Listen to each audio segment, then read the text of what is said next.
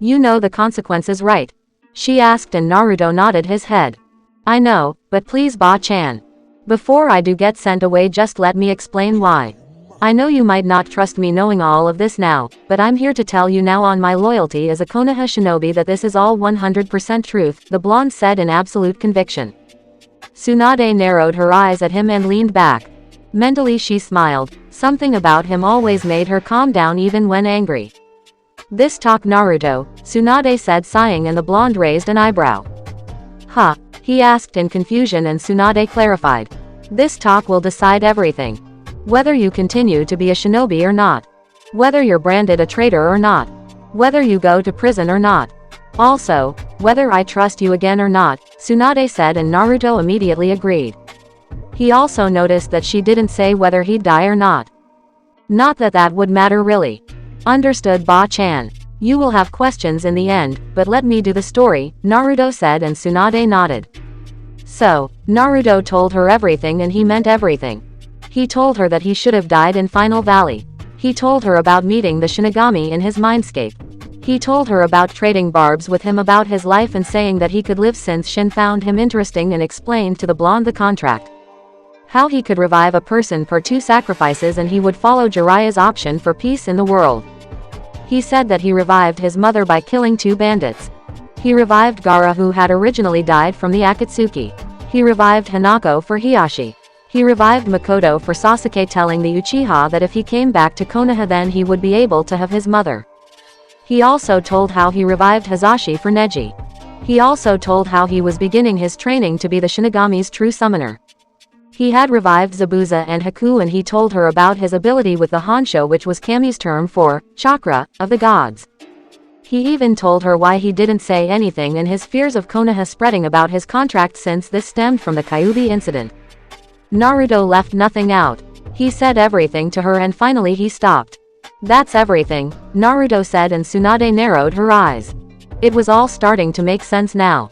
Well, sort of. Naruto was trying to make people happy by returning their loved ones. Any orphan would want to see their parents.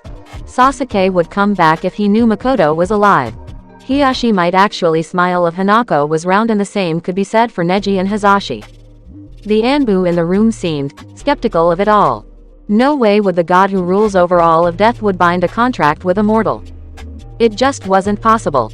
This had to be a lie, but the massive look of confidence across Naruto's face told them that he was very far from lying about this. You expect me to believe that? She asked, and Naruto shook his head. I don't expect you to believe it. I hope that you do, and I hope that you trust me when I tell you that, Naruto said, and Tsunade massaged her temples. This just wasn't the time to hear something like this. Naruto, how can I believe you now? Give me some proof, Tsunade said, and Naruto nodded his head. He sighed and undid his shirt. He quickly took it off, showing Tsunade his body. She would have scolded him if not for her and the Anbu gazing at the intricate sealing done across his arm. It went from his hand to his arm and then covered the side of his chest right down to where it almost touched the seal for the Kyuubi. Tsunade glanced at the entire thing. The seal is progressing, Ba-chan, and I'm progressing with it. Recently I received a boost. Shin said that before I was a Tamashi and now I'm a Shakan. I still don't know what this means, but I trust him. Also, this is my last piece of evidence, Naruto said, biting his thumb and tracing it over the seal. Kuchio's no jutsu, Naruto yelled, and the seal glowed for a little while like normal before fading.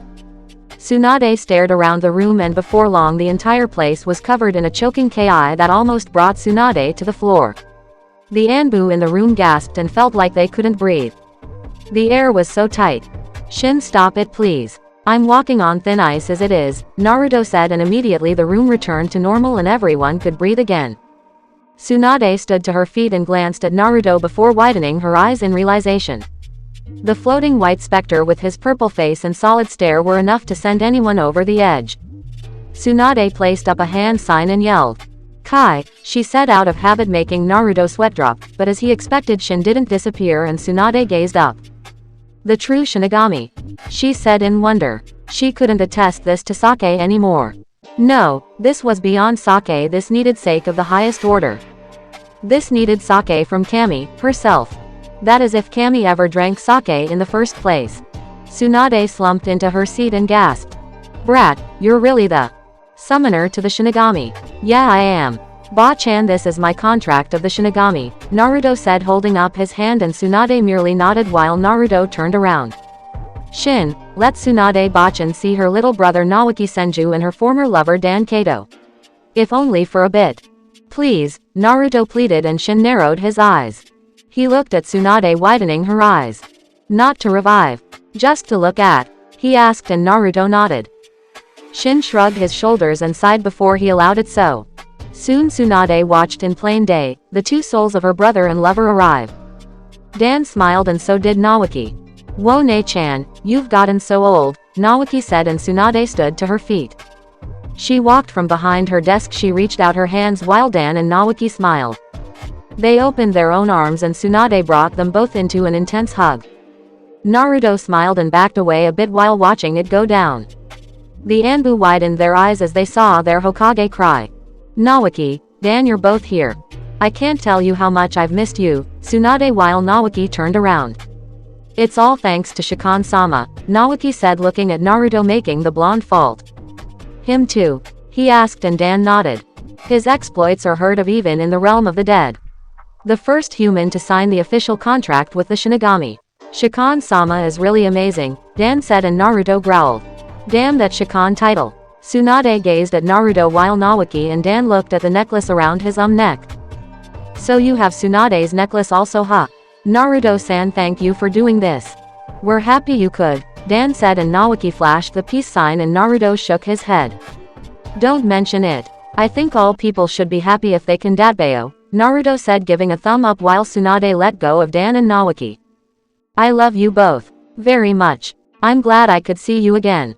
Naoki, you were a great shinobi. Dan, you too. Do you two think about me? Tsunade asked, and Naoki nodded along with Dan. All the time, Ne-chan. I never stop. Dan-san also. We never forgot you, and we never will. We promise, Naoki said, and Dan agreed with him while they started to fade. Tsunade smiled and quickly gave Naoki a kiss on the cheek along with Dan before they both left. Naruto unfolded his arms, and Tsunade wiped the tears of joy from her face. I can't make a good enough genjutsu to do that, Ba-chan, nor am I too cold-hearted to try. Do you trust me? Naruto asked, and Tsunade looked at him. She narrowed her eyes and raised her fist and sent it at his face. Naruto braced himself for the hurt, but Tsunade stopped it inches away and pulled it back. She smiled and kissed Naruto's forehead. The blonde widened his eyes before she backed away and passed her judgment. You are still a shinobi of Konoha. You aren't going to prison. You're not deemed a traitor. Naruto, I trust you, Tsunade said with the warmest smile he had ever seen her give, and the blonde gave a cheeky grin with a nod of his head. Tsunade leaned back and slammed her hand on the table.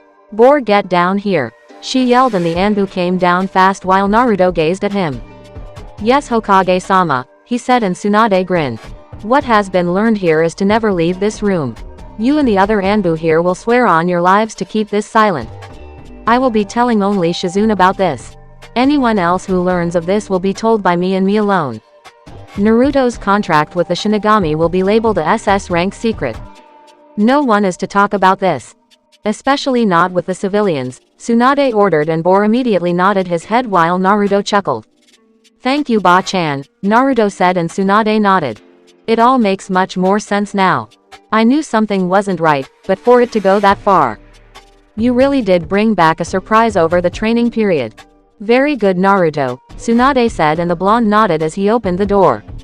Soon he watched as Kakashi, Yugao, and Sasuke fell on top of each other while Kushina and Makoto were crying. That was so sweet, Databane. Kushina cried while Kakashi and Sasuke rubbed the back of their heads. Yugao coughed and gave a blush of embarrassment. Good for you, Tsunade, Makoto said, and Tsunade chuckled. So I take it all the members of Hinoken know? Tsunade asked, and everyone nodded their heads while Kushina and Makoto bowed their heads. We are however sorry for, Tsunade raised her hand for them to stop. No need for apologies. I understand it now. I've taken the appropriate measures. You have all done a great job. To keep an enemy from knowing, then you don't even let your allies know. Excellent example of a shinobi, Tsunade said, and everyone nodded though it was hesitant. Yes, but on to another matter at hand, Kushina said, getting serious again, as did everyone else while Tsunade nodded. Hinokin told her about their fight in the plains near the fire temple and even about their meeting with Chiriku and the other monks. Yes, I know. I received the report from Yamato about it a few hours ago. He told me that you were there. It's becoming a real issue and that's why I'm giving you all a mission, Tsunade said, and everyone stood to attention while Tsunade placed her elbows on the table and entwined her fingers. Find out who's taking these corpses. What's their purpose and stop them completely. Understood. She asked and everyone nodded as they were about to leave. By the way, Uchiha, how long have you been on probation? Tsunade asked Sasuke, and the young Uchiha closed his eyes with a sigh. A month, he said simply, and Tsunade nodded her head. Good, then 2 more weeks and you're off probation. Now get going, she said, and everyone nodded as they quickly left the room while Tsunade looked at the large amount of paperwork, but in the end even that couldn't drop the smile from her face. It was all thanks to Naruto after all. It was always thanks to Naruto. With the Hinokin members, Naruto leapt across the rooftops in the best mood he ever had in a long time, and with good reason too. He had told Tsunade and she approved. He didn't have to lie anymore. It was awesome to be so free. Sochi, slow down, Kushina said, and Naruto did just that. He stopped and everyone regrouped together. Alright, someone is stealing the corpses from the fire tombs, but who could it be? Makoto asked and Sasuke spoke. From Naruto, and I know then they were all from the 12 Ninja Guardians. Something to really be feared, I might add. Orochimaru even told me that he had tried to be one, but was deemed too insane. We can believe it, everyone said, making Sasuke snort like a chuckle. First we should meet up with Yamato-san along with Sakura and Sai. They might have a plan already, Naruto said, and everyone couldn't help but agree. That's true. I agree with Naruto on his idea and I suggest that we get moving fast, Kushina Taiko. The fire temple isn't far off. We might be able to make it by night time, don't you think? Yugao asked and everyone could agree with her on that mark. Yeah, but do we need to stop for anything? Kakashi asked and Kushina sighed before widening her eyes. Oh yes. I'll be right back. Sochi, come with me. You all wait at the gates, Kushina said, dashing off, and Naruto followed her while the others went to the gate as were their orders. With Kushina and Naruto. Ka-chan, where are we going? Naruto asked as they hopped along the rooftops. Kushina smiled and merely headed faster in the direction while Naruto easily stayed close to her. They both soon left the entire village district and came down to their house. Naruto huffed slightly and Kushina opened the door. She moved to the back of the house and Naruto followed her. Simple, Sochi. We're going to be learn that time-space ninjutsu that you wanted, and your father's notes are going to help us out. The same notes for the Hiraishin. Come and help me seal this stuff, Kushina said, and Naruto nodded his head. That's right, he hadn't been thinking about the jutsu that much since he was traveling around. About time he got back into the real swing of things. So on that note, Naruto and Kushina sealed up all the notes from Minato's archives that they could find on sealing and on the Hiraishin. It was they could get their hands on and seal into their bags. Got it, Ka-chan. Now let's go, Naruto said, and Kushina nodded her head fast as they raced out the door. They immediately caught up with the other Hinokin members and all raced out of the door to make it back to the fire temple. Hino Kuni's fire temple. Yamato, Sakura and Sai were waiting for Kushina and her team to arrive like they said they would. It was still a little early, but this was turning into a disaster and fast. The enemy already had 3 of the graves and it was becoming more and more dangerous. Yamato-sensei, we can't wait anymore, Sai said, and Yamato sighed with a nod. He was about to get to his feet before a monk came to get Chiriku. Chiriku-sama, they have the 4th corpse. What are we supposed to do? The monk asked, and Chiriku sighed as he got to his feet. Sora, you're coming with us. Yamato-san, you and your team will need to back us up, Chiriku said, and Yamato nodded before they all felt 6 presences. Sorry for being late, Kushina said, hopping down, and so did everyone else. No, you're just in time. Now then, what's to be done? Chiriku said, and Naruto spoke. Anything happen? He asked, and Sakura nodded. They have the 4th corpse.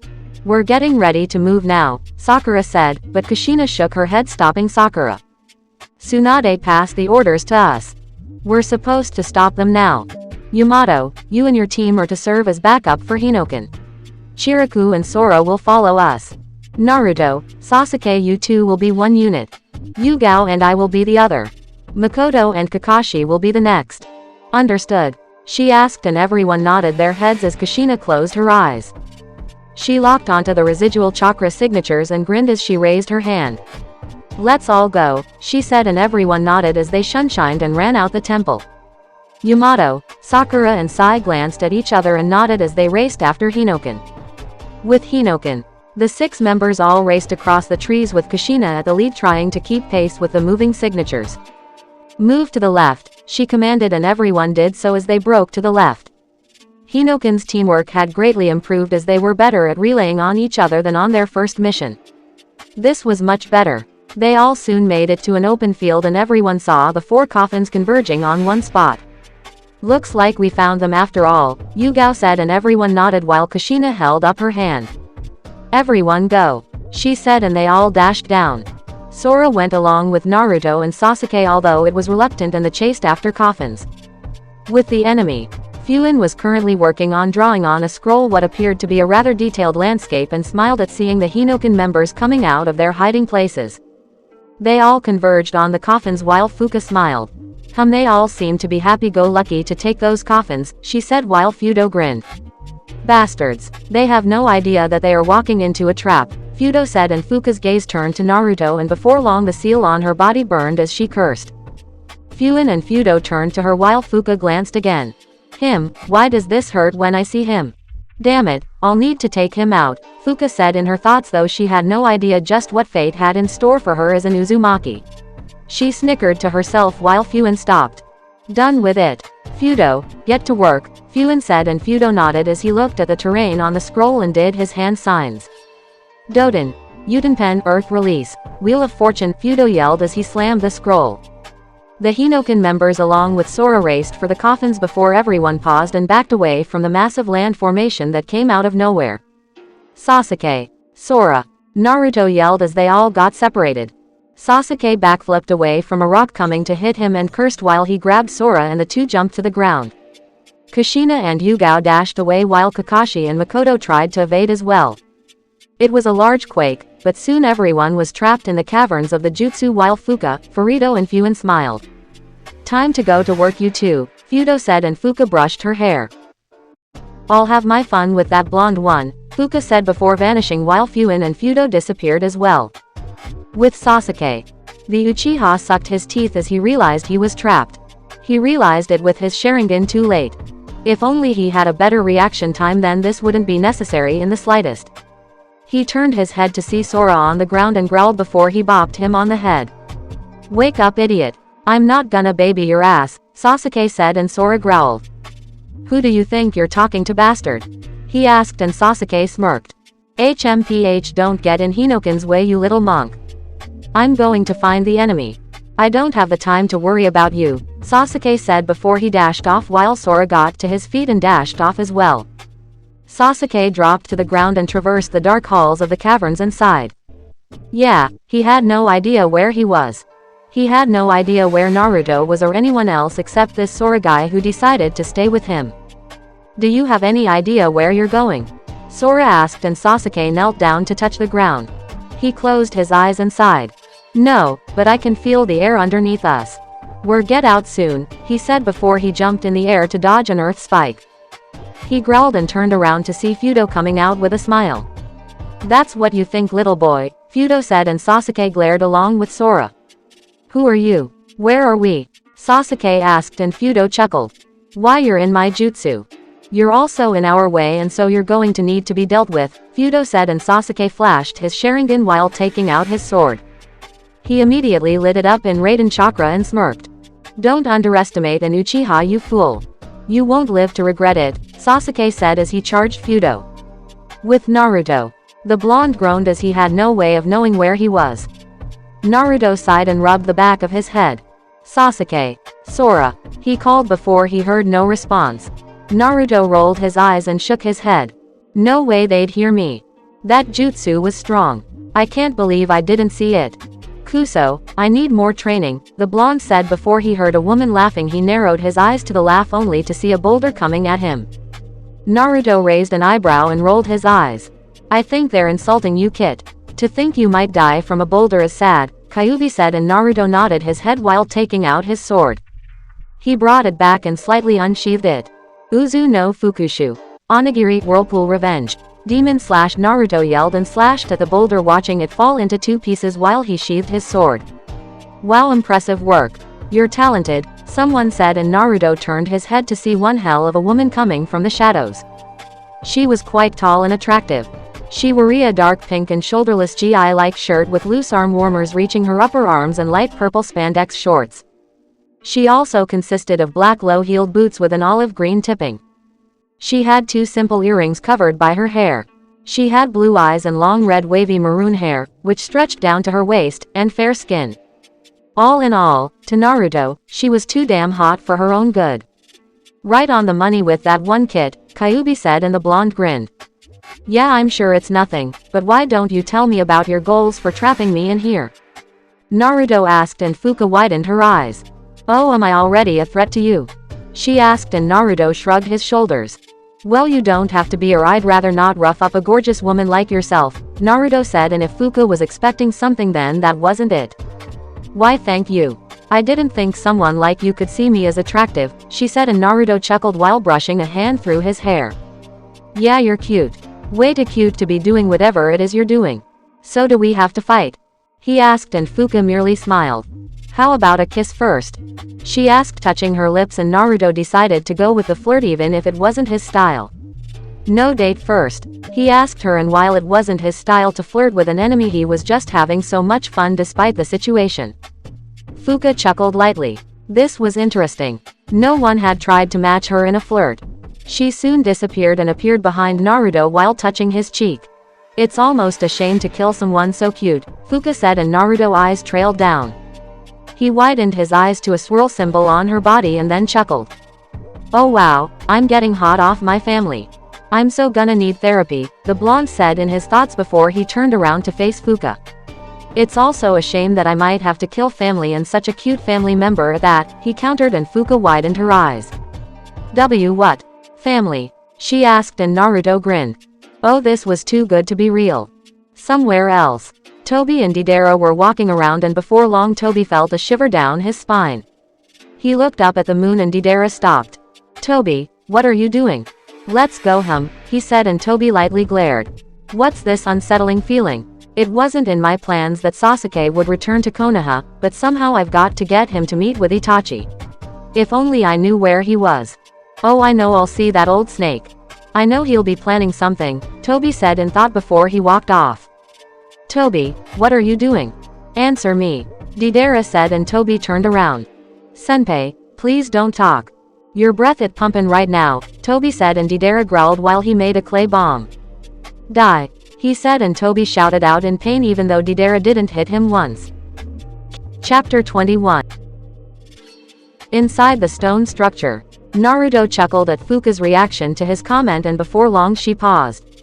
She had always grown up alone, and never did she have any relatives that she knew about. Granted, she had never really bothered to look since losing her mother and father to a village war.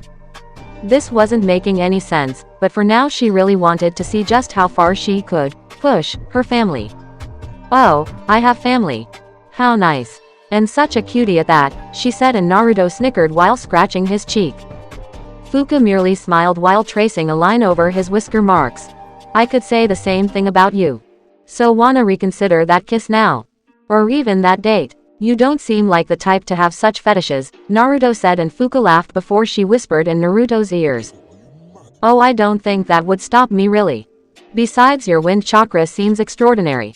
I really would like to add it to my collection, with my kiss of death, she said, and Naruto raised an eyebrow. He remembered the last time his chakra got sucked away. If he recalled, then it was in Koyuki's country where he had that gadget strapped to him. Needless to say, but that thing really got shattered by the blonde when he was angry.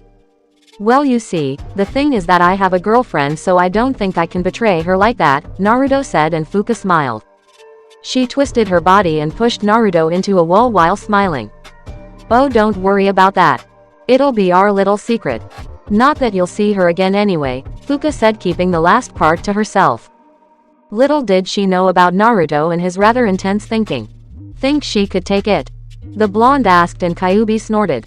Not while I'm in here, though. I doubt you would have to worry about dying since we're that lucky, Kyuubi said, chuckling, and Naruto mentally nodded while sighing as Fuka brushed the side of her hair. Now then, soft or French? She asked, and Naruto raised an eyebrow. Why are you talking about food? He asked, making both Fuka and Kyuubi fault. Yeah, so Naruto didn't know the technical terms for different types of kissing. That of course he didn't know how to kiss. Oh, he did, and Kushina could attest to that one. You don't have that much experience, do you? I'm talking about kissing, she said, giggling at Naruto's ignorance, and the blonde widened his eyes. Oh, like that? Well, forgive me for not knowing that. Besides, I have kissing experience. More than you could realize, he said, smiling and shuddering at 2 different times. His mother, and he'd rather not go to that other one. Oh, well, okay then. I'll be taking you now, she said, and Naruto rolled his eyes before holding a hand sign. Not today, he said as Fuka watched him vanish in a puff of smoke, his laughing echoing in the distance. Fuka narrowed her eyes and formed a small smile across her face before chuckling and placing a hand on her hips. Alright, I guess I might need to work a little.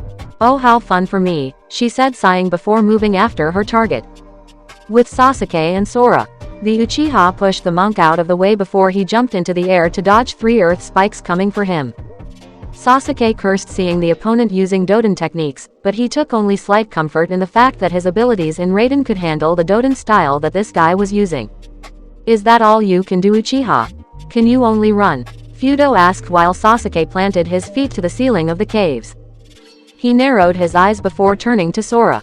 Get out of here. This isn't someone you can beat, Sasuke said to Sora, and the monk in training growled while standing to his feet. I'm no child. Don't order me around, he said, and Sasuke growled while Fuin finished some hand signs that the Uchiha missed. Doden.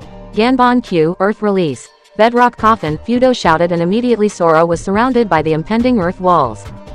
He widened his eyes while Sasuke growled. He jumped down and slammed the earth jutsu with his Raiden-filled hand. Fuin watched the rock crumble to the ground while Sasuke reached for his sword. Don't make me tell you this again, but don't get in Hinoken's way. Now get lost, Sasuke said, and Sora growled. He was about to move, but one look at Sasuke's serious eyes and he merely took to the Uchiha's orders and quickly left through an alternate route before Sasuke saw rocks from the ceiling fall, closing off an escape route. Looks like Fuin backs me up. A shame for you, right, brat? He asked, but his only response was 3 kunai that the Uchiha sent flying at him. Naturally, Fudo blocked all the shots as they embedded themselves in the ground. Sasuke smirked, and while the kunai exploded, making Fudo gasp as he was covered in the explosion. Did I get him? The Uchiha wondered to himself before he saw Fudo emerge virtually fine. Not bad, kid. Now let me show you how to have fun. Iwa no Yoroi, rock armor, Fudo shouted, and Sasuke growled before Fudo charged at him. The Uchiha took his sword and planted it in the ground. In his left hand, Sasuke lit the Chidori before charging at Fudo. The two closed in on each other, and Fudo snickered, knowing that there was no way that Sasuke could dodge him as his fist neared the Uchiha's face. It's over, brat, he said, but Sasuke gave a hidden smirk before he slid under Fudo's form. Fudo was really surprised by the action while Sasuke turned around. Chidori Kogasu, Thousand Birds Flare, Sasuke yelled, and Fudo watched as his sword and his left hand connected to each other via lightning. The sword glowed bright, blinding Fudo to his entire surroundings, but he wasn't about to let it end like this. Doden. Doryuheki Doden. Earth-style wall, Fudo shouted, and a large wall of earth came from the ground, stopping the light from hurting his eyes any more than it already was. He snickered slightly before he heard more cackling. Fudo widened his eyes to a realization that he was facing the wrong way as he gasped. The male member of the grave robbers saw Sasuke with a kunai in his hand. Lightning was circulating through it, increasing the length of the technique as it rested right in Fudo's stomach. Crafty brat, he said, and Sasuke settled for glaring at him. Done yet? The Uchiha asked Fudo, and the man snickered. He knew it wouldn't be long before his body went numb from all the lightning, so he had to act fast. Not really. Doden. Ganbon Q, he yelled, and Sasuke watched the stone structures wrap around him again. The Uchiha widened his eyes to the realization before the stone wall closed, crushing whatever was inside. Sasuke's lightning attack stopped, and Fudo snickered. You were in the wrong place at the wrong time with the wrong opponent. The least I can do is give you a burial, Fudo shrugged and walked up to the wall of earth. He drew Konoha's leaf symbol on it and nodded. Good enough, he acknowledged to himself before departing from the scene, leaving Sasuke to his grave. It didn't take long before the wall bursted out and Sasuke emerged. The Uchiha sighed and walked over to his sword. He quickly sheathed it and picked it up from the ground. Now that I've managed to trace his ass, I can go and find the others. There is a large amount of chakra just east of me. I'd better get moving, Sasuke told himself, and the young Uchiha vanished in a lightning shunshin. With Yugao and Kushina, the two females were walking across the caverns, and finally Yugao sighed. They had been walking for about half an hour and hadn't gotten anywhere. It was starting to become more of a chore than anything else. Easy, Yugao. Let's take a break, Kushina said, and Yugao merely agreed with her captain and sat down on the ground. Kushina sat next to her and the two stared at the caverns for a bit. Why do you think they let us out here? It's obvious that we threw them off. It's like they weren't expecting us at all, Yugao spoke, voicing her opinion on the predicament that they were in, and Kushina took a thinking pose. It's more likely that they weren't expecting us. I'm positive that they were waiting for Yamato-san's team. If those three went, then no doubt that they would have been in quite a situation, but we've all been working together for at least 2 months now, maybe 3. We can get out of this. Come on, Kushina encouraged, and Yugao stood to her feet with a nod. Yes, Kushina, Taiko. Let's get moving, Yugao repeated, and the two quickly raced off to go and find the others. Hey Kushina, Taiko, look at that, Yugao spoke, and Kushina looked up to see a very small opening in the ceiling.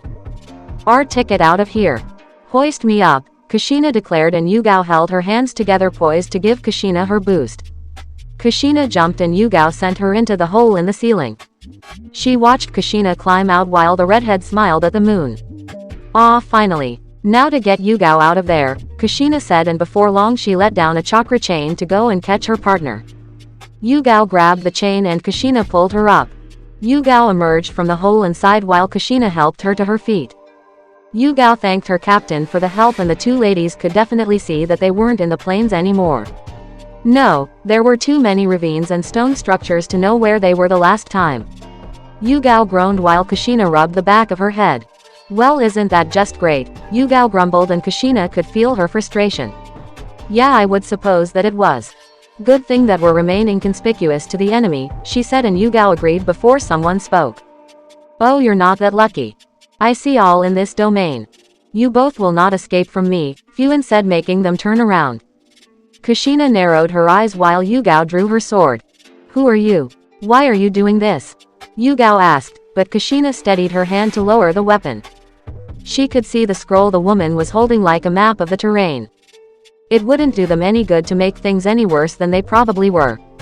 This was their second mission as a squad, and Kushina would be damned with her Anbu commander pride on the line if they failed a second time. You don't need to know who I am. You won't live long enough to know anyway, she answered before her male partner came next to her. So these are your opponents. I hope they give me a better show than one boy did. His Sharingan was quite the problem, but now he's buried underneath the earth, Fudo hinted, making Kushina raise an eyebrow. He must have been talking about Sasuke. Kushina, for all she knew, didn't doubt Sasuke's skills in swordsmanship.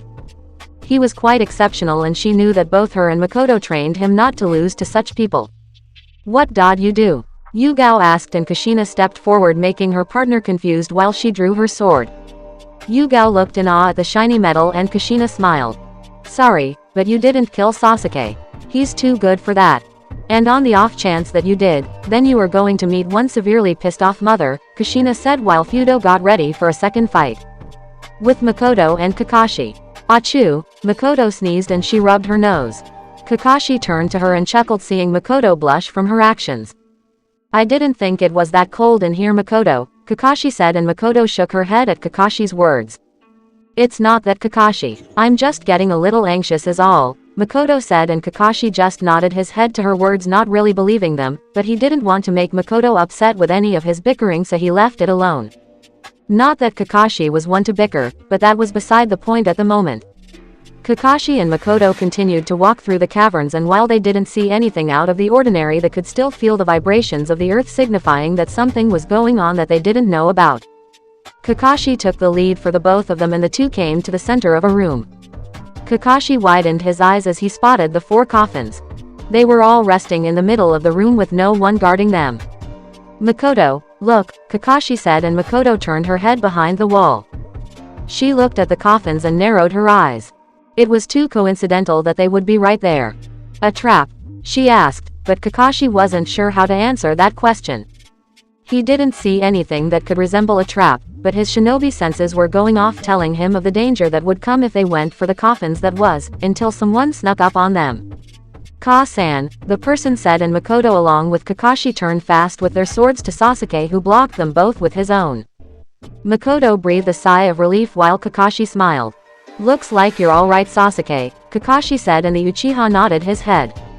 I could feel your chakra signatures since you were close to me, so I could find you guys easily. What were you looking at? The Uchiha asked, and Makoto pointed. Sasuke looked from behind the wall to see the coffins and narrowed his eyes. A definite trap, he stated, making Kakashi and Makoto nod in agreement with him. No one decided to move from the spot until at least one more member of the team came. If neither Kushina, Yugao or Naruto appeared, then they would just go for it and hope for the best, but they would really wish they would hurry. With Team Yamato, Sakura and Sai watched along with Yamato as Hinoken was trapped in the stone structure. Chiriku also watched, but he didn't intervene, as were Kushina's orders, but he would be lying if he said that he wasn't worried about them or concerned for Sora, but Sakura was the only one who made it known. Yamato-sensei, they've been in there for a long time. Maybe we should go after them, Sakura said to Yamato, who was scoping out the situation. Sai merely narrowed his eyes while reading his book. We have our orders. We're to wait for the signal to move after them, Sai said, and Sakura growled while looking at the ground. We're more than competent enough to do this. Yamato-sensei, what do you say? Sakura asked, and Yamato could feel her piercing gaze across his body, and the Jonin leader sighed while rubbing the back of his head. We would normally wait, but I don't think that we should. Sakura, Sai prepared to move and intercept the enemy, Yamato commanded, and Sakura smiled with a nod while Sai closed his book. He might as well get some exercise in while he had it in an opportunity. Sakura and Sai moved towards the structure while Chiriku prayed for everyone's safety. They had told him to stay and watch for enemy movements, so he did just that.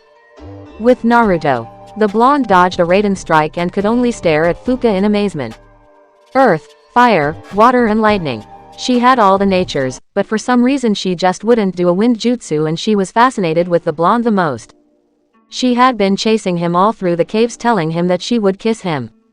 The blonde had been able to trick her only a few times with the cage bunshin, but this was starting to become a hassle. Whoa, hold on a second. He couldn't die. Why the hell was he running? Naruto stopped in mid-step and facepalmed. It wasn't one of those things that he could remember, but he could definitely see himself forgetting it. Still, maybe he was indifferent since he had just told Tsunade a few yesterday that he could die from the seal. He really had to remember that crap for later. Next time, remind me when I'm running like an idiot, Naruto hollered in his mind, and Kyuubi cackled like a maniac behind the cage. It's not my fault that you memory shortage. Now turn around and fight the bitch, Kyuubi said before fading while Naruto turned around. He could see Fuka walking up to him, and she saw him smiling. You stopped running. Tired? She asked, and Naruto rolled his eyes. No, not really. Just figured that a man shouldn't reject a woman's advances, Naruto said, and Fuka widened her eyes slightly. She almost lived by that saying. She wondered how Naruto knew it, and little did she know that Kyuubi had something to do with it. You really are an interesting young one, Fuka admitted, and Naruto snickered while rubbing the back of his head.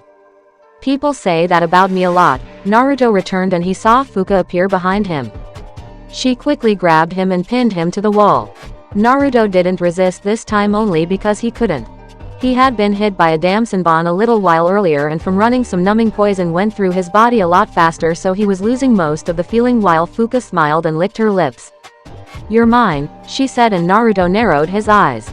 He closed his eyes and leaned up only to surprise Fuka by giving her a hug. You don't have to do this, you know. You could just come with me. Not be a criminal. Not a bad deal, right? Naruto asked, and Fuka just looked at the blonde like he grew a second head. She couldn't resist the urge to chuckle at the blonde before it came out in a full-blown laugh, even if she could see the look in Naruto's eyes were pure serious. And what makes you think that I don't want to be a criminal? What makes you think that I would even go with you at all? You think that just cause you call me family that our situation is different? She asked and Naruto merely blinked his eyes. In that order. I'm not sure if you want to be a criminal or not. Face it, you'll grow bored with it eventually and you'll just be an empty woman inside who got nothing that she really wanted. I doubt you'd go with me unless I forced you to, and that's really not my style, but I don't mind forcing you back. Also yeah, I'm sure our situation is different. Just not in the way that you're thinking, Naruto explained, and Fuka was actually starting to grow tired of this little game called, who could last the longest in a flirt. She was actually growing rather annoyed. Sorry, but the peaceful life doesn't suit me, she said, and Naruto snickered. Trust me, we're anything but peaceful. Ka-chan is violent, everyone is too loud including me, and we're all always doing stupid mess, but we have fun datbayo, Naruto said to her. Fuka snorted and gripped Naruto's shoulders. You think a few words are going to have someone turn on their comrades for you? Fuka asked, and Naruto shrugged his shoulders. Yeah, I guess not. I had tried with Haku-chan, but that didn't exactly work out the first time. I guess that's just me. Wanting to save nearly everyone I come across. I really must have a screw loose, Naruto said, and Fuka's eyebrow twitched. They were getting off the subject of her desire, which was her getting that wind chakra. She narrowed her eyes and smiled. You talk too much, she said, and Naruto nodded his head. But you see that I'm not attacking you. Had I wanted to, then you would be a dismember mess on the floor, but I am not that sick. No, but you definitely wouldn't be around now, would you? He asked, and Fuka chuckled again. No, but it's too late. She and Naruto could only watch as Fuka kissed him. Fuka finally got what she wanted. Naruto widened his eyes as he felt her tongue intrude in his mouth. He could feel the chakra in his body connect to hers as Fuka separated. Sorry, but this is now mine, she said to him, but Naruto watched as his chakra stopped turning blue like it should have been. It now turned pure white. He could see Fuka widening her eyes before she could feel two figures of chakra. One so evil and vile that just taking this chakra would kill her, and the other, it wasn't even chakra. No, this was like trying to take power from death itself. Fuka tried to break the connection before Naruto wrapped his arms around Fuka's blouse and kept him near her. She stared into his eyes, and the blonde stared back like his eyes were saying, one move and you'll be dead, don't you dare break this. Fuka gulped while the kiss continued. Yeah, brat. You'd better be lucky for me then. Ha ha, oh this is great, Kyuubi stated while the blonde closed his eyes. He retrieved all his remaining chakra along with his honcho and stopped the kiss while Fuka fell to the ground coughing. What are you? She asked, and Naruto smiled at her. Wouldn't you like to know? He asked, nearing Fuka slightly. With Kushina and Yugao. Fuin watched as Fudo fell to the ground. Kushina sighed and rubbed the back of her head. She turned back to Fuin, who stood to her feet in shock. Is it your turn? She asked, and Fuin opened her scroll. Yugao chose that time to charge at the woman, but was too late as Fuin made a small semicircle across the landscape with her pen. Immediately Kushina and Yugao felt the ground tremble at their feet. Kushina cursed and jumped in the air along with Yugao while Fuin chose that time to get away. No way was she going to stick around. Should we got after her? Yugao asked and narrowed her eyes. You go find the others. I'm going after her. It'll be best, she suggested, and Yugao took the suggestion before vanishing out of sight to go and find the others. Meanwhile Kushina dropped to the ground and smirked. Don't think you can get away from me, Databane, Kushina said before she felt the seals on her body burn lightly. It hurt for a few seconds, but then calmed down. She could feel Naruto, and he was going through various emotions at the moment. Happiness, sadness, resolve and determination, lust, and now more happiness. Sochi, I wonder if you're okay, Kushina said, and before long she noticed a giant light appear from one location. She narrowed her eyes before she ran for it. Kami only knows that it might not be a good sign. With Fuin, the female grave robber saw the light also and widened her eyes in horror. This wasn't a part of the plan. It couldn't be. She wasn't informed of this at all. It's too early. No one should be at the dead center of this ravine where the corpses are. I thought I tracked everyone. What's going on here? Fuin wondered before the leader, Furito, came behind her. Fuin, what is going on? You said that the corpses were secure. Why is this happening? Furito asked in anger while Fuin gulped. I don't know, sir. Something is wrong here. Should we withdraw? Fuin asked, and Furito cursed. Yes, we should. Call back Fuka and Fudo, he said, and Fuin sighed. Fudo is dead, she said, and Furito bit his lower lip. This wasn't how things were supposed to go. The only right thing was that he met Sora and was able to talk with him about some things that were sure to give Konoha a headache if it needed to. Damn it, Fuin, find Fuka and retreat. I'm going, Furito said, and Fuin nodded her head before leaving. Damn this team. I didn't foresee them coming. Who are these people anyway? I know all about Konoha and I've never seen these types of people before, Furito said, racing for the light source. With Makoto, Kakashi and Sasuke. Seeing that no one was coming and that the objective was right in front of them, the three members of Hinoken moved from their spots, but kept their eyes open. Sasuke stepped forward into the room and so did Makoto, followed by Kakashi. The three were inside and Sasuke made a quick observation. I don't see anything. I'll go and try to snatch the corpses. Ka-san and Kakashi should stay back just in case, Sasuke said, and while the others wanted to say otherwise, the young Uchiha already made a break for one of the coffins. He quickly grabbed one and with all his strength Sasuke pulled it out of the spot where it was edged in. Kakashi and Makoto watched the coffin fall to the ground and slid in front of them. Yep, this was too easy. Suddenly Sasuke saw the place where the coffin was just in close and seals appeared across the room. The two Uchiha and Kakashi widened their eyes before a fierce light shined across the room while Makoto sighed. I knew I was right, she said, and Kakashi's sweat dropped. Woman's intuition? He asked, and Makoto watched as the other coffins fell from their places. No, it's just that being married to Fugaku I was never wrong, she said, and Kakashi's sweat dropped even further as to what she possibly meant by her words. Meanwhile Sasuke narrowed his eyes. What the hell happened? Someone asked, and everyone turned their heads to see Naruto along with Fuka, which really confused the hell out of them. With Naruto and Fuka, 10 minutes earlier. Naruto placed his sword in Fuka's throat and narrowed his eyes using his death stare to make her all the more scared of her consequences. Not only did she not get the wind chakra she wanted, but now she felt feverish. She was sweating like crazy and her body was burning up, and naturally Naruto knew what was wrong with her.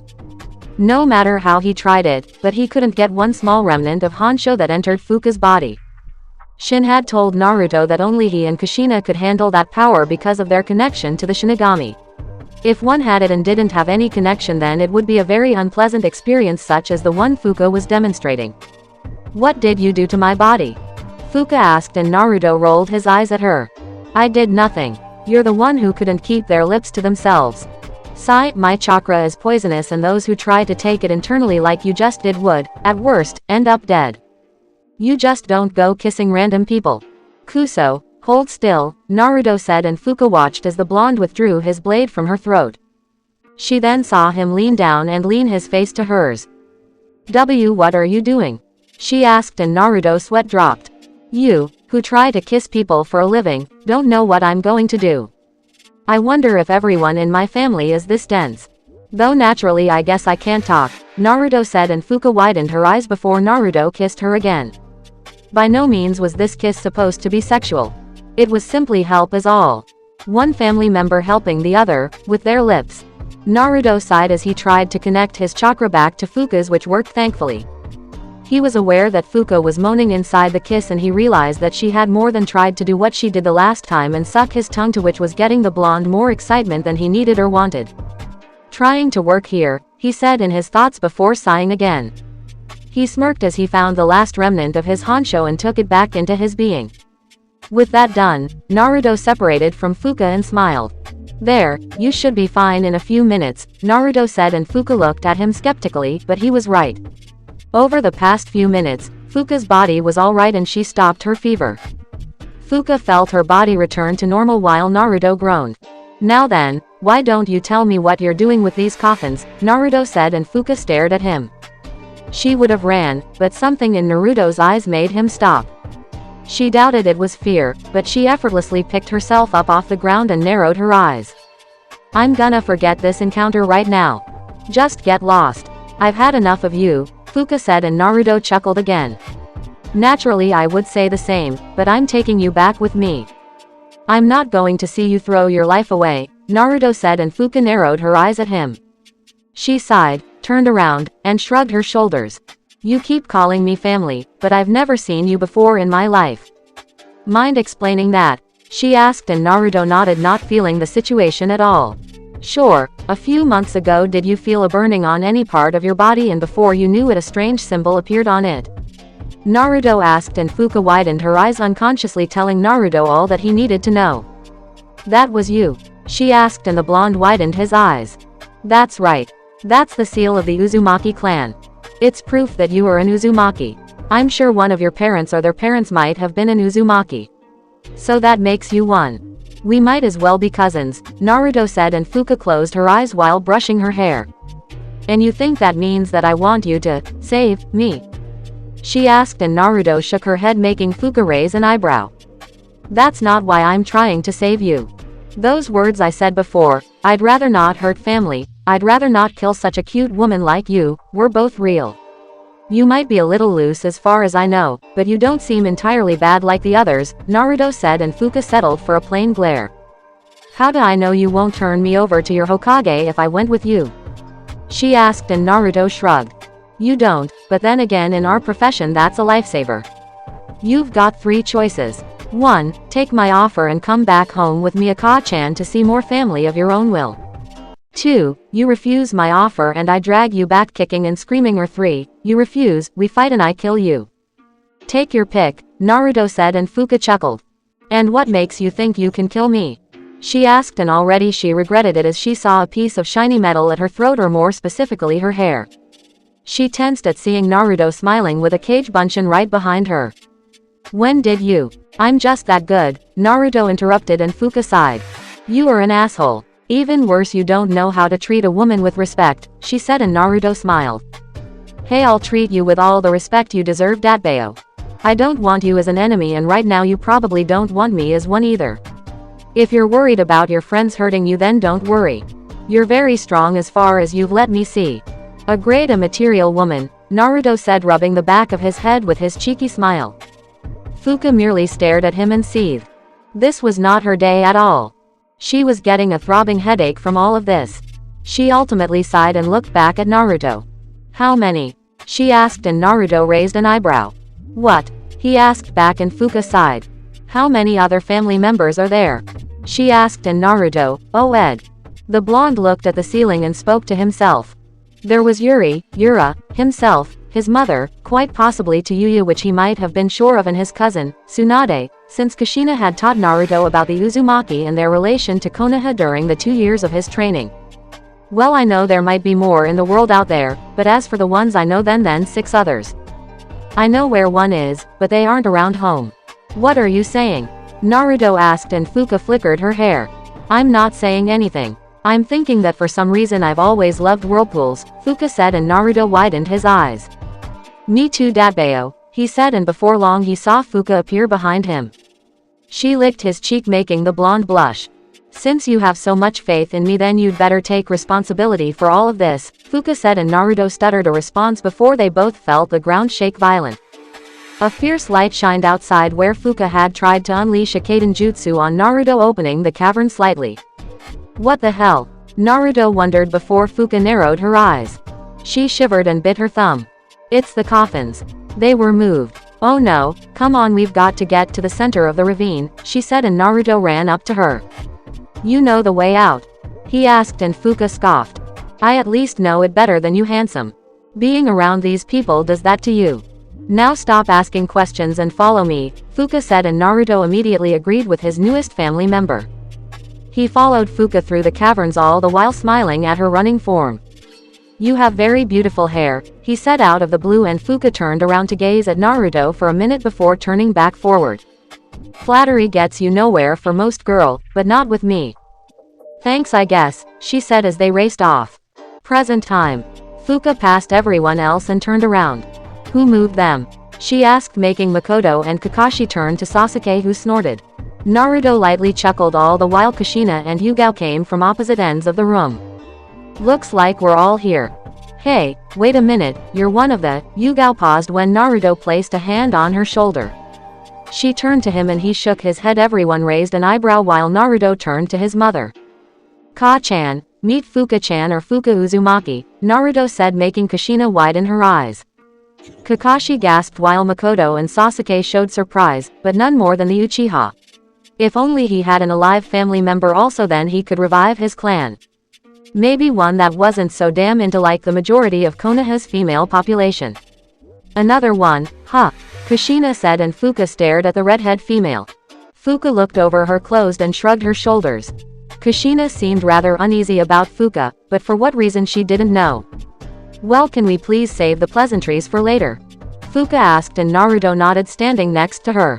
What's wrong? Naruto asked, and Fuka sighed while flicking her hair.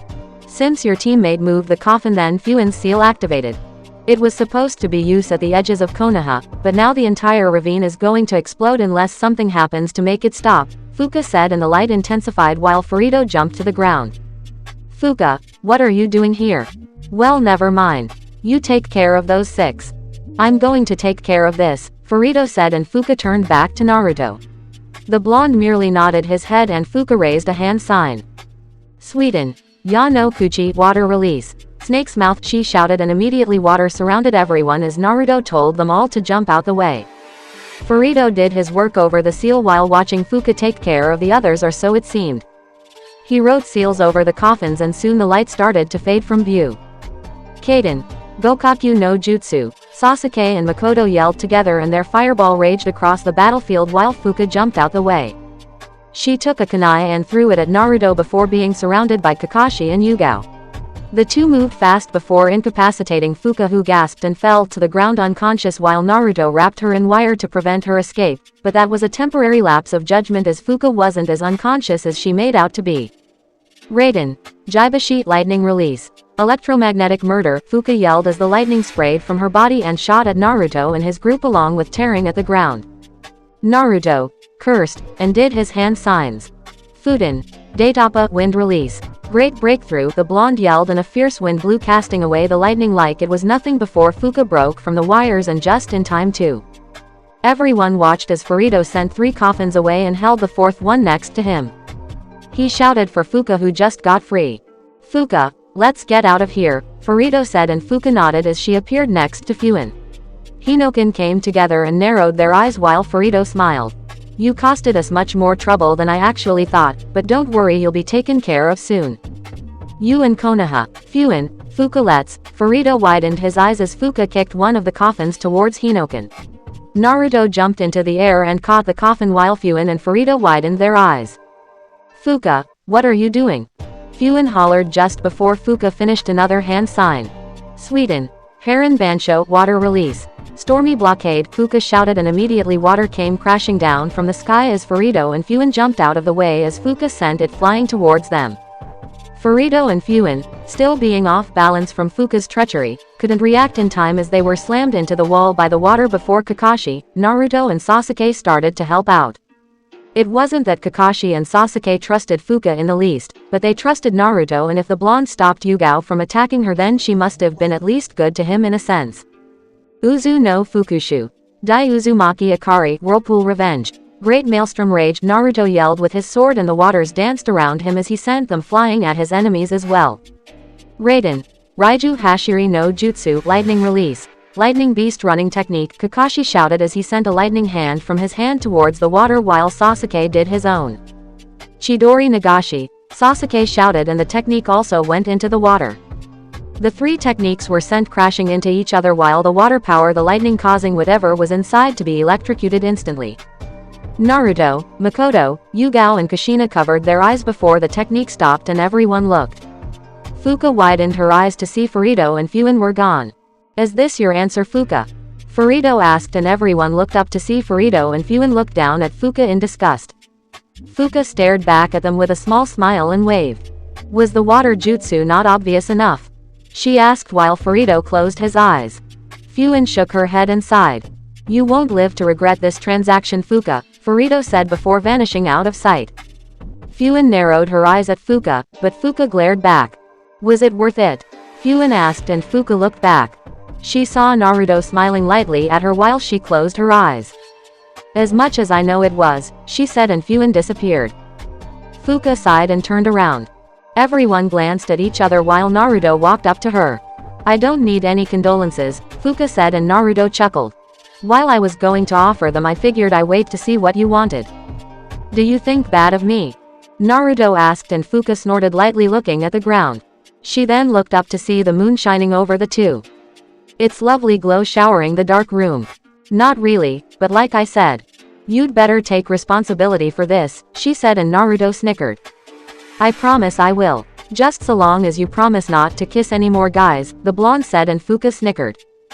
Jealous? She asked, and Naruto groaned before walking away. He turned to see Sasuke and Kakashi holding the coffin in their hands. You'd wish, he said, and Fuka followed him before everyone saw Sakura and Sai enter the room with Sora. Where the hell have you been? Sasuke asked, and Sora snorted. Shut up, you asshole. I was doing my job. While you all were dealing with the grunts, I found out who the real leader was behind the. It was a man named Furito. We know. We just say him, and that must mean that you got the stuffing beat out of you, Naruto said, making Sasuke give a grin.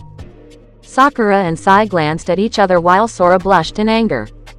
Oh, shut up, he said before Yamato came up to Sasuke and Kakashi while smiling. Need some help? He asked, and Kakashi gave an eye smile to his response. It would be greatly appreciated, as a matter of fact, Kakashi said, and Yamato nodded his head as he meshed his hands together. Immediately wood came from the ground and wrapped around the coffin. Naruto and Sasuke widened their eyes to the use of the Shinigami's abilities, while Kushina and Makoto raised their eyebrows. It was obvious that the Uzumakis and Uchihas weren't used to seeing that type of thing. The wood took the coffin into the ground while Yamato turned to Fuka. What do we do with her? Sai asked, staring at Fuka while Naruto rolled his eyes. We aren't doing anything. You guys are going about your job while I take care of Fuka-chan. She's my prisoner, so she's under my responsibility for the time being, Naruto said while everyone glanced at each other. Kushina couldn't resist the urge to crack a smile while Sasuke snorted. Pervert, he said, and Naruto raised an eyebrow while Makoto snickered. So that's the reason you tied her up in wire. Naruto-kun, you really are ambitious, the Uchiha matriarch said while Naruto stuttered. Fuka chuckled and wrapped her arms over Naruto's shoulder. Prisoner, huh? Well then, Jailer-kun, I'm at your mercy until we reach Konoha. Please take care of me, Fuka said, rubbing Naruto's cheek sensually while the blonde's blush deepened. He turned to his mother, who he caught laughing. It made him happy that she was okay with this close contact. He'd rather not do anything to upset both his mother and his lover. Meanwhile, Kushina was taking it sparingly. At first, seeing Fuka as an Uzumaki, she thought it was a joke, but she also noticed the mark and knew it was true what Naruto said, and while she looked like a hussy, she seemed to tolerate Naruto, at least as Kushina figured. Granted, the mother side and lover side were mixed. She was torn between laughing at the scene or strangling the female Uzumaki where she stood for being that close. In the end, she just decided to smile and laugh. Well, let's go. It's late and Chiriku will be worried. We'll tell him we got one of the 4 coffins. Hopefully we'll be able to get this back and have the fire temple raise security over it, Kushina said, and everyone agreed as they walked out.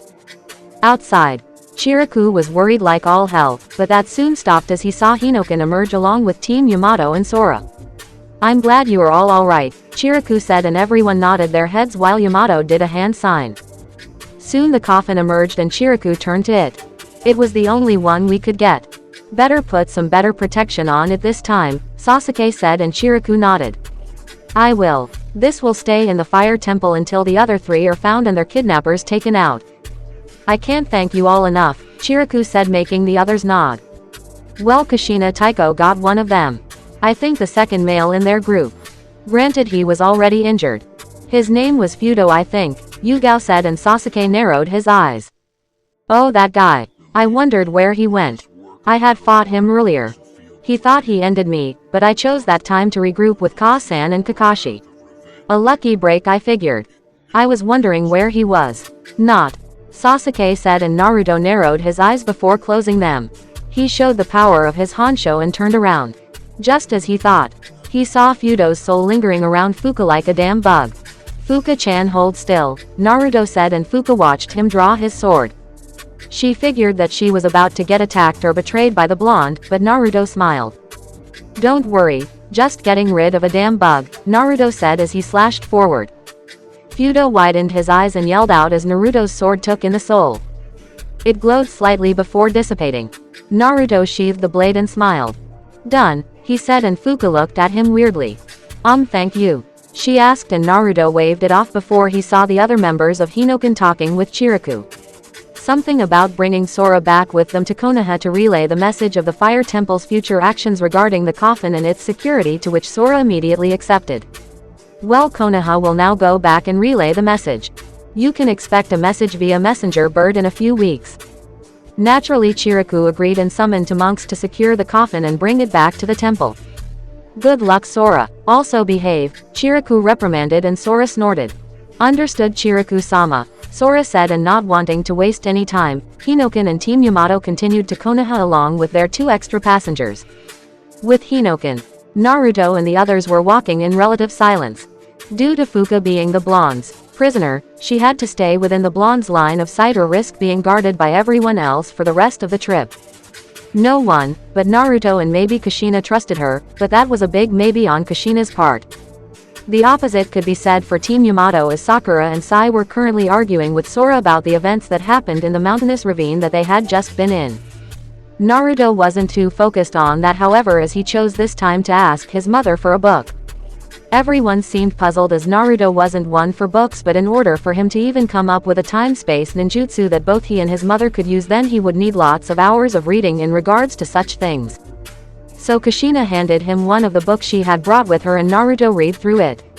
Let's see, I remember Ka-chan asking me what I thought of when the words time-space came into my head. I wasn't sure how to answer her, but now that I think about it, then maybe it's something like dimensional. Traveling across a plane to another in one swift movement of matter. Whoa, Kyuubi, I almost lost myself. Thank Kami that Ka-chan taught me vocabulary, Naruto said, making his tenant open his eyes. The Biju yawned and rolled his eyes. No matter how smart she makes you, you are still going to be the same idiot to me, Kyuubi said, and Naruto snorted. You could be nice, Naruto said, and it was Kyuubi's turn to laugh mockingly. Yeah, and while I'm at it, I might as well dress in drag and do the hoola. Not on your life, kid, Kyuubi said, while Naruto groaned. Actually, I'd be scared if you did dress in drag and did the hoola.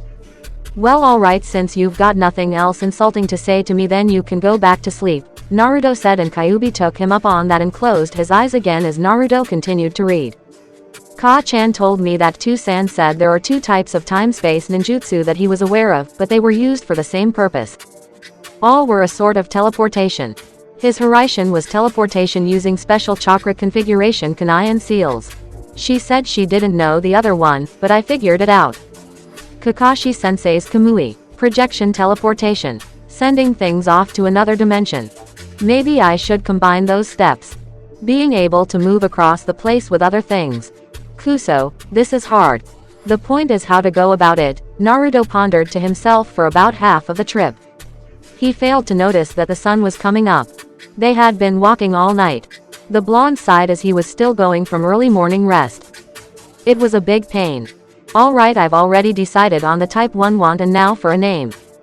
The name comes before anything. Cool name. I thought Juahadan was good, but after second thoughts maybe not.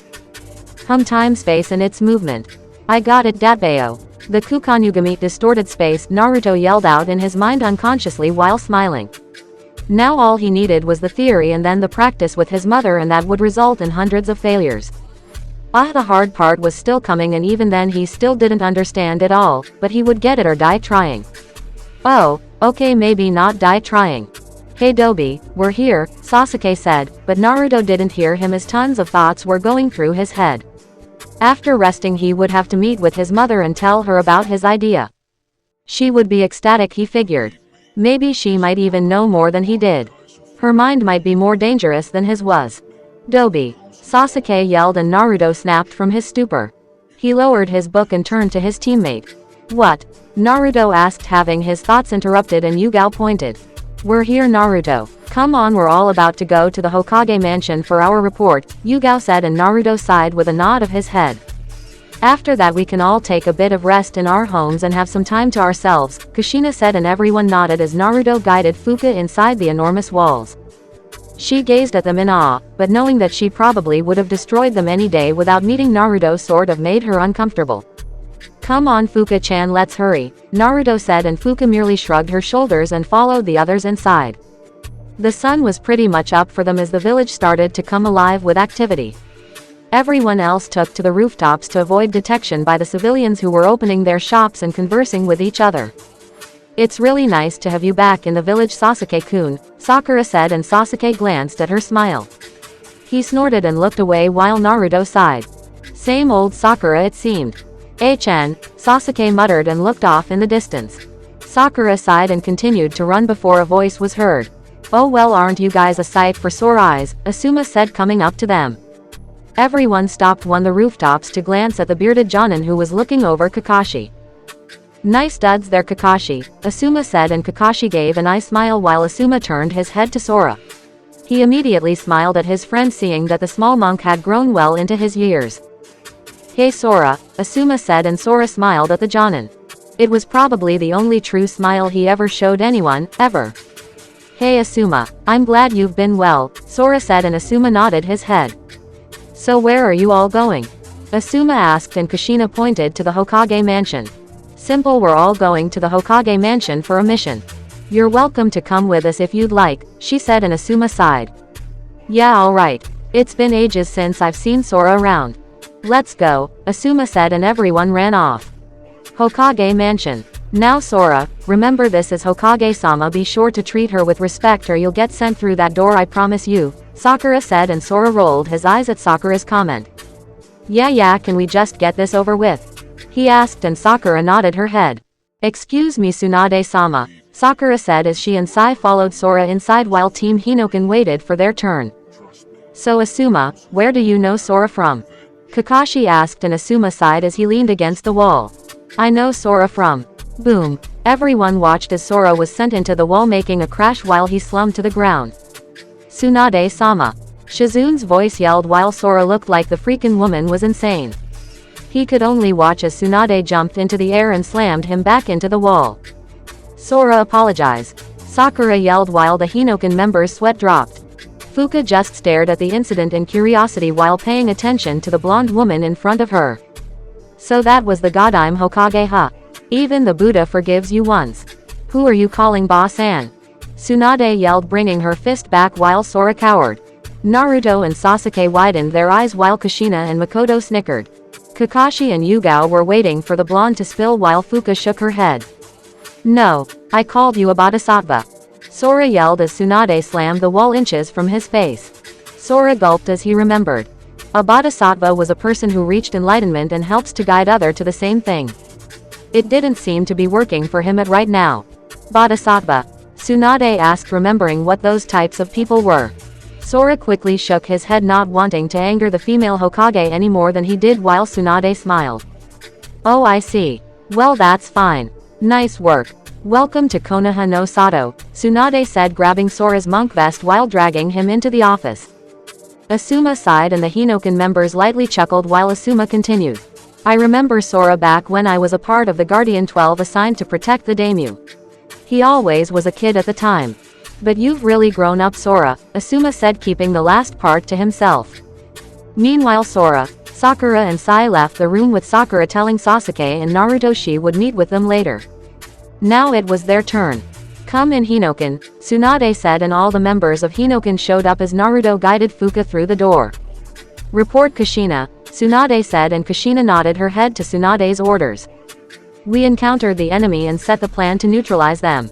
We had seen the 4 coffins in the fields and I made the necessary action to go after them.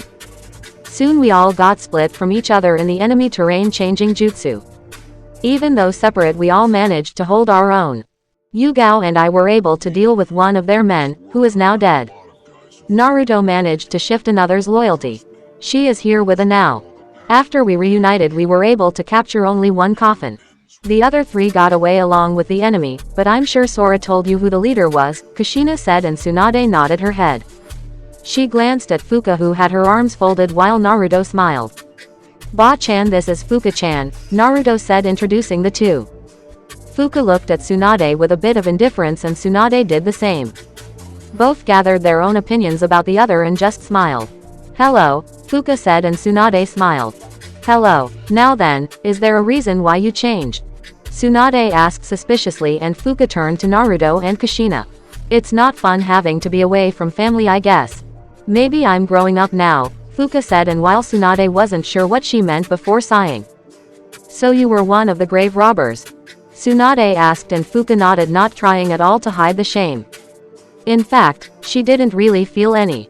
Having met Fuka, in the short time that he knew her, Naruto was sure that Fuka was much too proud to feel shame. Hell, she kissed her cousin like it was nothing and she just met him. Yep, no shame on that girl. Not that Naruto really minded. That's right, I am. I will disclose any and all information that you might have that I can provide, Fuka said, and Tsunade narrowed her eyes at the maroon-haired woman before smirking. Are you sure now? While I will take the information, I can't say the same about your crimes, Tsunade said, and Fuka sighed while Naruto raised his hand.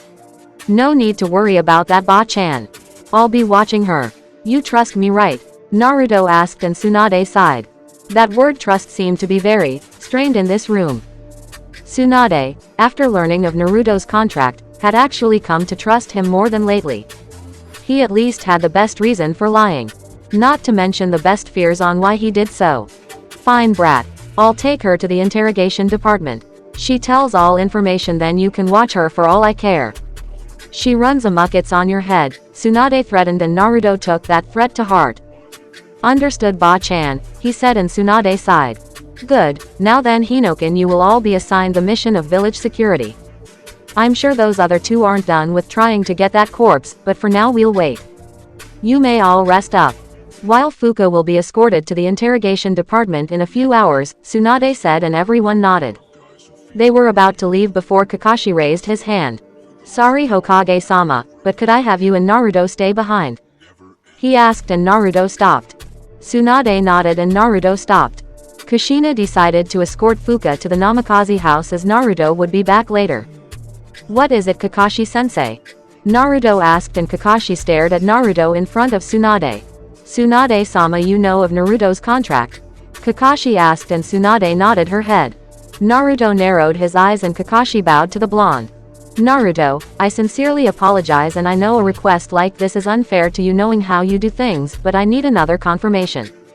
Now that I know Obito is alive, I can't stop thinking about it at all. Please check, Naruto. Please let me see Rin again, Kakashi said while Naruto and Tsunade widened their eyes. Chapter 22. Kakashi-sensei, you want me to do what? Naruto asked, trying to get over his shock of Kakashi's words. Tsunade narrowed her eyes and intertwined her fingers together at Kakashi's request. It wasn't surprising to the Godime Hokage that Hinoken had been told by Naruto about his contract. It also wasn't something that the Hokage would want to make known to the council. Those power-hungry fools. If they knew about such a contract that Naruto had, then Kami have mercy on her and him along with anyone else associated with him. Kakashi, think about this.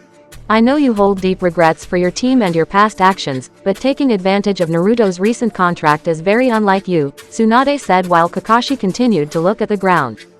Naruto narrowed his eyes and bit his lower lip before turning to Tsunade. Yeah, but Ba-chan, Kakashi-sensei asked me about one of his teammates before. He said he was Obito.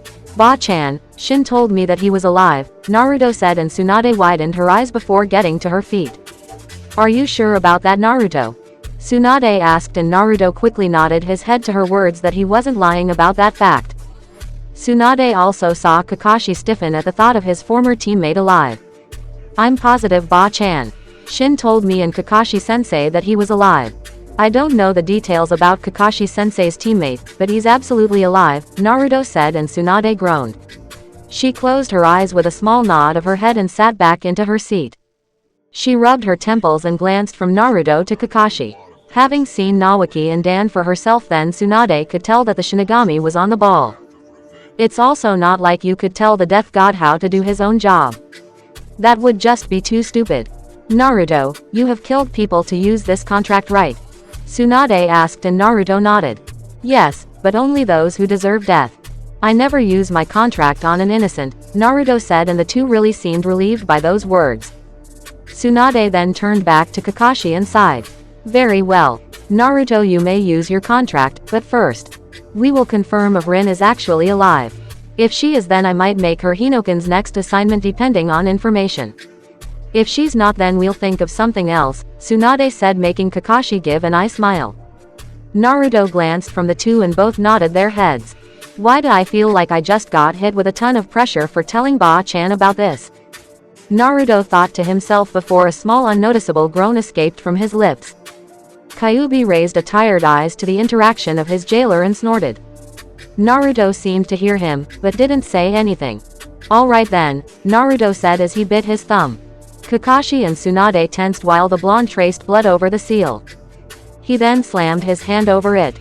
Kuchio's no jutsu, Naruto shouted, and the room was engulfed in the same light as before when Naruto showed Shin to Tsunade. The light faded and the room was immediately flooded in a ki. Naruto turned around to see the shinigami staring at them all while he folded his arms. What do you want? He asked in a semi-annoyed tone. Naruto knew that being the death god Shin was beyond busy, so he'd rather not waste his summon's time lest he piss him off even more than he already was. Shinigami-sama, Kakashi said, making the god turn to him. He glared dangerously at Kakashi, which seemed to tell the copy ninja that he wasn't allowed in this conversation. Naruto sheepishly chuckled and rubbed the back of his head. Come on Shin, don't be like that, Naruto said, and Shin grumbled underneath his breath, but didn't say anything. Shin, I need a confirmation. I want to know if Rin, the teammate of Kakashi Hatake and Obito Uchiha, is alive or dead, Naruto answered while Kakashi seemed to be hoping, even praying, that this could help him in any way. He had so much to make up for that, knowing Naruto held the contract, that he couldn't hold it back anymore. As you wish, Shin said before closing his eyes. Everyone, even the Anbu, gulped and didn't dare move an inch before a light shined through Shin's eyes. He seemed to be looking through the entire collection of souls that he had acquired, and before long he opened his eyes, then looking at his summoner. Rin Nohara is dead. She is in my realm. Do you wish to revive her? Shin asked, and Kakashi widened his visible eye. Yes. He called out simply in instinct. It was understandable for someone to want to see someone they care about, but to Shin this was simply intolerable. Silence, human. I was speaking to my summoner. He is the only one that I will allow to make such a decision, Shin said, and Kakashi flinched before nodding his head to the god's words. Naruto turned back to Tsunade and the Hokage narrowed her eyes. So she really is dead. No one really examined why she died, but Kakashi seems to want her back, Tsunade thought before getting to her feet. Naruto, say no. I don't want this getting around just yet, Tsunade said, and the blonde widened his eyes. Kakashi did the same and Shin raised an eyebrow. But Hokage-sama, Kakashi stuttered, and Tsunade slammed the desk. Kakashi, consider the village. Naruto has already brought back Makoto, Hanako, Kushina, and Hazashi. The village is all excited about the idea of missing people coming back. Some are even asking me to verify if this is all real and not some damn joke. I'm not saying we'll never revive her, Kakashi, but not right now. Do you understand? Tsunade asked, and Kakashi frowned. He merely nodded his head to her words and backed down. There you have it, Shin. Sorry for disturbing you from your work, Naruto said, and Shin nodded his head and was about to leave, but stopped, then turned to Naruto. That is fine, but now you must summon me later. We will now go over one more gift since you're becoming my complete summoner, Shin said, and Naruto nodded as he watched the death god leave. Naruto, Kakashi, you're both dismissed. Remain on standby for anything of late. Naruto, if all things go as planned, then you are to pick up your friend by nighttime. Remember, you are watching her, Tsunade said, and the blonde nodded before he shunshined out of sight, and so did Kakashi, who had some things to do. With Sasuke and Makoto. The two Uchiha were currently in their compound putting on some normal clothing. Sasuke placed his sword near his bed and took off his Hinoken signature shirt. He placed on a sleeveless black shirt and black jeans. He then walked down the stairs. Ka-san, I'm going out for a bit, Sasuke said, only to see Makoto smiling while taking a sip of tea. Any place I should know about, Sasuke? She asked, smiling, and Sasuke shook his head while Makoto smiled. She just stood to her feet and wrapped one arm around Sasuke's own arm. Then let me spend the day with you. We've hardly had any time to ourselves the whole time, Makoto said, and Sasuke sighed. He wasn't doing anything special and would just enjoy a walk around the village. Sasuke's mother gave him a pleading look and the Uchiha grumbled. Fine, let's go. Are you staying in that? He asked, staring at his mother's choice of attire, which simply consisted of a dark blue blouse going from her shoulders to her kneecaps. Makoto looked over her body and shrugged her shoulders. Is something wrong with it? she asked, and Sasuke sighed with a simple groan. He didn't know if he was supposed to think that his mother was trying to tease him or simply piss him off, but something was happening. Yeah, sure, that's fine, Sasuke said, and the two Uchihas walked out of the door to some type of place before Sasuke stopped in the front of the gates. Ka-san, what do we do about Itachi? Sasuke asked, and Makoto stiffened. She closed her eyes and turned to her second son. Sasuke, what were you going to do before meeting me? Makoto asked, and Sasuke bit his lower lip. He balled his fists and closed his eyes. I was going to kill him. For everything that he put me through. Still, you told me that it wasn't his fault. I just need to know why, Sasuke said, and Makoto lightly smiled while kissing Sasuke on his forehead, making the Uchiha stutter. Sasuke, you should know Itachi better than that. I don't want to see my sons fight. Don't worry, when we find Itachi then we'll think of something, but for right now you will take me on a lovely walk around the village, Makoto said, and Sasuke raised an eyebrow before sighing. I swear this isn't going to be as simple as I want it, Sasuke said to himself before he and Makoto continued their walk. With Naruto. The blonde sighed as he came up to his house in the woods. He could sense that his mother was already in the house, but he didn't know where specifically. Maybe he could have actually revived Kakashi's friend and he might be happy, but Naruto did know where Tsunade was coming from. On his run from the village he had seen Hizashi talking with many shocked Jonin and Chunin, some of who were from his own squad, which were Izumo, Kotetsu and Anko. Naruto had even seen Hiashi and Hanako smiling, in public. Yeah, this village was becoming weird and no one knew why except Naruto. I guess I can think about that for later, Naruto said, opening the door. Immediately he noticed that his arm was grabbed and he was pulled inside. Naruto barely had the time to react before he was slammed into the wall and a pair of lips crashed into his. The blonde gasped at a string of red hair before sighing blissfully in the kiss. He noticed the figure push their tongue into his mouth while they moaned constantly. Ka-chan, you're more into it than usual, Naruto said, and Kushina smiled with a nod of her head before parting. You don't like it? Let me guess, you'd prefer Fuka to me, Kushina said in mock hurt, and Naruto widened his eyes before grabbing his mother's waist and hoisting her in the air. Kushina yelped slightly while Naruto gently placed her on the couch. Jealous? He asked, and Kushina snorted. Not at all, she said while Naruto quickly climbed on top of her. He gently pushed his face to his mother's and Kushina gently caressed his cheek. You know I haven't paid you back for that last incident, Kushina said, and Naruto snickered as he brushed a bit of her reed hair out of the way from her face. Don't act like you didn't enjoy it, he said to her, and Kushina chuckled while grabbing Naruto's head. Oh, I did, and you will enjoy this databane, she said, and before Naruto could wonder what she meant, Kushina raised her head and captured her son's into a fierce, hot kiss. The two moaned into each other's mouth while Kushina sucked on Naruto's lower lip. The blonde shuddered at his mother's assertiveness before he used his hand to push up the blouse she was wearing and massaged her lips. Kushina groaned and huffed for a bit while Naruto took in her scent. The sweet scent of rose petals. Ka-chan, I can't get enough of your taste, Naruto said, enjoying himself to the fullest while Kushina blushed. The two then parted and Kushina grinned while taking off the top of Naruto's Hinokan shirt. She placed it on the floor and her hands wrapped around Naruto's broad back, easily taking in the wonderful feeling of his muscles. Meanwhile, Naruto rubbed her sides and maneuvered his hand towards his mother's bra strap and skillfully unhooked it. Kushina placed one of her hands over his and took her bra off, letting that fall to the floor also.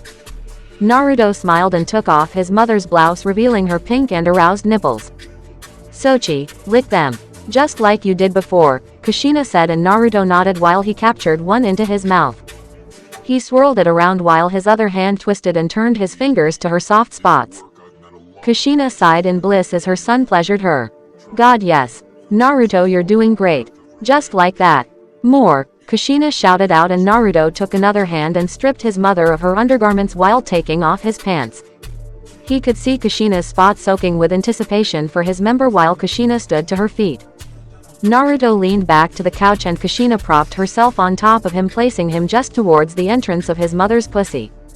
Ready to lose Databane? Kushina asked slyly, and Naruto chuckled as he grabbed his mother's hips and before she could react, plunged inside her, making her gasp. Kushina brought her head back as Naruto ravaged her with his thick dick inside of her body. Ka-chan, you're so tight. Damn, I love you so much. You're the best woman a guy could ask for, Naruto said to her as he felt his mother tighten her muscles over his cock. Kushina groaned while she reached cloud 9. She didn't know such sex could be so good. Her son was so much bigger than his father. It was amazing to the woman that he could make her feel so damn good. Ooh Kami. Yes Sochi. Move faster. Fuck your mother harder.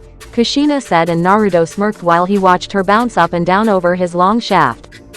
The sweat coming off her face while Naruto groaned. He could feel the fluid muscles of his mother's pussy work his cock to milk it for all it was worth. Kushina wanted her son so much. To ravage her again just like he did back at their base. She just couldn't get enough of this sensation while moving her hips wildly. Ka-chan, so close. You're moving too fast. I'm gonna do it Sochi. Come for your mother. Don't you dare stop. Oh god yes. Kushina hollered while Naruto cursed. He could feel his resolve weakening to his mother's powerful thrusting hips, but that all seemed to vanish. Knock, knock. Naruto and Kushina faltered while they heard a knock at the door. Kushina turned to see Naruto shadowing his eyes with his hair. He looked from his mother to the door, then back, and towards the door again. Ka-san or door, Ka-san or door, Ka-san or door, Naruto debated with himself while Kushina sighed. Whoever it was, they'd better pray that she didn't meet them for interrupting her quality time with her son. After all, mother-son bonding was very important, especially when you're an Uzumaki. Knock, knock, knock. Naruto groaned and got to his feet.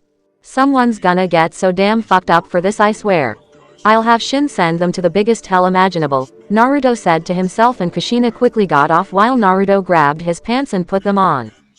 He watched as his mother head for her clothes and nodded while walking out into the garden while Naruto sighed and answered the door, much to his and his mother's annoyance. Who is it? Naruto asked and he immediately got a response. It's Sakura, the person said and Naruto chuckled silently. He grabbed his sword and was so ready to sacrifice Sakura to whatever god was happy making a fool out of him. Kushina sighed and headed outdoors to the field while Naruto opened the door. Yes Sakura? Naruto asked. It wasn't Sakura's complete nature to visit him without saying something. Kyuubi, if I kill her then will people be happy? Naruto asked and Kyuubi cackled in his cage showing that he was awake and just like Naruto, was pissed off that the blonde's time with his mother was interrupted. Not really, but as much as I hate to say it and I'll need to wash my mouth for this, but we can't kill her, Kyuubi said and Naruto growled before nodding his head. Damn, anime rules say that the good guy can't kill a supporting character. Yes, she's a damn support character, Naruto thought before Sakura snapped her fingers. Naruto? She asked and the blonde snapped out of his stupor. Huh? He asked and Sakura sighed. I said that I was just going to go find Kakashi-sensei and Sasuke-kun. Maybe the three of us could train together or something, Sakura said blushing like she was asking Naruto on a date. The blonde smiled lightly at her, but behind the door was his hand that was suffocating his sword with his grip. Must not kill, Naruto shouted in his mind before shaking his head to Sakura's statement. Sorry Sakura, but I've got to look over some things with my mother. I'll be out later so don't worry about that, Naruto told her and Sakura held her head down with a nod before leaving. Naruto sighed and closed the door. He turned around to see his mother gone and in the fields. He looked down only to see he was still hard. Go do it Kit. Finish what you started, Kyuubi insisted and Naruto smirked as he came out into the field. Sorry about that Ka-chan, what are you doing out here? Naruto asked and Kushina shrugged her shoulder while Naruto pushed her to a tree. You know we're not done right? He asked and Kushina chuckled while flipping her hair. Out here Sochi. You're so bold, Kushina responded and Naruto nodded his head fast to her words before he quickly took off his pants again and, while grabbing Kushina's legs, pushed right back inside her pussy as he propped her legs on his shoulder. Naruto continued to thrust into his mother while Kushina moaned. She captured his lips back into a hot kiss while she felt her womb hit by her son. Oh so close. Come Sochi. Come inside your mother. Do it you naughty boy, Kushina said and Naruto quickly moved his pace to her thrusts as Kushina placed her legs down and wrapped them over her waist. She groaned and he grunted while feeling the other's climax. Naruto felt his dick tighten while Kushina moaned. Yes Sochi. Kushina yelled while Naruto groaned sending his seed rushing into his mother's womb. They both sweated and dropped to the ground huffing while Kushina felt her hair fall over her face. Naruto snickered and laid in the grass while Kushina licked the top of his dick clean. Ka-chan, when you're done I want to talk with you. I finally figured something out, Naruto said, and Kushina raised an eyebrow before nodding her head and cleaning his male part clean. Later. The Kukanyugami. Kushina asked and Naruto nodded his head as they sat in front of a lake. Naruto held a couple of rocks in his hands while tossing one. Think about it, Ka-chan, when a rock is tossed into the water, what happens? Naruto asked and Kushina looked to see the water move in ripples before stopping. It ripples, she said, and Naruto nodded his head. He then took out a book that was next to him and smiled. Exactly. The Kukanyugami is a technique that allows you and me to, in theory, rip ourselves from a piece of space. We can move where we want so long as the jutsu is active, Naruto said, and Kushina cocked her head to the side. Sochi, I'm afraid I don't understand, Kushina said, and Naruto sighed. He got to his feet and nodded his head. He asked his mother to follow him towards a tree and she did so. Both stood in front of a target and Naruto took out a kunai. Time and space, Ka-chan, things that talk about the flow of the world and movement of matter. Take this kunai, Naruto said and threw it towards the tree. Kushina watched it stick to the tree while Naruto smiled. That kunai flowed in the realm of time and space, so it moved there. What I want us to do is make a space of our own. Where if I throw this kunai, Naruto said as he added a slight turn to his wrist and sent it flying. Then the kunai will appear in a different place because of us, Naruto said, and Kushina seemed to understand, but Naruto took out one more and pointed it towards himself. Kushina watched his hand touch the kunai and move it from his face to the side. Like this. Time stops and so does matter. If something is in front of us, then we can move out of the way or change its course by touching it. That is called the distortion field. See, all that time teaching me vocabulary worked out, Naruto told her, and Kushina nodded to his words. This idea thrilled her to say the least. Become the force that is able to move things while people remain oblivious because you'd be much too fast or in a different space for it to be seen. You know that this sounds impossible, right? Kushina asked, and Naruto nodded his head while opening the seal scroll from the time in Uzushiobikar. He opened the book and sat down while Kushina peered over his shoulder. This explains that chakra can be separated and then combined again using seals. If we place them on our wrists, then we can imitate the ripples and it could work, Kushina said while Naruto nodded. Yeah, but how to do that I don't know. Well, let's just do what we can for right now, Naruto said, and Kushina agreed with him as they got to their feet. Too bad we'll have to leave it to the clones for right now. We can continue after we meet as a team, Kushina said, and Naruto definitely agreed with her as they went to Kakashi's old house. Back in Uzushiobikar, Yura tapped her finger on a table and sighed while seeing Yuri cook some lunch. Naruto and the others were gone a lot longer than they said they would be. She figured they would all be back by this time. Maybe he got sent on a mission or something, but Yura couldn't help worrying about the Uzumaki mail. Yura, nay, lunch is ready, Yuri said, placing down a chicken sandwich and some fries. Yura smiled with a nod while taking on in her mouth. Nice work, Yuri. Where are Zabuza and Haku? She asked, and Yuri pointed her thumb behind her head and Yura followed it to see Zabuza and Haku talking with Tazuna and his son. So everything is taken care of? Haku asked, and Tazuna looked around the village at the completed houses, armory, the large vault near the Uzukage mansion. He smiled at it all and nodded his head. That's right. Everything here has been taken care of. We also mapped out the tunnels below as were Kushina's instructions, and we've filled them with traps as well as a storage facility. It has everything you could ever need. There is nothing more me and my people could do for this place, the old man said, and Zabuza nodded his head while taking a scroll from his pouch and handing it to Tazuna. This is from the brat. He said that in the event that you finish this place before they get back, then you can take the money and leave. Hinokan already paid for it out of their account, Zabuza said, and Tazuna nodded his head while taking the scroll in his hands. Haku bowed her head and Inari smiled while bowing also. Take care of him. Naruto might have grown, but he's still the same to me, Tazuna said, and Haku nudged Zabuza in his shoulder. It's more like Zabuza-sama who needs watching over, but we understand. Thank you for your time, Haku said, and Tazuna nodded while the workers of Wave left on their boats, taking a different route from the whirlpools around them. Yuri, now is the time for your training, Zabuza said, and immediately Yura came out in her training gear along with Yura, who was ready to begin her own training with Haku. Yura, do you remember where we left off?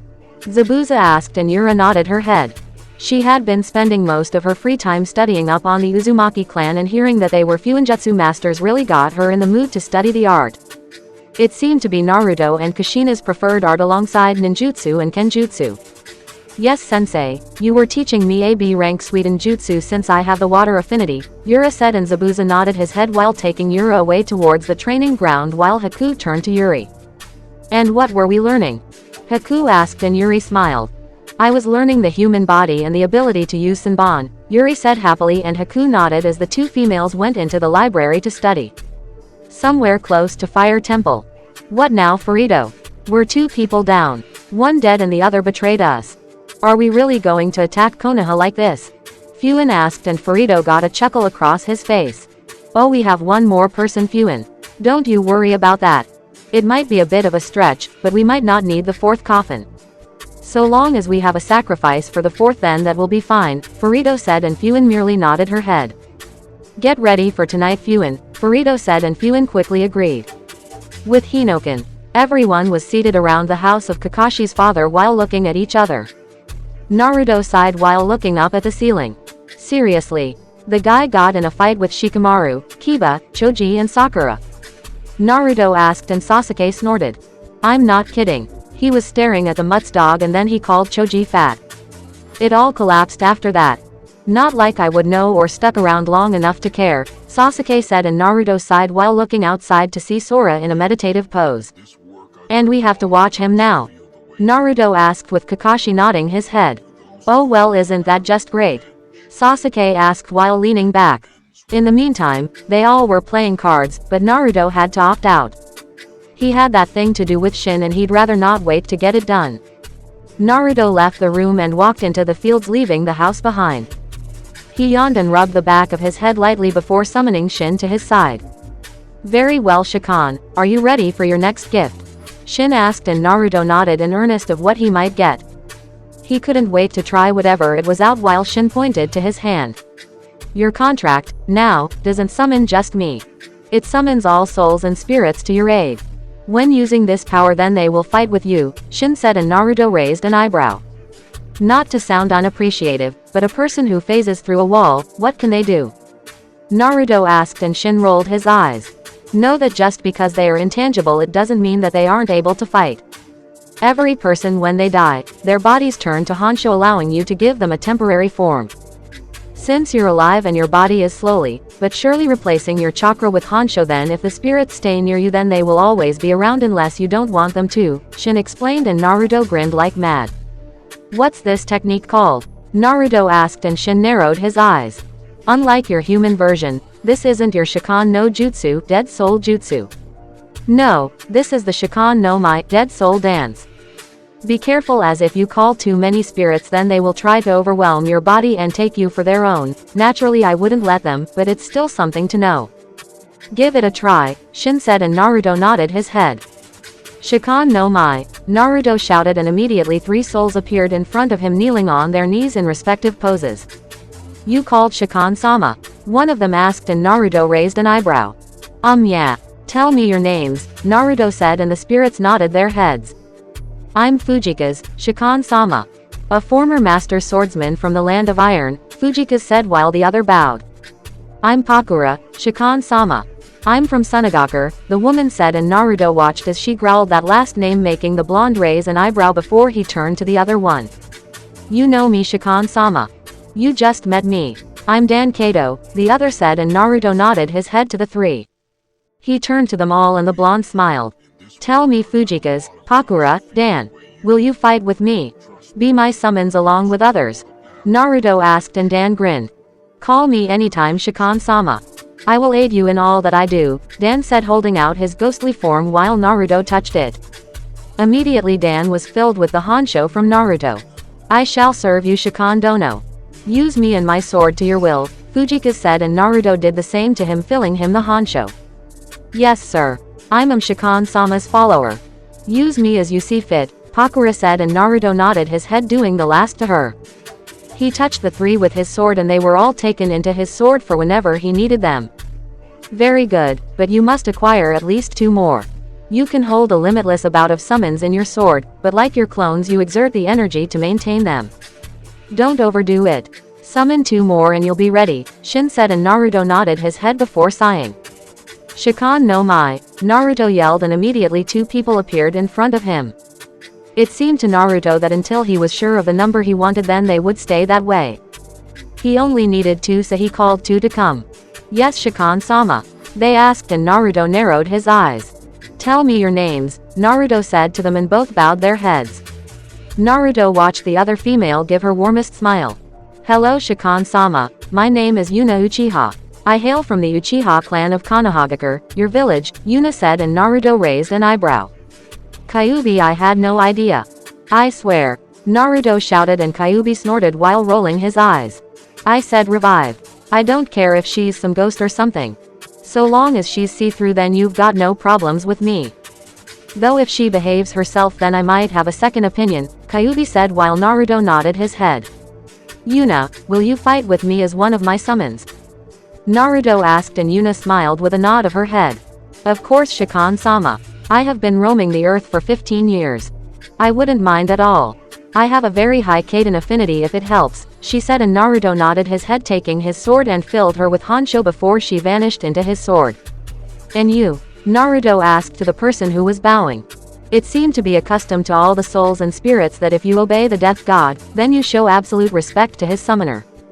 There wasn't a soul who didn't understand this rule, literally. Yes Shikan-sama, I am Kimimaro Kagaya. Naruto widened his eyes and pointed towards the person. You're one of Orochimaru's men who tried to steal Sasuke. Naruto shouted, and Kimimaro nodded his head. Hi Shikan-sama. I used to serve Orochimaru-sama, but if you will have me, then I'll aid you with all my power, Kimimaro said, and Naruto relaxed.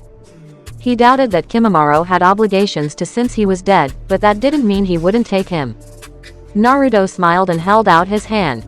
Well, you help me, Kimimaro. Help me in all my fights.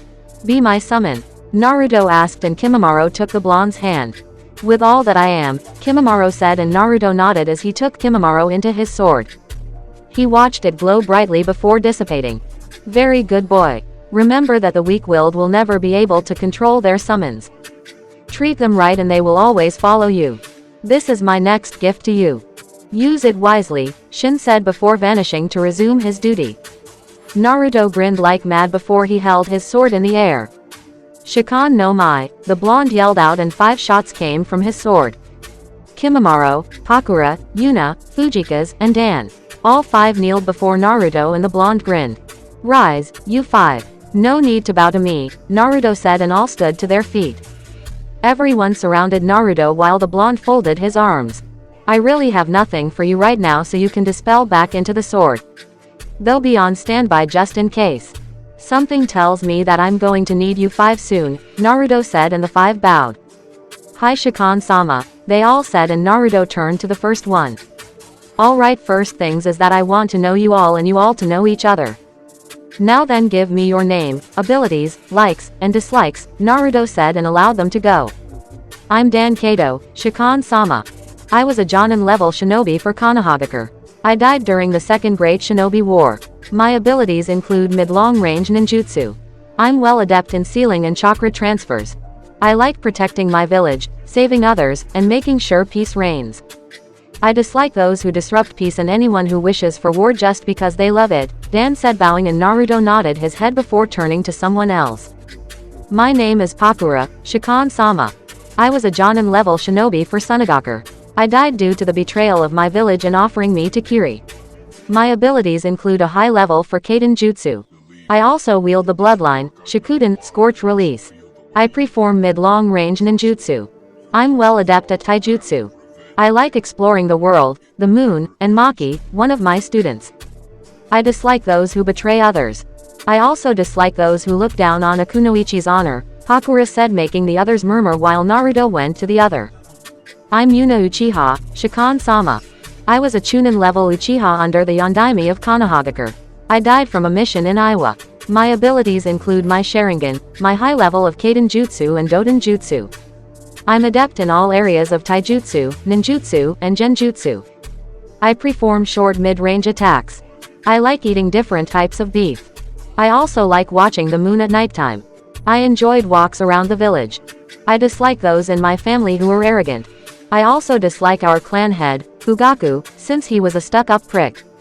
I only liked Makoto-sama and her two sons Itachi and Sasuke. Yuna finished and Naruto turned to Fujika's. I'm Fujika's, Shikan Dono. I wasn't allied to a village, only my country. Under Mifune-sama, I was a very powerful swordsman. I died after fighting with one of Kiri's swordsmen of the mist. My abilities include all those that I have acquired with my sword. I have a high level for Kaden Jutsu, though I only use it in my Kenjutsu. I perform short-range attacks. I like playing shugi, reading the rites of my master, and enjoying the soothing sounds of the zither in my free time. I like those who stand up for others. I love seeing the true finesse of Kenjutsu. I dislike anyone who disrespects the way of the Bushido, Fujika said, and Naruto nodded his head. Lastly, but not least, is you Kimimaro. Go ahead, Naruto said, and Kimimaro bowed. I'm Kimimaro Kagaya, Shikan-sama. I was allied to Orochimaru-sama and Otogaker, Kimimaro said, and Naruto noticed the looks on everyone's face since they narrowed their eyes. Hey, respect him and don't glare. He is not with Orochimaru anymore. He's no different from you or me.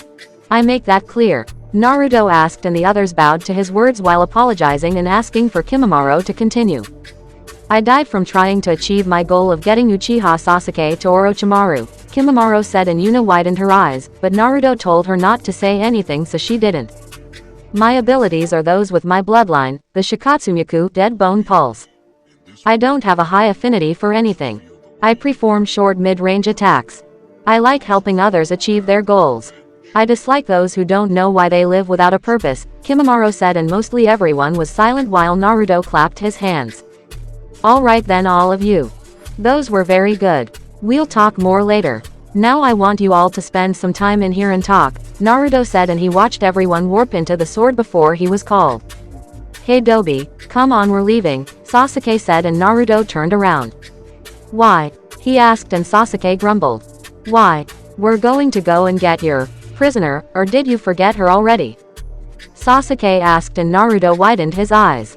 He looked to see that the sun was already going down and walked off back to the house. Naruto could be seen walking by the others, and they all got to their feet as well. Sora glared at Naruto, but the blonde paid him no mind while he placed on his scarf. Naruto furled it around his neck and strapped his sword to his waist. We're going to go pick up Fuka-chan, aren't we? Naruto asked, and everyone else nodded. We just received word from an Anbu and from Ibiki of the interrogation department. He said that Fuka knows of the location to the other 3 tombs. We can still go get them if we hurry, Kushina said, and Naruto agreed as they raced out the door, but then something in Sora clicked. Like a bell, it rang in his ears. Don't you want to know? What happened to your father? I'll tell you. Your father was killed. By the same man who smiles at you with a calm, cool expression. Asuma Sarutobi killed your father. He's the enemy. Make him suffer. Kill his leader. Kill Tsunade Senju. The voice called, and Sora gripped his head. He growled, and his devil arm started to react before Sora growled. He leapt off somewhere while an ominous chuckling came into the air. With Hinoken, Naruto and the rest of his Hinoken team arrived in front of the interrogation department where Fuka was waiting for them along with Anko. The redhead tapped her foot impatiently while Naruto waved. Sorry for being late, Fuka-chan, Naruto called out, and Fuka pouted while brushing her hair. You're late. Man, this woman freaks me out more than anyone does, she said, and Anko grinned while patting her shoulder. Ah, don't be like that. I just like to have fun. You need to learn to relax, Anko said, and Fuka sighed while turning to Naruto in confusion. She looked left and right, and with all her might she had to resist the urge to facepalm. Oh, please tell me you have that monk kid with you, Fuka said, and everyone turned their heads. No, he's back at the house, Naruto said, and Fuka growled. No, get to your Hokage. Hurry before it's too late. Fuka yelled, and everyone tensed. Naruto, subconsciously, dashed off towards the Hokage mansion in a blur of speed while what happened just caught up with Hinoken and they raced also. Naruto growled and pushed his limits with his legs while making it to the mansion. He quickly came up the stairs and opened the door. Ba-chan, look out. Naruto yelled, surprising the Godime Hokage as Naruto jumped and pushed her out the way. Immediately a blast came from the window while Tsunade and Naruto covered their eyes. "Ba-chan, are you alright?" Naruto asked and Tsunade nodded her head. Naruto sighed in relief before someone growled. "Out of the way, stupid. I'm going to complete my mission. You have all used me for the last time." Sora yelled while Naruto got to his feet. "You really are getting on my last nerve," Naruto said, drawing his sword, and Sora was ready to fight before he saw the other members of Hinoken come through the door along with Fuka. "TCH, Sora muttered before vanishing in a shunshin. Kakashi, Yugao and Sasuke quickly took in the situation while Makoto and Kushina stood next to Tsunade and helped her to her feet. "What's going on?" Tsunade asked and Fuka came through the door. "Hurry, you have to get to the outer reaches of the villages. Furito is going to attack Konoha with the 3 coffins that he already has. If he does it, then this village is toast, literally. Those 4 coffins, if combined, could make a Raiden jutsu so strong that it would destroy the village. He plans to sacrifice Fuin as the next coffin. You need to hurry." Also, Furito told us his plan. In actuality, he is Kazuma, he's the monk brat's father. "I don't know what he told Sora, but it's not going to be good," Fuka said, and Naruto growled while Tsunade got to her feet. "Hinoken, fan out and find those coffins. This is an S-rank mission. Failure is no option, understood?" Tsunade asked and Kushina stepped forward. "Understood, Sasuke. Naruto, go follow Sora. I'll take the northeast. Kakashi and Yugao take the southwest. Makoto looked to the west. Let's go," Kushina said, and everyone departed while Tsunade bit her nail. What's he thinking? Tsunade wondered. With Naruto and Sasuke, the 2 young swordsmen ran through the rooftops, but couldn't find Sora for the life of them. Naruto growled and lightly cursed. "I can't believe that idiot. What comes over someone like that?" Naruto asked and Sasuke shrugged his shoulders, though Naruto was really expecting a response from him. "Who knows, but we have to hurry up." "Hold on," Sasuke said, stopping, and Naruto did the same. Sasuke flashed his Sharingan and looked around. He looked through the village and narrowed his eyes. "That way. I've locked onto his chakra. He's changing." "What's that chakra?" Sasuke wondered, and Naruto raised an eyebrow. "What chakra?" Naruto asked, and Sasuke turned around. "It's the chakra I saw you use during our fight in Final Valley," Sasuke said, and Naruto widened his eyes. "Oi, did you hear that fur ball?" Naruto asked, and Kyuubi immediately stirred inside the mindscape. "Yeah, and the Uchiha brat is right. I can feel the surge in demonic chakra. You're going to be reacting to it soon," Kyuubi said, and Naruto immediately noticed that he was getting covered in red chakra. He gasped while Sasuke turned around. He saw Naruto forming his tails also and cursed. "We have to get over there," Sasuke said while Naruto nodded. "Kyuubi, is there any chance that you can do anything?" Naruto asked, and Kyuubi closed his eyes for a second. "Get in contact with him. If you do, then I can stop the flow of chakra and channel it into the seal." "That should stop him," Kyuubi said, and Naruto nodded before he saw Sasuke's curse mark cover his body. The Uchiha immediately sprouted his black wings and turned to Naruto. "Jump on," Sasuke commanded, and Naruto raised an eyebrow. "Can you fly with those?" Naruto asked, and Sasuke snorted. "TCH, now isn't the time for this," he yelled, and Naruto closed his eyes. He nodded and grabbed Sasuke's shoulders. The Uchiha quickly channeled chakra to his feet and jumped into the air before flying forward in speed. With Fuin and Furito. "Is this the place, Furito-sama?" Fuin asked, and Furito nodded his head. All 3 coffins were in place, and now was the time to start his plans. "That's exactly right, Fuin. Just stand right there for a minute," he said, and Fuin nodded. Furito gave an evil grin before he chuckled and slammed a kunai in Fuin's back. Fuin widened her eyes before turning back to see Furito doing some hand signs. Furito-sama," she said, gasping from the blood loss while Furito chuckled. "You'll be a part of the grander scheme of things. In the end, you will serve as my Konoha's memorial," he said before he noticed 2 people drop to the ground. "Halt. You're under arrest," Yugao called out while Kakashi appeared from the shadows behind her. "To do that to your own comrade. You really have no sense of self-worth," he said, and Furito chuckled while Yugao took out her sword. "Surrender," she said, only to see Fuin's body light up in Raiden chakra. "No thanks. I think I'll just watch this village die," Furito said while Kakashi and Yugao cursed their luck. Back with Naruto and Sasuke. The Uchiha entered the trees only to see a crater in the ground where the source of the dark energy was. Naruto climbed off Sasuke's back and the two stared while Naruto's second tail came out. He cursed while Sasuke snarled. "Damn it, that's him and there's so much evil chakra," Sasuke said and Naruto nodded his head before they heard yells.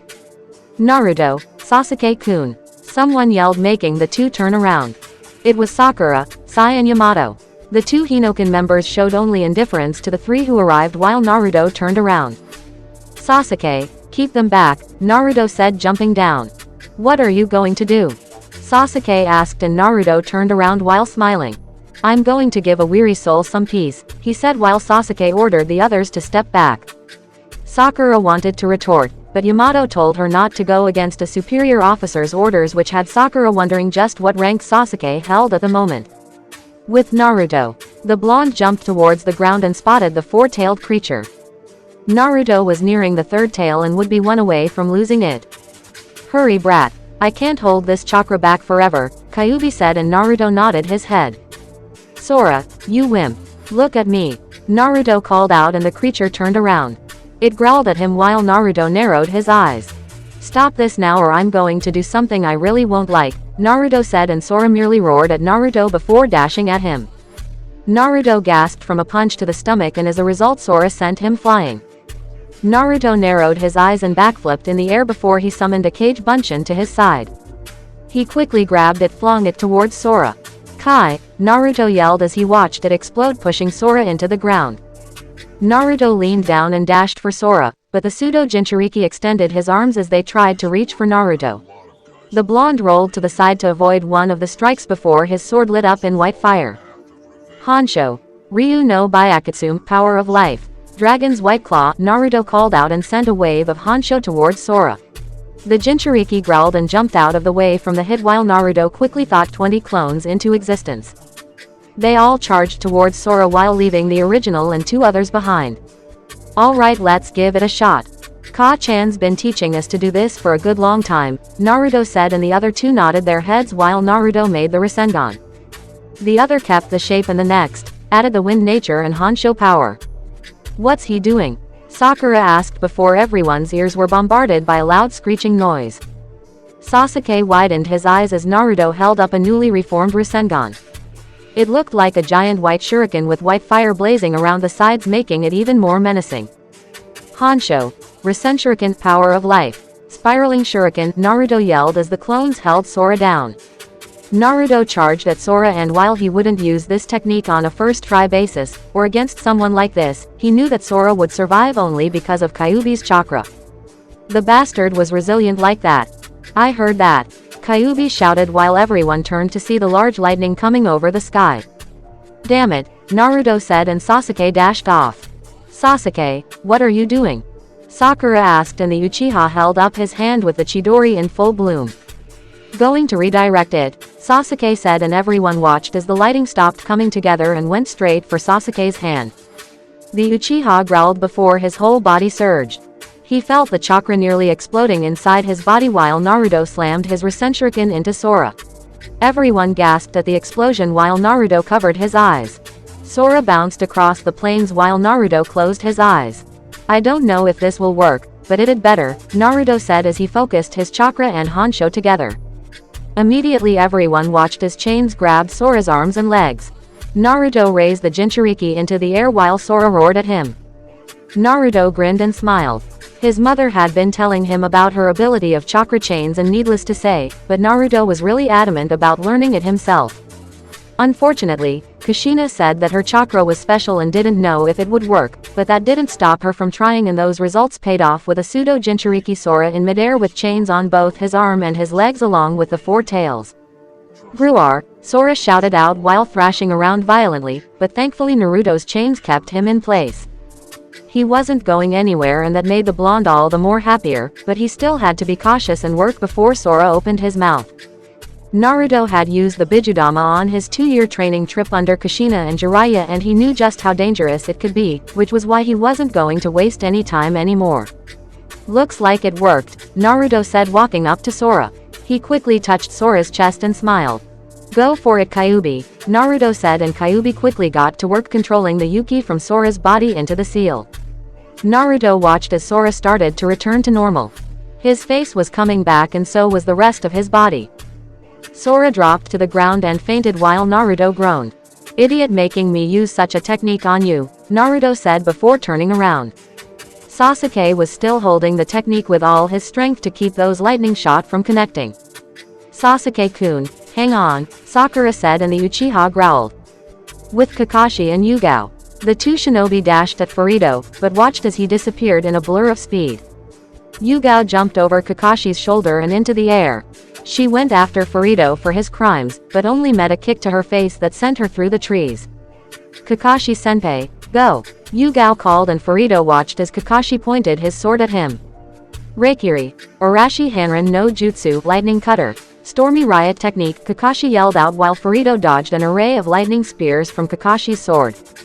He swung it left and right while Furito covered his body. The shots missed while Furito chuckled. Seems your aim is off, he said while Kakashi grinned. That's what you think, he said while Furito turned his head to see Yugao with her sword full of Kakashi's Raiden chakra. Mikazuki no Mai. Rai no Arashi, dance of the crescent moon, lightning storm, Yugao yelled as she clashed with Kazuma. The lightning flared while Yugao widened her eyes. Kazuma chuckled while knocking her back. Yugao backflipped away as Furito put chakra into his kunai. Heen flying swallow, Furito yelled as he charged Yugao. The female Hinoken member barely had the time to react to the shot aimed at her next. She clashed with Furito as they dueled with each other. Kakashi-senpai, find a way to stop the jutsu. I'll stop him, Yugao said, clashing while Furito chuckled, or rather he laughed loudly. Too bad. Those can only be destroyed at the same time, and I doubt the little Uchiha and his disturbance will stop anything. Now then, how shall I kill you? Furito wondered while Yugao growled. Kakashi cursed and bit his thumb. Kuchio's no jutsu, he yelled, and immediately Pakun came to the scene. Yo, what's up, Kakashi? He asked, but Kakashi didn't have the time. I need you to inform Naruto about this. He's the second fastest out of all of us, so he should know what to do, Kakashi said, and Pakun nodded his head while vanishing. Meanwhile, Kakashi turned back to see Yugao get kicked right in front of him. She huffed and brushed her cheek. He's tough, she said, and Kakashi held up his scarf revealing his Sharingan. Then we'll just have to soften him up, Kakashi said while Yugao smiled. With Makoto, the Uchiha matriarch looked at the lightning coffin and sighed. She saw all the lightning being drawn away from the village, but she was sure that it was Sasuke since he seemed to be the only one besides Kakashi who could redirect it. She would have to destroy the coffin. Makoto raised her sword before someone called out. No, don't destroy it. Fuka yelled and Makoto turned around. Why not? Makoto asked and Fuka huffed. If you do, then no one will be able to stop it. They have to be destroyed at the same time or we'll all die in an explosion. I don't know, but we'll need a miracle, Fuka said while Makoto growled.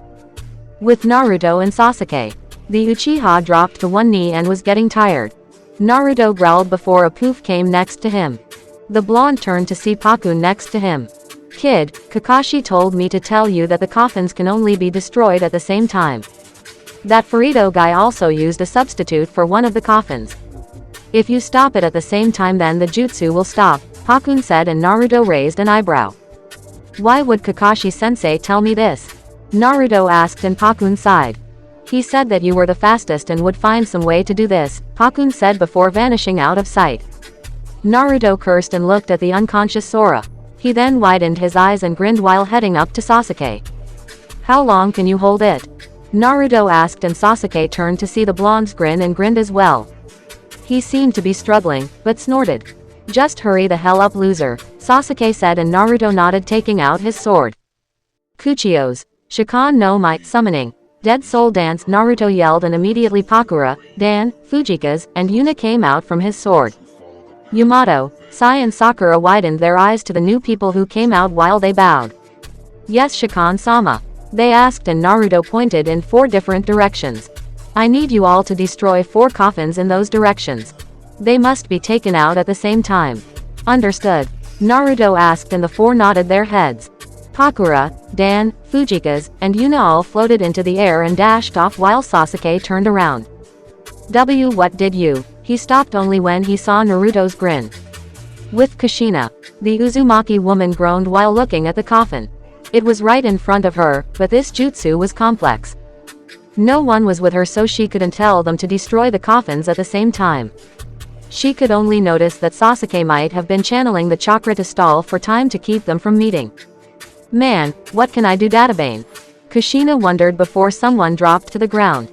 She tensed and turned around only to see a man in a kimono with a sword strapped to his waist. Please stand aside, he said, and Kushina narrowed her eyes, but did so. With Makoto, Sasuke's mother groaned while trying to decide what to do before there was a slam to the ground.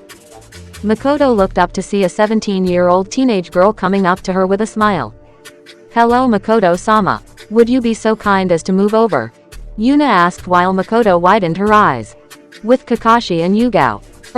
Kazuma yelled while Kakashi kicked him away from the sacrificed female grave robber. The former Jonin and former Anbu smirked while Kazuma growled at them both. Soon everyone saw a slam to the ground. Kakashi and Yugao widened their eyes simply because they saw Dan smiling at them both like he did when they were young. Excuse me Kakashi, Yugao. I need to go get that woman over there, Dan said while Furito widened his eyes. Yugao and Kakashi stared at Dan, then back to each other in confusion before Kakashi gave an eye smile. Yugao did the same inside. As expected of one with the Shinigami contract, they thought together. With Naruto and Pakura. Is this it, Shikan-sama? Pakura asked and Naruto nodded his head. Pakura stared at the long coffin and made 3 fireballs float around her. Everyone ready? Naruto asked mentally while Pakura, Fujika's, Yuna, and Dan nodded. Hi Shikan-sama, they said as Yuna did the tiger seal. Fujika's readied his sword, Dan took out a kunai and Pakura unleashed her fireballs. Good. 3, 2, 1. Now! Naruto shouted and everyone attacked. Kaden. Goryuka no Jutsu fire release. Great Dragon Fire Technique, Yuna shouted unleashing her fire on her coffin. Arashi no Mai. Kuro Chinmoku, Storm Dance. Dark Silence, Fujika's yelled unleashing his sword on his coffin. Heen Flying Swallow, Dan yelled and charged at the sacrificed Fuin. Shikuden. Kahozatsu, Scorch Release. Extremely Steaming Murder, Pakura yelled and the 3 coffins plus 1 sacrifice were all attacked at the same time. Sasuke grunted and cursed before he felt his arm give out. He just couldn't keep it anymore and was about to release his hold on the technique all before the lightning stopped. He widened his eyes to see the sky clear of the strike while he huffed. Seeing that they weren't in danger, Sakura and the others ran up to Sasuke while the pink-haired Kunoichi fell to her knees and touched Sasuke's hand. Sasuke-kun, let me have a look at you, Sakura said sitting on her knees and started to heal Sasuke's hand which was slightly burned. The Uchiha winced while Naruto patted Pakura on the shoulder. Thanks for the save, Naruto said and Pakura bowed. It's my pleasure Shikan-sama, she said and Naruto nodded while smiling. You guys also. Great work, Naruto called out to Fujika's, Yuna and Dan who were smiling sheepishly, at the same time. It might have been kind of creepy even. Hi Shikan-sama, they said while Naruto sighed. Yeah, he still wasn't used to that name. He'd have to tell them to cool it with that later. With Kakashi and Yugao. The 2 swordsmen turned to see the sky clear while Furito widened his eyes. But why? He wondered and Kakashi pointed his sword towards Furito. You've lost. Now surrender or risk death, the copy ninja said and Yugao was already waiting to end the guy's life, but the 2 noticed him chuckle. He then laughed loudly while doing hand signs. You think you've beaten me? You haven't done anything. Now face this. Doden Soseijutsu. Shishi Dojo Earth Release Resurrection Technique. Quartz Soil, Furito yelled as he slammed the ground. Kakashi and Yugao didn't notice effect immediately, but soon the ground beneath them and around the village shook. It opened up as hands, arms, and legs appeared. People in the village screamed while zombies in all their decaying glory appeared in front of people. What the hell? Yugao said before turning back. Your village will fall to the ways of my Konoha. Now fall. He yelled. With Naruto. The blonde looked at the village while Pakura widened her eyes. She looked left and right and so did Naruto. The blonde's hair shadowed his eyes while the ki raised. Sasuke, Sakura, Sai and Yamato took an unconscious step back while Pakura knelt on one knee. Your orders Shikan-sama, she said while Dan, Fujika's, and Yuna appeared. Yuna turned her head to see Sasuke and smiled. Yo little cousin. It's good to see you again, Yuna said while Sasuke widened his eyes. Little cousin? He asked while Yuna winked before turning around. Naruto's clothes bursted in white fire while his eyes changed to their Honsho power. Those who resurrect the dead and steal from Shin without knowing the consequences will not be tolerated. I swore that. Pakura, Dan, Yuna, Fujikas, eliminate them and find me Furuto, Naruto said and the summoned people nodded. Hi Shikan-sama, they said before vanishing out of sight.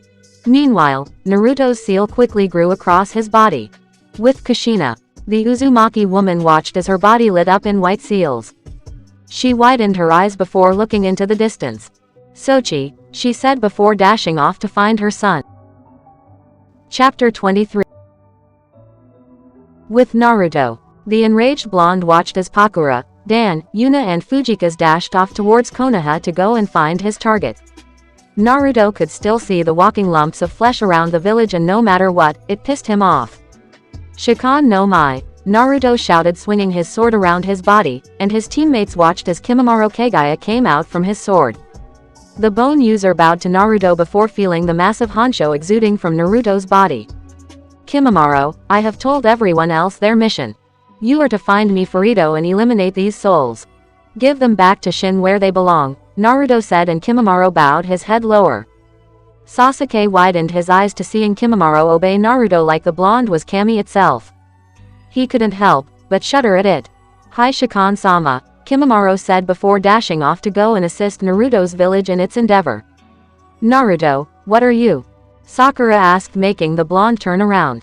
It was then that Sasuke, Sai, Yamato and Sakura saw the beautiful silver pupils that Naruto held while his clothes still bursted in the white fire.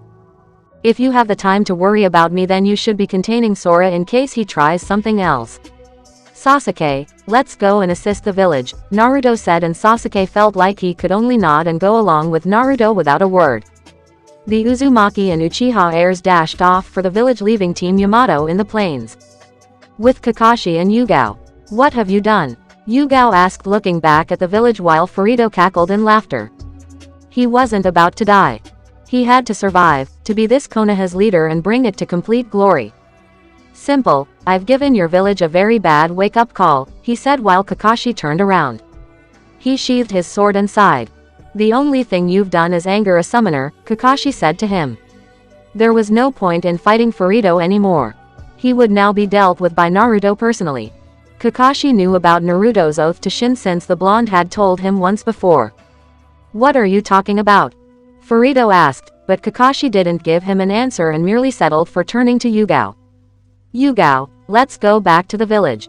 We have to go and assist, Kakashi said and while Yugao wasn't one to leave an opponent right in front of her face, she nonetheless relented and the two Hinoken members left Furuto where he was. With Kushina, the mother of Naruto was racing across the rooftops and had only recently met up with Makoto and Fuka. The two Uzumaki women and single Uchiha female suddenly dropped down into the streets.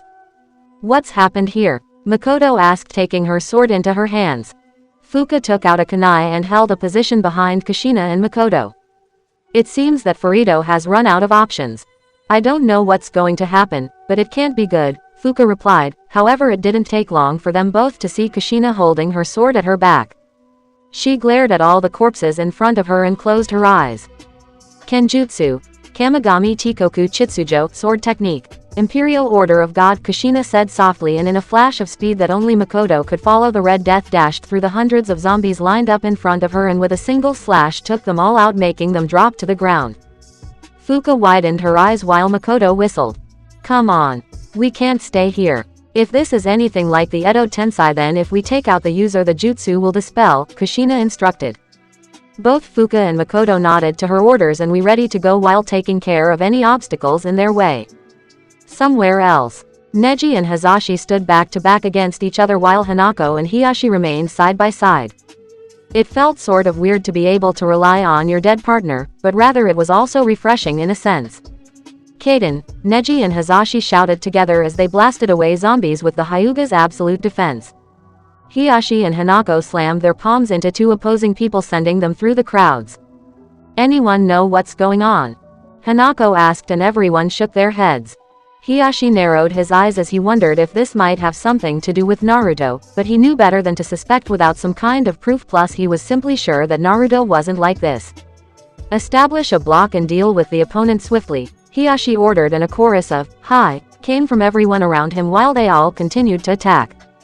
Neji saw one zombie come for him and was about to strike it down before there was a clean slash across its body, sending it to the ground. He raised his eyebrow only to see a person in a kimono with his sword in his hand. "Who are you?" Neji asked suspiciously, and Fujika's narrowed his eyes. He seemed to be looking around for Furito as were Naruto's orders, but he didn't see anything and so he dashed off back to his duties. "Neji, what is the problem?" Hisashi asked, and Neji turned his head.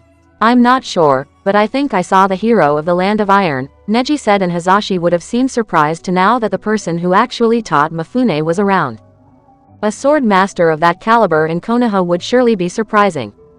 With Yuna and Dan, the two summons of Naruto stopped to look at the village. Both had their mission objectives and wouldn't sway from it. Yuna closed her eyes while Dan took up a defensive pose around her. "What are you doing?" he asked, and Yuna smiled. "I'm going to find Furito for Shikan-sama, of course," she said, and before Dan could ask her, Yuna flashed her two-tomo Sharingan and could see the chakra poured into all the corpses. Seems that Furito had left a bit of his chakra and Yuna was able to pinpoint it exactly. She could see the remnants of Furito's lasting chakra and saw a large bundle of it right to the far left, almost leaving the village. "Gotcha," Yuna said with a smile before seeing Dan kick a zombie down. He turned around to see Yuna give him a thumbs up. Dan grinned with a nod and closed his eyes. Interesting enough, when two spirits are willing and available, then they are able to trade information over long distances. It seemed that it had to be a learned ability or it wouldn't hold that much value, and so, Dan contacted Pakura. "Pakura, get to Shikan-sama. We have located Furito. He is to the far right on his way out of the village," Dan said, and Pakura, not far off from Naruto, stopped to listen to the message. She could see people scattering in fear and the like while answering. "Very well. I'll get it to Shikan-sama. Meanwhile, we will deal with this," Pakura said to him before she did a swift turn and ran for Naruto while Dan released his Honsho from the technique. "Is she informed?" Yuna asked, and Dan nodded his head while she smiled. "Good, now we only have to take out these guys until Shikan-sama does his job," Yuna said, and Dan easily agreed to that as they ran off. With Pakura and Kimimaro, the two Kekkei Genkai users were currently back in front of Naruto, relaying the information from Yuna to him. Naruto glared hard and turned his head to the east. He could very well growl, but refrained himself from the act. Instead, Naruto smiled. He turned to Pakura and Kimimaro. "Thank you. Please continue to help the village." "I'll be going," he said, and the two shinobi bowed their heads. "Hi Shikan-sama," they said before vanishing again. As he watched them leave, Naruto's smile faded and came to a neutral glare. "So what do you want us to do, Naruto?" Sasuke asked, and the blonde turned to him. He closed his eyes and took out his sword. "We're going after him, Sasuke. However, I want you to be my backup. I'll take care of Furito myself," Naruto answered and ran for Furito's location along with Sasuke. With Naruto and Sasuke, the two quickly rushed from the village and into the trees towards Furito. Both took large leaps across the night-filled plains. Neither wanted to stop or rest, but if Sasuke had to say something, then it was that he was having a little trouble keeping up with Naruto and his speed. Sasuke wasn't one to admit lots of things, but he had to admit that Naruto definitely surpassed him in speed. That much was sure. Meanwhile, Naruto was busy thinking about what he would have to do with Furito. Maybe turn the guy over to Shin. That just seemed like the way to go for it. He couldn't let him get away. Not after disrespecting Shin the way he did. So Naruto and Sasuke disappeared into the night while the rest of Hinoken dealt with the invasion. With Kushina. Kushina felt Naruto's chakra getting further and further from the village. It was going in the same direction that Kakashi and Yugao had gone, and those two only entered the village a little while ago. Either that's where Furito was or something else had caught her son's interest, which was certainly normal in itself. "Makoto, Fuka, can you both deal with things here? I'm going to go after Naruto and Sasuke," Kushina said, making the two nod before they saw Kushina burst off after Naruto. She was the fastest out of all of them after all. Is she always in a hurry? Fuka asked, kicking someone from her face while Makoto jumped into the air. She made a downward slash, making the ground crumble from her explosive chakra before shaking her head. Only in times of distress, I'd suppose, Makoto answered, making Fuka sigh as she brushed her hair only for it to be grabbed by someone behind her. The redhead Uzumaki growled and Makoto watched as her ki flared. "Don't touch my hair," Fuka shouted, and Makoto could only sweat drop as Fuka rampaged through every single last corpse that was in her path. Makoto sighed and rubbed the back of her head. "I guess all Uzumaki are hot-headed. It must be genetics," she thought before doing the rest of her job. With Naruto and Sasuke. Furuto could feel Naruto and Sasuke just a few minutes from reaching him. He wondered how they could be so fast, but that wasn't what was worrying him. No, he felt like he was trying to run from his death. He felt the immense glare of the death god on his body. It was like it was counting down his final hours. Furuto jumped down to the plains of a few miles from Konoha and, just as he thought, it didn't take long for Naruto and Sasuke to do the same. "So, more of Konoha's trash has caught up to me?" Furuto asked before he took a look at Naruto's eyes. The blonde said nothing and merely advanced on Furuto. He took out his sword and it was then that he spoke. "Do you know what you have done?" Naruto asked, making his sword flare in Honsha while he continued to walk. "What I've done? I have shown this pathetic village the true way towards peace. To bring about war and make ourselves the strongest. Don't you think so?" Furuto asked, taking out a kunai, but he could only gasp when he saw Naruto disappeared. The blonde reappeared behind Furuto, making the older man widen his eyes. "People who resurrect the dead and steal from Shin won't be tolerated." "Your soul is mine," Naruto said, and Furuto felt a slight shiver go down his spine when he heard that. He had no idea what Naruto meant by that, but he wasn't about to find out. "Is that right? And who is this Shin? I might tell him that I can do as I want," Furuto said before he blocked Naruto's sword to his throat. "Then you can die," Naruto said before he jumped into the air. Furuto watched the blonde bring his sword over his body and tried to slash at him again, but Furuto dodged it and backflipped away from Naruto, but he was met with a kick from a cage bunshin that sent him into the air. "What? When did he make a clone?" Furuto asked aloud while Naruto grinned. He and his clone quickly moved through the long grassy plains before the clouds covered the moon, restricting Furuto's vision. He watched the mop of blonde hair vanish in the grass. He widened his eyes only slightly before doing a hand sign. "Kaden, Gokakyu no Jutsu," Furuto shouted out, and Sasuke watched as he unleashed the fire, making it ravage the fields with Naruto inside. The fire roared through the plains while Furuto smiled. "Kneel, brat," he said simply, only to see a large burst of white fire emerge from the Furuto's jutsu. Sasuke and Furuto widened their eyes to see Naruto in the dead center of the blaze while holding his sword back. "Uzu no Fukushu. Kei's no Tikoku, Whirlpool Revenge. Imperial Wind Field," Naruto shouted, and Sasuke watched as a swirl of wind shot Naruto into the air. The blonde roared at Furuto as he sent a kick for the man. It easily connected to Furuto's stomach, making him crash through the fields and into a tree. He lightly cursed while Naruto decided to keep going. "Uzu no Fukushu. Dai Uzumaki Akari," Naruto yelled, sending 5 water shots from his sword towards Furuto. The man rolled to the side across the ground from the shots before Naruto came crashing down, making the field explode. He quickly moved his eyes towards the spot where Furuto was, and it didn't take long for him to smile while Furuto raised an eyebrow, but he wasn't about to let such a chance fall through his fingers. "Fuden. Kei's no Yaiba," Furuto shouted, sending 5 wind swords towards Naruto. The blonde closed his eyes and parried all the shots, only now seeing Furuto's hand for the tiger seal. "Kaden. Ruka no Jutsu," he shouted, sending another raging fire at Naruto. Sasuke widened his eyes and was about to interfere until he saw Naruto's smile. Sasuke only saw Naruto raised his sword over his head. He stopped his feet from moving while Furuto cackled. "Yes, die, die, die, die, die," he shouted again and again. Naruto had to die along with the village. The blonde only sighed and shook his head. He swung his sword down fast towards the fire, making both Furuto and Sasuke watched as the fire died down into nothingness. Furuto widened his eyes in fear while Sasuke felt like he just woke up from a dream. "Everything dies at some point. I just sped up the process, and like everything else, you will die also," Naruto said, sheathing his sword. Furuto growled, but that soon faded. He gasped and looked down only to see a sharp object through his stomach. Furuto turned his head to see Naruto's clone glaring at him dangerously. It didn't dispel in the fire, only it hid until it could strike. Why you tricked me, Furuto said, and Naruto turned to see his clone take his sword from his stomach while watching Furuto drop to the ground. He coughed up the blood from his mouth while Naruto's clone dispelled. I'll get you, brat. I'll make you pay for everything. Konoha can't survive without me. I'll make sure of it. You got it. Furuto yelled, but Naruto merely silenced him with his sword. Both Sasuke and Naruto watched as Furuto's body fell to the ground lifeless. However, Naruto wasn't finished. He saw the soul come out of Furuto's body and float into the air. You disrespected Shin, you threatened my village, and you tried to kill Ba-chan.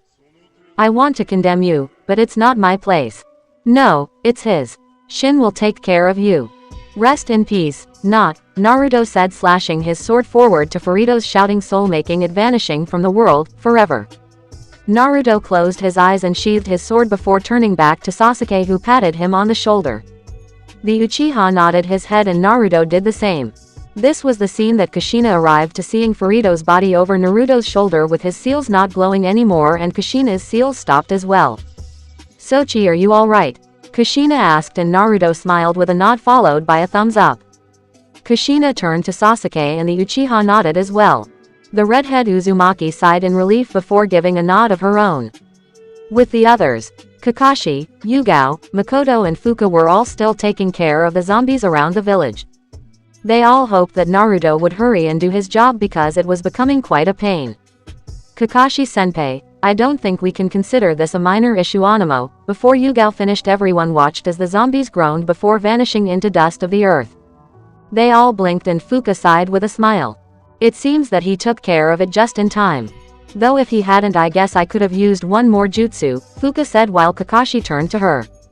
And why didn't you use it before? He asked, and the female smiled.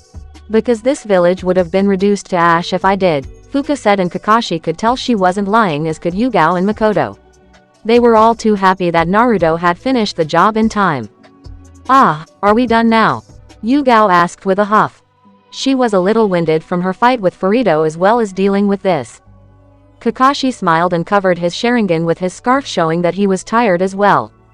Makoto merely smiled and rested as well before they saw the entire village was free of the zombie plague as well.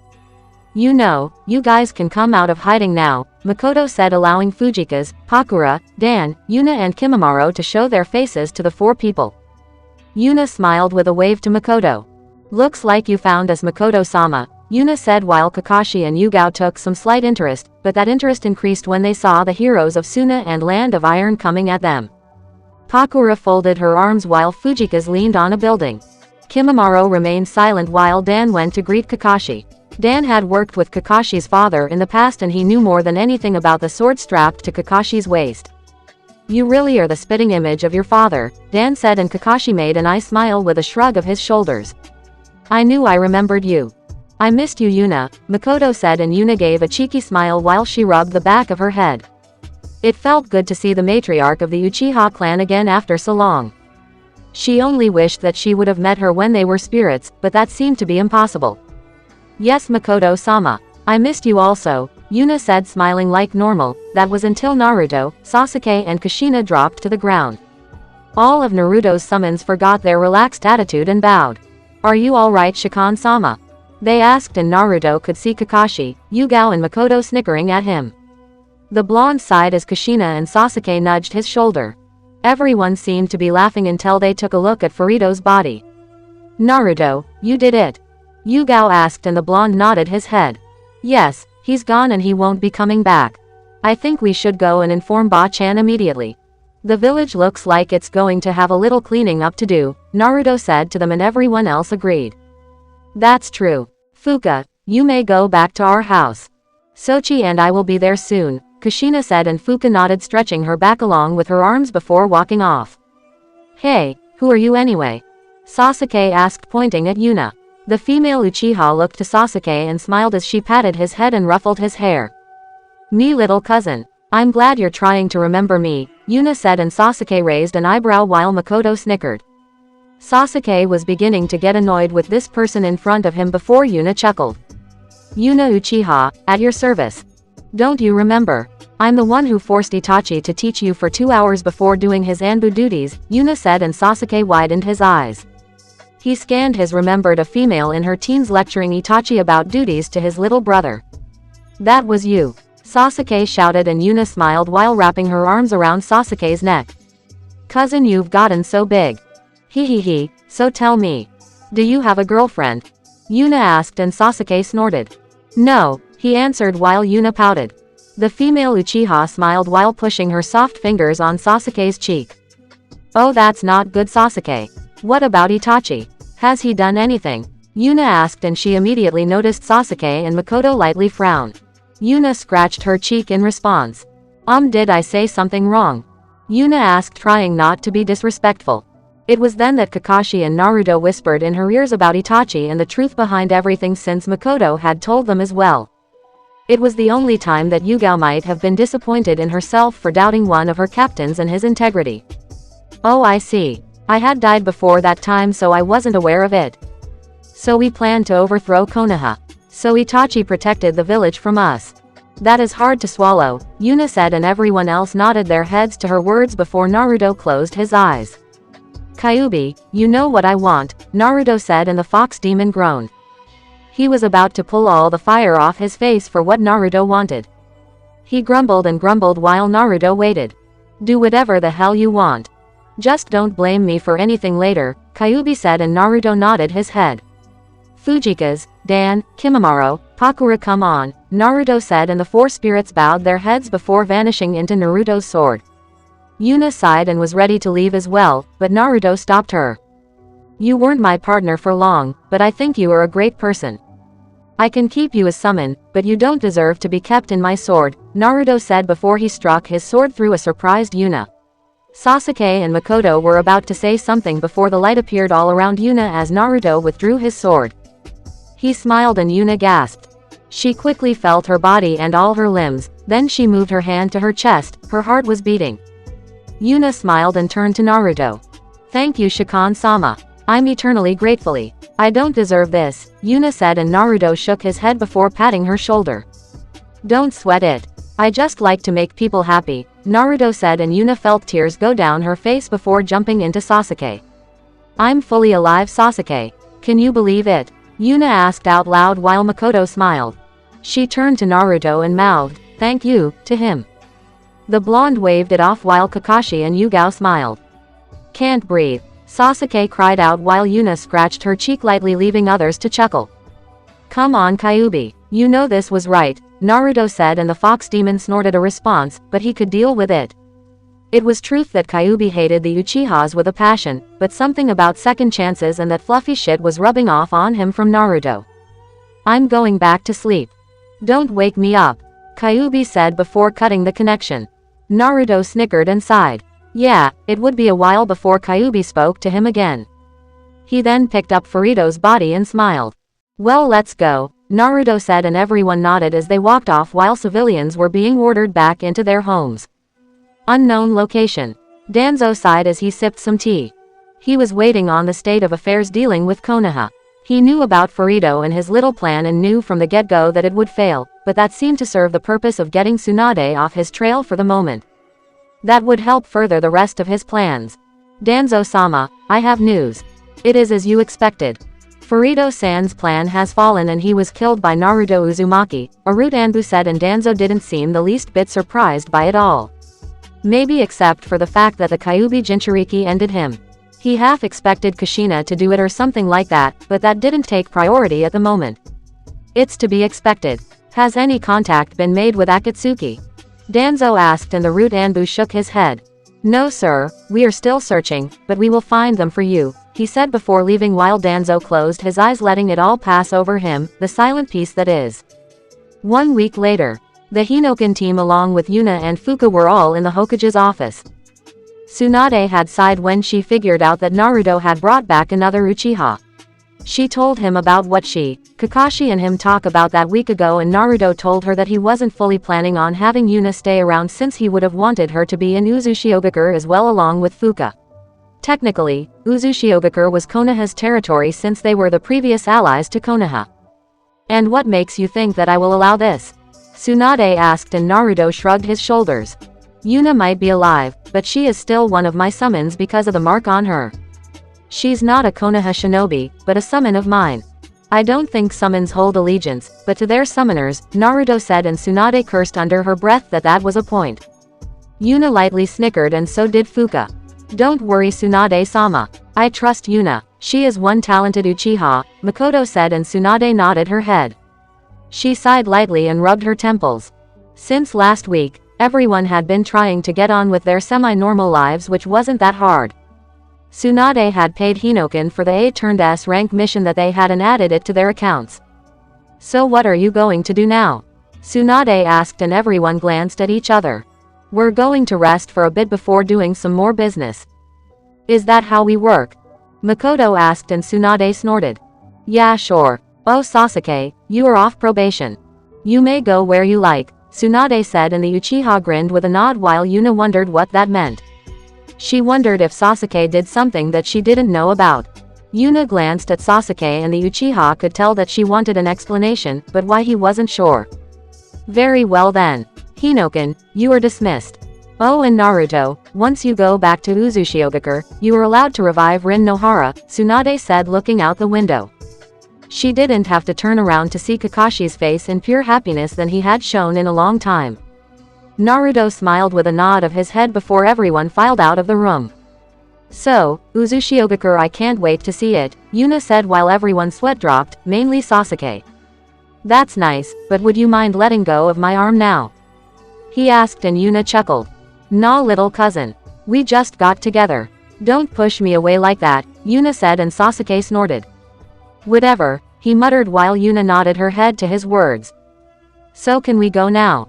Naruto asked and Kushina nodded her head.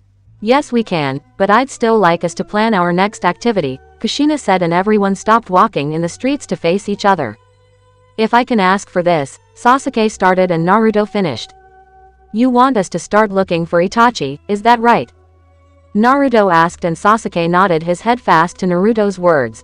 Makoto and Yuna stiffened, but quickly grew very seriously.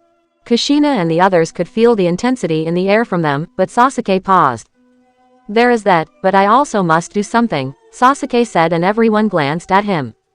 There are a few people that I would like to take. I have nothing against this team, but I know them from Orochimaru personally, Sasuke said, and Kakashi glared. Yugao wasn't so hot on the idea, and in truth, neither was Naruto along with Kushina. Sasuke, you know how people feel about Orochimaru and what he does, Makoto said, and Sasuke nodded his head. Of course he knew. He spent 2 whole years with the guy. He probably knew more than they did at the moment. Yes I know, but if I'm right and he hasn't changed how he does things, then I know where he is right now, and if I'm right then I could even take him out, Sasuke said, and if that surprised anyone then it would have to everyone. Sasuke, are you sure? Yuna asked and Sasuke nodded quickly with a fierce look of determination in his eyes. Very well Sasuke, but Naruto goes with you. It's not a matter of trust, rather it's a matter of worry.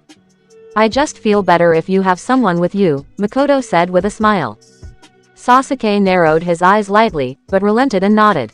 I'll be going with you little Sasuke, need to watch out for you now, Yuna said, and Sasuke rolled his eyes while Naruto snickered. So Yuna-chan's got a thing for Sasuke, Naruto said, and the 2 Uchiha blushed furiously. Shikan-sama, it's not like that. Shut up Dobi. The 2 Uchiha huffed before they noticed the close proximity and both parted before trying to regain control of themselves before embarrassing each other even more. The rest of the team chuckled while Naruto winked at Kushina, making her blush as well even if it was a light one. Alright, well that's enough of that. Come on, everyone, we will have to get going if we want to make good time, Kushina said, and everyone else agreed before vanishing in their respective shunshuns. 3 days later, Uzushiogakure. 3 days is long enough. Where are they? She wondered while Yuri came inside with a towel over her head. She had just washed her face from the sweat while Haku was busy walking around the house in some normal female attire. Come on Yura Nichan, I'm sure Nichan will be home soon. I miss him too, Yuri said, and Yura smiled with a nod of her head. She softly patted Yuri's head and smiled. In truth, the 2 Uzumaki females were missing their brother. He was always so energetic in what he did. It wouldn't be much of a lie if they said that they didn't have some kind of attraction to him. Especially Yura after the way Naruto just came and helped her and her sister. She'd rather not think about what would have happened if he didn't come along. It was then that Zabuza, Haku, Yura and Yuri heard the door open before they heard a shout. "We're home, people," Naruto shouted while Yura and Yuri smiled. Haku waved and Zabuza snorted. Kakashi and Yugao came inside and sighed in relief before hitting the couch next to Zabuza. Kushina and Makoto smiled and walked towards their rooms. Naruto was instantly surrounded by Yura and Yuri as Fuka, Sasuke and Yuna came through the door.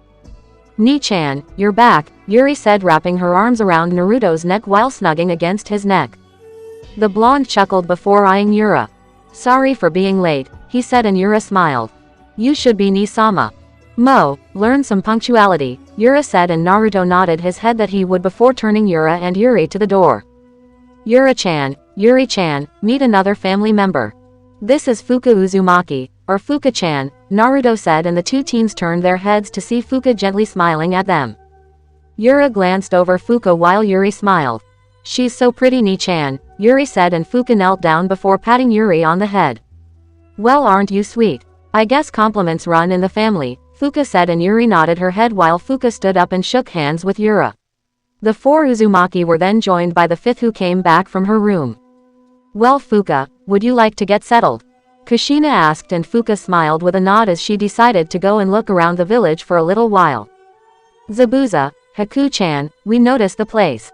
It looked amazing. Did they take the money?" Naruto asked, and Haku nodded her head while Zabuza answered. "Yeah, Gaki, they took it. All the features that were added to the village are explained in that scroll over there. I went over it with the others, so you should go over it as well," Zabuza said while reading a book. Naruto nodded his head before Yuna dragged Sasuke off to look over the Uzumaki village. "Sochi, you really weren't kidding. Wave really does do good work now," Kushina said, and Naruto agreed with her on that. "Now then, I think it's time that we started our conversation when Sasuke and Yuna-san come back," Makoto said, and everyone else agreed with her on that while Zabuza narrowed his eyes. Haku, Yura and Yuri seemed surprised, but they seemed to know also. With Sasuke and Yuna looked around the entire village in sheer amazement. She had known that the Uzumaki were Konoha's allies, but she never knew that the village was so spectacular. It was really something to be praised about. Meanwhile, Sasuke just aimlessly let Yuna drag him around for some odd reason. He wasn't used to this type of thing, but it didn't seem so bad. At least Yuna wasn't talking about how fucking great he was. She just seemed to enjoy her newly gained life.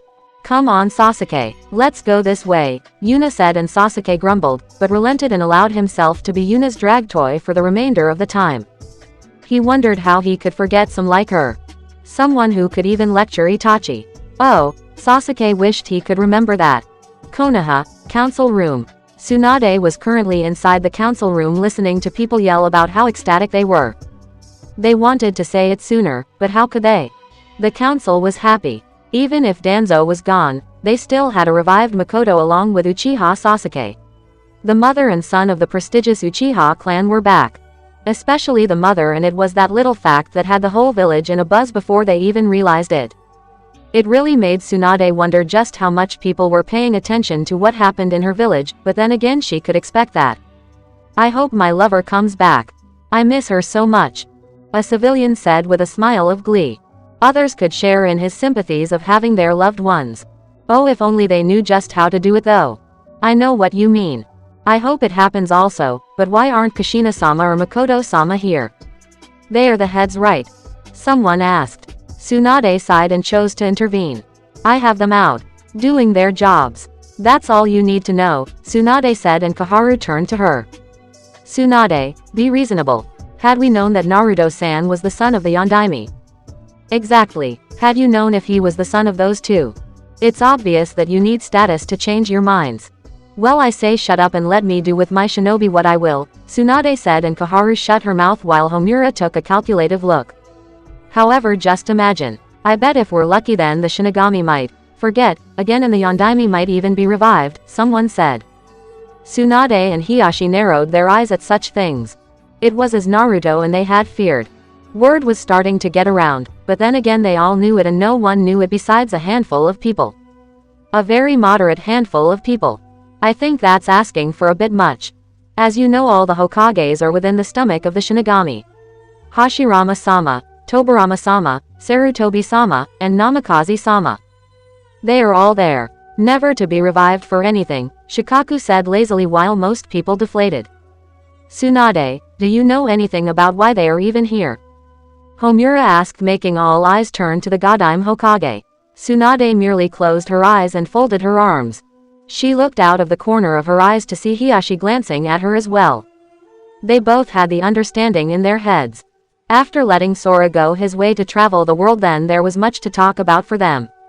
Hiashi had apologized to his Hokage for keeping such a secret, but Tsunade let him off since she had done the same for Naruto, but warned Hiashi to never keep one from her again, to which he obediently agreed. No, I don't. Your guess is as good as mine, Tsunade lied. She sure as hell didn't want this getting around more than it already was, and because she wouldn't even want to think of such consequences to Naruto. Neither did Hiashi. It had seemed that somewhere down the line Naruto and Hiashi became really good friends. Over the week, Hiashi had invited Naruto and the rest of Hinokan over to his house for a little get-together. Not really Hiashi-like, but things change. Hiashi was still rather stoic, but never as much as he used to be. I'm sure there is an explanation for this, but we won't get it here by just wanting it, Hiashi said, intervening. Tsunade silently thanked him for his part in the act while Tsun sighed. What's it matter? If your person comes back, then they come back. Don't act greedy, Tsun said, mainly talking to the civilians. Some of them cowered from her voice while others snorted, thinking that they deserved some type of happiness. Brat, you'd better hope this doesn't get around, or else you're going to have to beat them off with a stick, Tsunade said to herself before closing her eyes and sighing. In aim, Pain and Konan were gathered along with Toby at the tallest building. Both looked at Toby a little skeptically. And what makes you think that Uchiha Sasuke will listen to you? Pain asked, and Toby grinned behind his mask. He looked down at the village before closing his eye. Because he is easily influenced by his revenge. I must admit that I was surprised when he returned to Konoha, but when he learns the truth, then he will be the dog that I need, Toby said, making Pain and Konan glance at each other. They then turned back to him. And you want us to have Itachi fight him? You know he won't do that on his own. In fact, we hear him talking about it a lot, Konan said, and Toby merely smiled. Just let him do as he pleases for now. Tsuki no Mi will be a success if I can just get to Sasuke in that time, Toby said, and the two Akatsuki members merely walked off. Toby, however, didn't know just how much fate was planning to interfere with him and his plans. Back in Uzushiobukuro, Yuna and Sasuke had returned from their little excursion, and everyone was sitting on the ground in a circular formation. They pushed the furniture out of the way and made themselves comfortable. So what are we talking about? Haku asked, and Kushina turned to Naruto and then Kakashi. Kakashi, Naruto, you both know that Tsunade has given you the permission to revive someone. I have no problems with that at all. I just want to say that. Now then, Sasuke and Naruto will be going to find Orochimaru, along with Yura. Yuna is naturally one of Naruto's summons, so she has to go as well, Kushina said. Sasuke and Naruto widened their eyes while Yura did the same. She wondered where that came from while Kushina smiled. I think it's time that she actually got out of the village and started some real work experience. Yuri is still a little grounded, so I would still like Haku-san and Fuka-san to train her, Kushina said to them. Haku nodded her head and Fuka shrugged her shoulders, not really caring. Something about this piece seemed right to her, so she didn't mind taking off her shinobi shoes and taking a break from all the action. No problems, Haku and Fuka said at the same time. Zabuza, I would like it if you escorted me to Kiri. Don't worry, they won't do anything to you. Not once your Mizukage learns who I am, Kushina said, and for an instant everyone could see the dark smile across Kushina's face, not really wanting to know what she had planned. And what about us? Kakashi asked, pointing to Yugao, Makoto and himself. Kushina turned a little more silent and went into a thinking pose. She stayed silent for a little bit before smiling. You're all back up, Databane, she said, and the three deflated, which made Zabuza chuckle underneath his bandages. Is that it for everyone?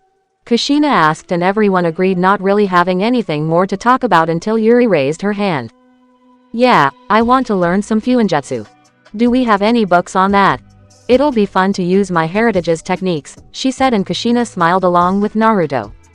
Of course, Yuri-chan. There are plenty of scrolls around here on the art. However, some of them are dangerous, so if you're going to perform them, then do so carefully, Naruto said. He wondered if maybe he was underestimating Yuri since she was only a year younger than Yura. Yeah, it seemed that Yuri's birthday was a week ago and no one knew it until the last minute. Naruto had promised Yuri and Yura that tomorrow they would do something that the two wanted to do besides training, and they both agreed to it easily. Alright then, everyone is dismissed, Kushina said, and everyone got to their feet with Naruto motioning for Kakashi to follow him outside. The one-eyed copy ninja looked down from his Ika book and stood to his feet, knowing what Naruto was going to do. He had waited for it for a long time. He could hardly wait anymore. He had so many things to say to her. Outside, Naruto and Kakashi stood in an open area and the former turned to the latter. Kakashi showed he was paying attention as he put his book away into his pouch, allowing Naruto to see that he was more than grateful for this chance. Are you ready, Kakashi-sensei? Naruto asked, and Kakashi nodded his head fast while he waited with bated breath. Naruto took off the wrist guards that covered his seal and let them drop to the ground. He sighed and Kakashi continued to look at the intricate seals across his body. Naruto bit his thumb and traced it over the summoning seal. Kuchio's no jutsu, Naruto shouted. Kakashi winced at the intruding light into his eyes. Naruto was sort of used to it, so he didn't care much. Soon the light faded from their eyes while Kakashi rubbed the back of his head. I'm still getting used to that, he said, and Naruto snickered before they turned to the shinigami behind the blonde with his usual glare. He stared at Kakashi, making the Jonin gulp lightly, but then turned to Naruto. Shin, I would like to revive Rin Nohara. If you don't mind it at all, Naruto said with an unusual amount of politeness that both Kakashi and Shin noticed. Is that so? Very well. Do you remember our contract? Shin asked, and Naruto nodded. He had the perfect soul in mind. He could give Orochimaru's grubby little soul to Shin and hope that it did him well. Yes, Shin, I remember. Also, Shin, is there any chance that you can alter something? Naruto asked, and Shin raised an eyebrow. Kakashi did the same. Even Kyuubi was rightfully confused, but continued to listen as well. Like what? He asked, and Naruto scratched his cheek. Their age. Naruto asked, and Kakashi stuttered. He tried to hide the small blush across his face as he resisted the urge to go and facepalm himself right there, even if he had a smile across his face. Why would you ask for such a thing? Shin asked, and Naruto shrugged his shoulders, making the stoic death god sigh underneath his breath. I'll see what I can do, but first I will collect her soul, Shin said as his beads lit up and his arms glowed. Naruto and Kakashi watched the act going down, and Kakashi patted Naruto on the shoulder. Naruto, I can never thank you enough for this, Kakashi said, and the blonde Hinokan member smiled. Nothing to it, Datbeo, Naruto said, and the light faded as Shin folded his arms. Naruto and Kakashi looked to see a short brown-haired girl. She had large, bright, brown eyes as well. She also had 2 purple rectangular markings on each of her cheeks. She wore a long-sleeved black top, a high waist, light purple apron skirt under which she wore shorts. She also wore a blue Konoha forehead protector, sandals, and stockings that stopped at her thighs. She was just like how Kakashi had last seen her, but he also noticed that as she walked forward she started to get taller. Her hair stayed short, but somehow her clothes kept attached to her body the whole time. She soon passed Naruto's own age and stopped directly at the age of 28. Adjustments have been made. Rin Nohara is revived to your liking. I expect the substitute in a week's time, Shin said, and Naruto nodded as he watched Shin fade into nothingness. Naruto then turned to see Kakashi staring at Rin. A much, much older and much more beautiful Rin than he remembered. Rin opened her eyes and stared at her old teammate. She stared at him a little longer before blinking again. Kakashi, is that you? How did I get so tall? Why am I alive? Rin asked, but she could only gasp as Kakashi grabbed her into a hug. Rin widened her eyes while Kakashi sniffled. I'm sorry. I'm sorry. I'm sorry, Kakashi repeated. Rin merely smiled and closed her eyes. She brought Kakashi into another hug while Naruto smiled. He merely whistled and walked off somewhere, deciding to leave the two alone. He's some things to do anyway. Sooner or later, Kakashi let go of Rin and told her everything. He told her about her revival as part of Kakashi's selfish wish to Naruto, which made her surprised that she didn't notice her own sensei's son. Kakashi spared no little detail at all for Rin. She was even surprised when Kakashi said Obito was alive. I see, so all that happened and I got this body so that I didn't stand out too much, Rin said and Kakashi nodded his head before Rin smiled. Ah, come on Kakashi, you haven't seen me for how long and you can't even smile? Rin asked and Kakashi chuckled. I wish I could Rin. I thought about this encounter so many times. You and I know what I did to you. You didn't deserve that, Kakashi said to her and Rin touched her body a bit knowing where she got hit by Kakashi. Kakashi, please forget it. I don't want this meeting to be filled with grief and sadness, Rin said and Kakashi nodded his head before Rin took off her headband letting a bit of her hair fall down. Kakashi merely watched the act before he stood to his feet. He then helped Rin to her own feet and guided her back to their base to talk some more. They had a lot of catching up to do. Next day. Why Yuri-chan, would you both wait up? Naruto called out to the two sisters who were smiling. Ni-chan is too slow, Yuri said while Naruto sighed. They all walked along the beach and laid down. Naruto closed his eyes and smiled while Yura did the same. Sun's good isn't it? Naruto asked and Yura nodded her head while closing her eyes. Yuri smiled and leaned on Naruto's stomach making the blonde's eyebrow twitch. Yuri, have you no shame? Yura asked while Yuri stuck her tongue at her sister. Yura gawked, but Naruto chuckled. He guided her head down and Yura rested on his chest. The older sister blushed lightly, but sighed and closed her eyes. All three Uzumaki slept peacefully across the beach, well almost everyone. Ni-sama, are you really going to fight him? Yura asked and Naruto nodded. He knew she was talking about Orochimaru in that sense, but he had to. Nothing good comes from having him around. That's right Yura, are you worried? Naruto asked with a smile. Yes I am, Yura said and Naruto turned to her. You think I can stand to see my family die? I don't want that, Yura said and Naruto closed his eyes. He wondered if she forgot that he couldn't die, but then again he could still have his body stolen by Orochimaru, so would that be two people fighting for control of it or something like that? Don't worry Yura, I won't die. I'm gonna protect you, Yuri, and everyone, Naruto said and Yura traced a finger over Naruto's mostly intricate sealed chest. She smiled and turned to Naruto. Ni-sama please. Not just for Yuri, but for me. Please be careful, Yura said and Naruto leaned up. He turned to Yura and she looked at him with her soulful eyes. Naruto's smile faded. I promise Yura, you and Yuri mean everything to me, Naruto said to her and Yura nodded. She didn't know why, but this was an impulse. She quickly pushed her head up and then pushed her lips to Naruto's in a soft kiss. The blonde widened his eyes to this act while Yura closed her eyes. She didn't know what came over her at all, but she just had to do it. Screw morals and whoever made them. Yura parted from Naruto and the blonde gasped. Yura blushed lightly while Naruto gulped. Why Yura-chan, Naruto said and Yura turned her face away from him before Naruto grabbed it. He shocked Yura as he took another kiss from her. Yura widened her eyes before sighing. Ni-sama, can you like me as well? As much as Kushina-san? Yura asked and Naruto widened his eyes. Yura could tell she surprised him, but she didn't make any attempt to break the kiss she held with him. Yes, I knew. It wasn't very hard to figure out. I had seen multiple times the way you two looked at each other. At first I thought it was weird, but I see no. I love you Ni-sama, Yura said and Naruto smiled. Yura-chan, Naruto said as the two continued to have their little session. It only stopped when Yuri yawned. They both broke and parted. Yura glanced at Naruto and Naruto glanced at Yura. The two smiled and chuckled before Naruto kissed Yuri on the cheek. Happy belated birthday Yuri-chan, Naruto said and Yuri squirmed. Oni-chan, Oni-chan, Yuri said in her sleep and the two smiled before glancing at Yuri a little more before resting their bodies. Konoha, nighttime, Anbu headquarters. It could be seen that Anbu teams were all fighting and having their time staying in top shape. They had to train intensively. They were the Anbu after all. After Hinoken, they were Tsunade's most personal guard if she wanted. It seemed that some had a long day after working and were slightly exhausted to say the least.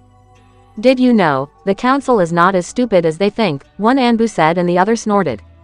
What? That whole reviving thing? Please, I might have been skeptical about Makoto-sama, but even I can see that's not doing anything, the other said and one Anbu snickered while looking left and right. Seriously, I saw it myself.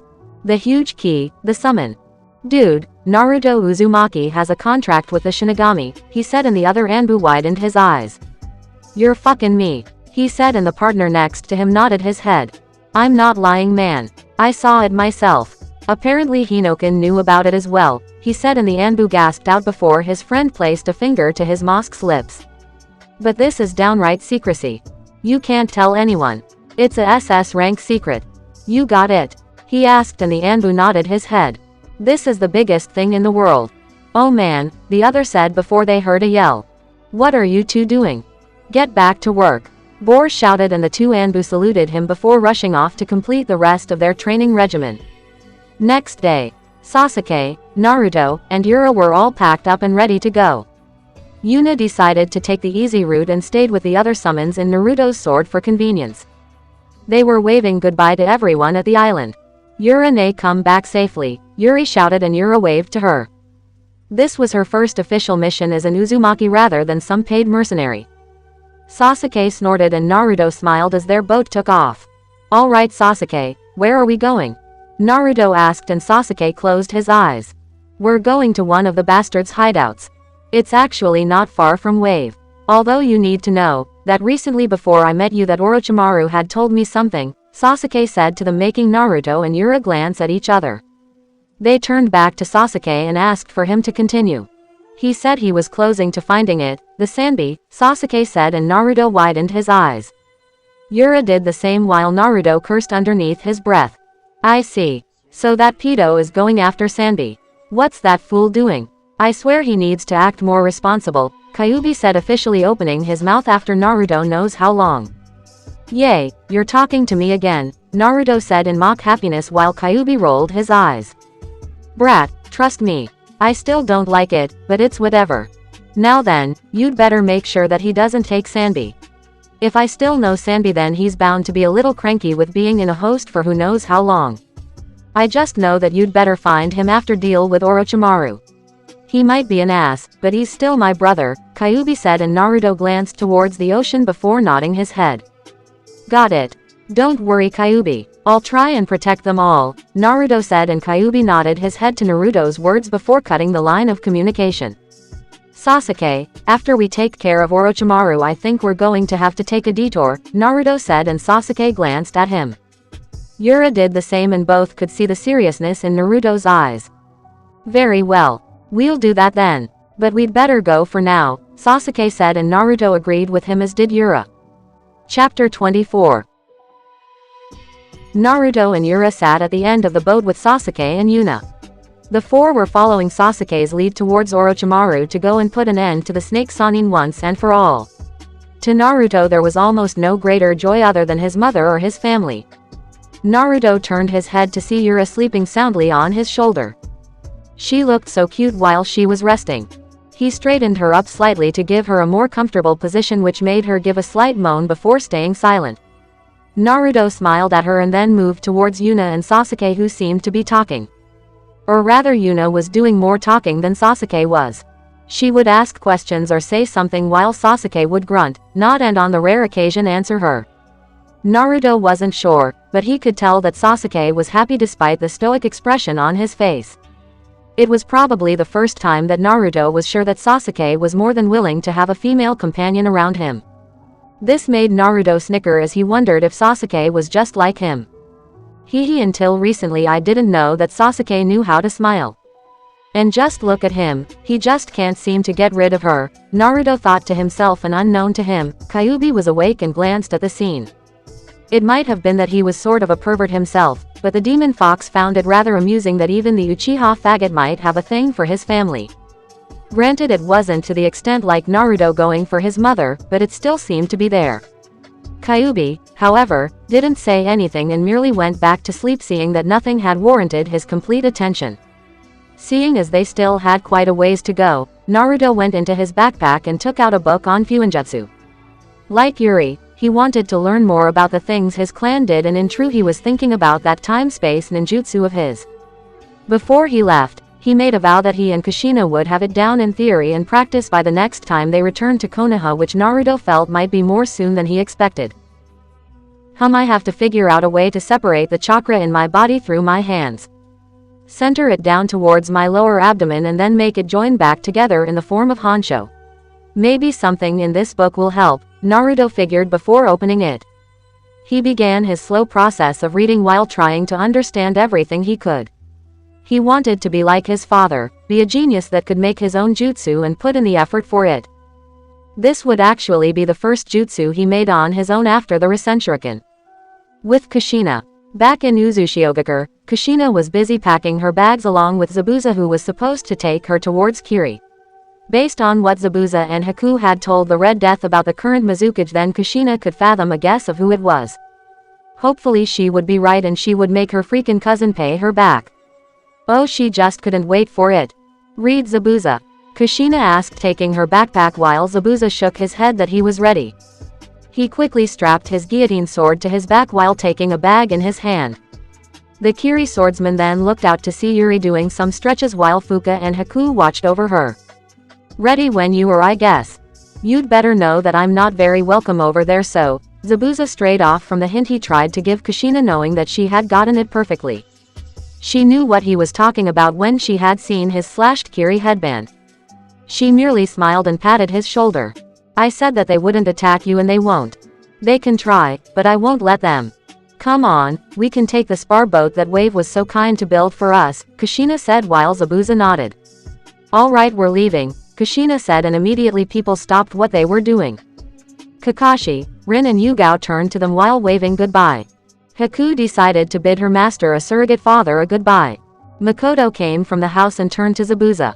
Watch her, Zabuza. She might have aged, but she's just as reckless as her son, Makoto said, and Kushina's response was to snort, then fold her arms at such a blatant, truthful statement. You have no need to worry, Zabuza said before he walked off with the others waving goodbye to him. The two swordsmen walked off from the village and into the trees with only the rustling of the bushes indicating their presence, but that in time stopped also and all traces of their presence vanished. It feels good to see Kushina-sama again, Rin said, smiling while she placed her elbows on her lap. Kakashi gave an eye smile before nodding his head while leaning back. I was shocked also, but yeah, it was good to see her again. If only we could see Minato-sensei again, Kakashi said while Rin arched an eyebrow in confusion. She had yet to even consider that at the moment, but now that it was brought to her attention she had decided to ask. Hey, that's right. Kakashi, tell me. Why hasn't Naruto-san tried to revive his father? He revived me, didn't he? Rin asked, and Kakashi nodded his head. He sighed and rubbed the back of his head. Yeah, it was something that I asked Naruto also, and he had given me the answer about 2 weeks ago.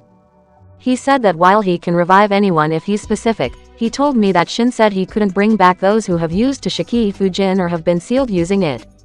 That includes Minato-sensei, Kakashi said while Rin sighed. She lowered her head with a nod and looked out at the peaceful forest. Well, you can't win them all, I guess. At least Obito is also alive. We should go find him, Rin said while Kakashi nodded his head. He couldn't deny that seeing his friend who did the team a world of good. It was really something to think about.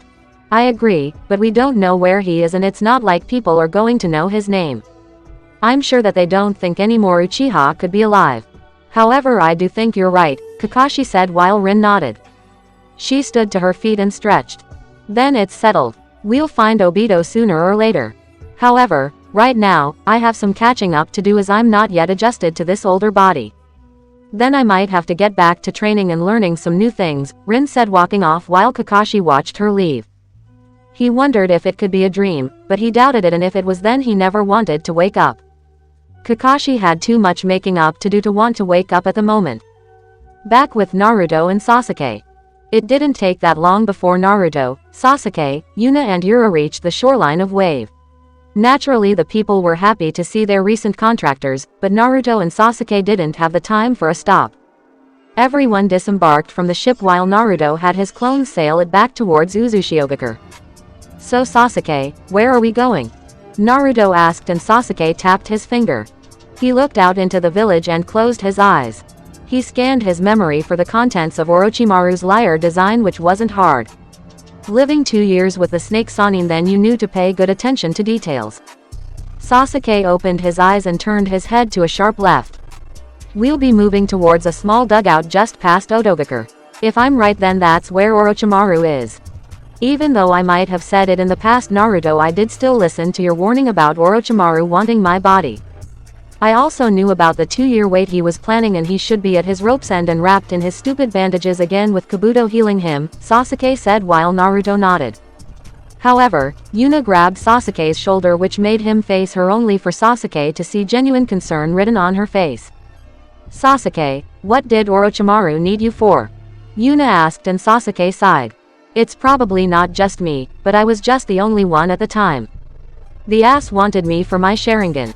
Naturally I think he will want you for yours if he sees you, Sasuke said while Yuna growled.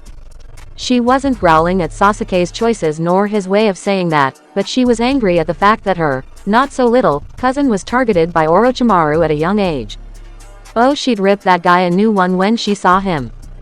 Well then, Sasuke-san, please lead the way, Yura said, putting a scroll into her pouch.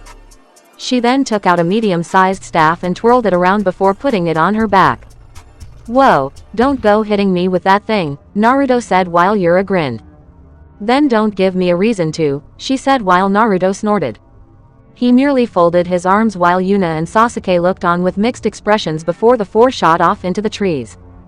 Sasuke took the lead with Yura and Yuna in the middle while Naruto held the rear. Sasuke, what are we going to do after we kill the pedo? Naruto asked, and Sasuke gave a hidden smirk across his face. He stopped on a branch and turned around. Simple, we're going to go and get some people. In fact, Naruto, we're about to get another family member for you, Sasuke said while Naruto widened his eyes. Another Uzumaki, and it was one that he didn't even know was still alive. Granted, he didn't know that Yura and Yuri were alive, but that was beside the point at the moment. I see. What's their name? Naruto asked, and Sasuke turned around. Her name is Karen and she works for Orochimaru, Sasuke said while Naruto and Yura widened their eyes. They both stayed silent for a minute to merely take that in. It was hard to believe that any self-respecting Uzumaki would ever go with that skinless, dickless, possibly child-molesting, son of a bitch. Do worry, Yura, we'll figure it out later, Naruto said while Yura nodded her head. She turned her head to see Naruto's smiling face, and the sight calmed her down. She was rather tense about letting some Orochimaru follower be around her family, but she could try and ignore it. Family was family, no matter how dark it was in a way. I know, Ni-sama. I just can't help worrying, Yura said while Naruto just smiled. He merely jumped up to her and kissed her on the cheek. Come on. Let's go get our family, he said, and Yura smiled with a nod. Sasuke and Yuna snorted, and the female Uchiha turned to her cousin, making a gagging sound which made Sasuke snicker. He nodded before glaring at Naruto. Come on, Naruto, we're leaving. With any luck we'll be there before nightfall, Sasuke said, and Naruto nodded his head as everyone disappeared from view. With Kushina and Zabuza. While Sasuke and Naruto were dealing in their own endeavors, Kushina and Zabuza had just landed at Kiri. It was actually a short trip considering how close Kurigakure was to Uzushiogakure on the map. Come on, Zabuza, it's time to put your Mizukage in her place, Kushina said while Zabuza just settled for nodding. He didn't know just how much influence his superior's mother was going to have over the Mizukage, but she sure seemed confident. But then again, maybe when your son is the summoner to one of the most powerful beings in the world, then you tend to think so. The mist settled in for Kushina and Zabuza as they walked further. It also didn't take long before 3 kunai hit the ground. Kushina stopped Zabuza and both watched as they were surrounded on all sides by Kiri shinobi. Zabuza Momochi, you are under arrest and are to be judged before Kiri's Mizukage. You and your partner are to surrender immediately, someone said coming forward. Zabuza grabbed the hilt of his sword and glared hard, looking from left to right, but a gentle hand from Kushina stopped him from doing anything. Sorry, but you seem to be mistaken. Zabuza here is under Hinoken's protection of Konoha. We're watching him and we have asked him to escort us to Kiri. You won't be arresting anyone. I'm just here to talk with your Mizukage, Kushina said, and immediately people tensed and tightened their weapons harder. What could Konoha have to say to Mizukage-sama? A man with an eye patch asked coming forward. Kushina narrowed her eyes, glaring at the person. Plus I doubt you're in the position to demand anything, he said, and it happened in a flash as everyone saw a blur of red hair cross the field. He turned his head to see a sword to his jugular. Kushina swiftly closed the distance and figured that the tough act had gone on long enough, as she had better things to do than deal with this. What speed, someone said while the man waved his hand. People instantly dropped their weapons while Kushina grinned. Was that so hard? She asked, and the man growled before Kushina tightened her grip over her sword. Just send word to your Mizukage. The Red Death has come to see you, Kushina said, letting the man go. He gasped for his life as he could feel that just one wrong move and his body and head would be two separate objects. And why should I? He asked while Kushina chuckled and brushed her hair. Because in that one move I could have killed you all, but didn't, she said while Zabuza raised his eyebrows in surprise. The man gulped before he ordered everyone not to attack the envoy nor Zabuza. People did as they were commanded while he walked off. I shall go and inform Mizukage-sama. In the meantime you shall wait at the entrance to the village until she grants you admittance, he said, and the mist cleared, giving Zabuza and Kushina a good view of Kiri as a whole. Zabuza rejoined Kushina while she turned to him. Told you they wouldn't attack you, she said, and his sweat dropped. Please, we just barely got away with that, and are you sure that she's going to know who you are just from that? Zabuza asked, and Kushina grinned. She nodded her head with a sure smile. If it was her cousin, then she would know the significance in that name. Oh, she'll know, and the reaction I get on her face will be one that I would want to take a picture of. Databane, Kushina answered, and Zabuza could only hope that she was right. Mizukage Mansion. Being the Mizukage of Kiri got you lot of things. It got you prestige, notoriety, power, and free stuff. Yep, you got to get things for free so long as you were in good relations with your people. However, there was something you couldn't get. One thing, just one thing. What was that? Freedom. Mei Terumi, Kiri's Mizukage, snorted while placing her elbow on the table. Bullshit, it was all bullshit. Never ending, always rising paperwork. The end never justified the means when it came to this type of thing. Mei sighed and leaned her head gently on the table while brushing her auburn hair that covered one of her eyes. The war of Kiri had ended for her 2 years ago, and she was doing well in managing the village, but she just wished that something exciting would happen. Oh, who am I kidding? Nothing exciting ever happens here, Mei said while she blew another heavy sigh from her soft-looking lips. That all seemed to change from one knock on the door. Mei leaned up from her desk and straightened her attire, but didn't seem to really care as she kept her elbow on the table and her head in her hand. Come in, she said rather sadly, and the door opened up. Mei looked to see her secretary, Ao, come through the door. Mizukage-sama, urgent news. It seems that Konoha is here, Ao said, and Mei was initially surprised. She couldn't imagine what Konoha would be doing in this place of all places. Oh, and what could that woman want with me? Mei asked as Ao knew she was referring to Tsunade. She was rather happy that now 2 women had the cage thrown, but something about it left a bad taste in her mouth. She wasn't sure why, but it just seemed that way. Well, Mizukage-sama. It seems that Konoha had an envoy to us. They were escorted by Zabuza, he told her, and Mei immediately jumped at the mentioning of Zabuza's name. Seeing one of her old friends again might just put the woman in a good mood. Key word was might, as she still realized Zabuza's reputation. Oh, Zazu-kun is back, huh? Mei asked with a smile while Ao's sweat dropped. That's right, Mizukage-sama, but he also had the envoy, and she told us to tell you something. She said that, the Red Death has come to see you, Ao said, and immediately the color drained from Mei's face. Ao noticed his leader drop to her seat in terror. She gulped and gulped one more time. That was only one person, and she didn't have to guess who it might be. TTT, the what?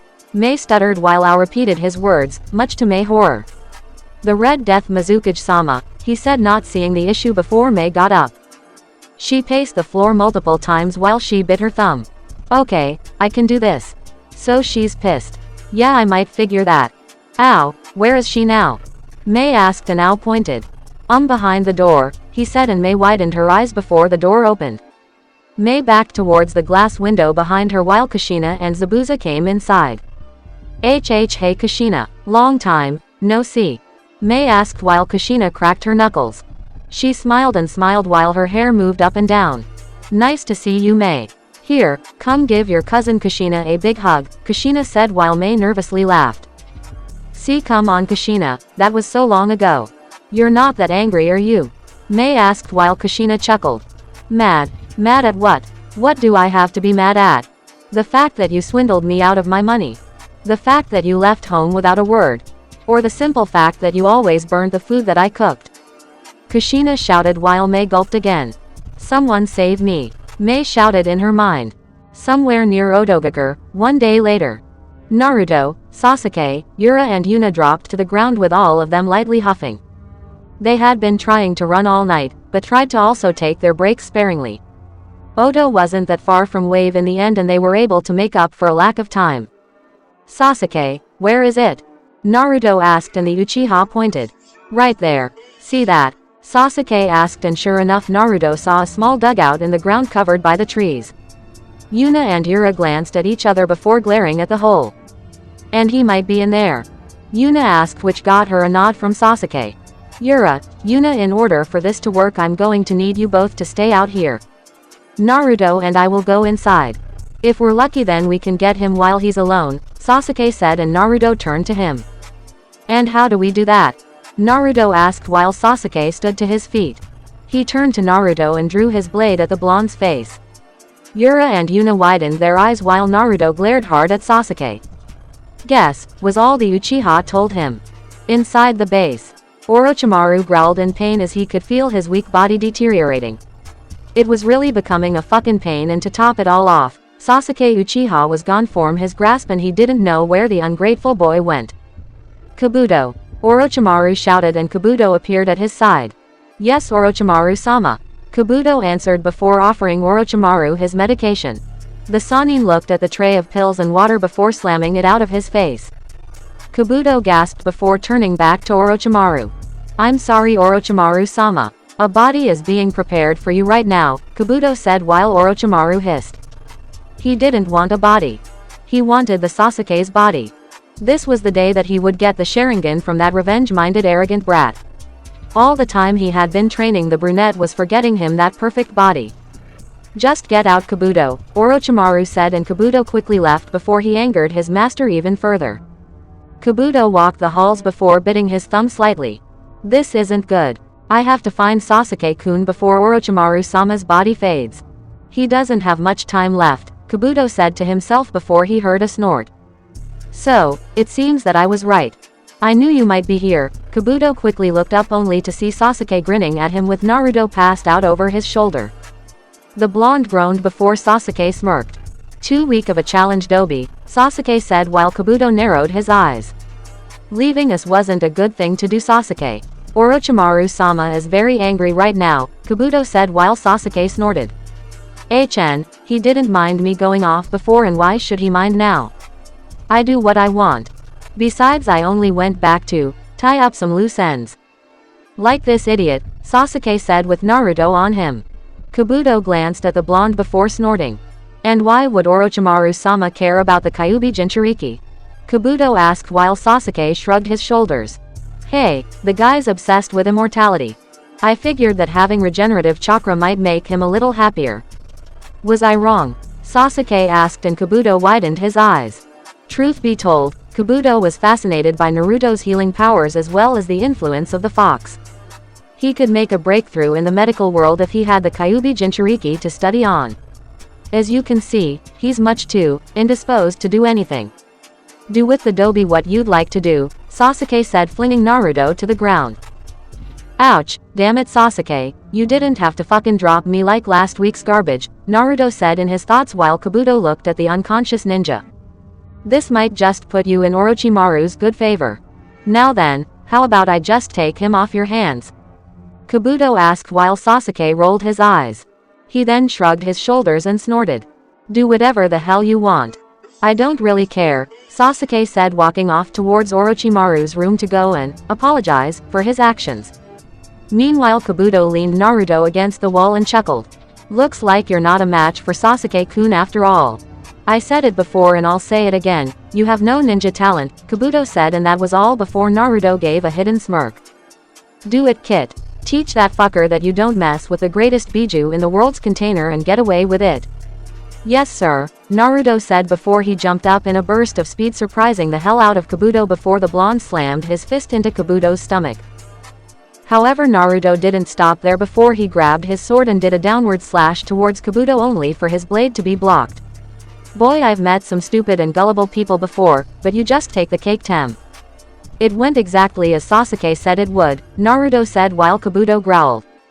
What are you talking about? Kabuto asked while Naruto snickered. Kabuto didn't get his answer before Naruto slammed his foot, sending the medic across the opposite hall. Kabuto growled and got to his feet, but strangely Naruto wasn't coming for him. He stood in the middle of the hall and chuckled. "Are you coming after me, loser?" Kabuto asked while Naruto shook his head. "Leave it to the pedo's personal screw toy to try and mess with him." "Oh no, it's just the opposite. I'm not coming at you. You're supposed to try and get past me to your master," Naruto answered, and before long Kabuto widened his eyes.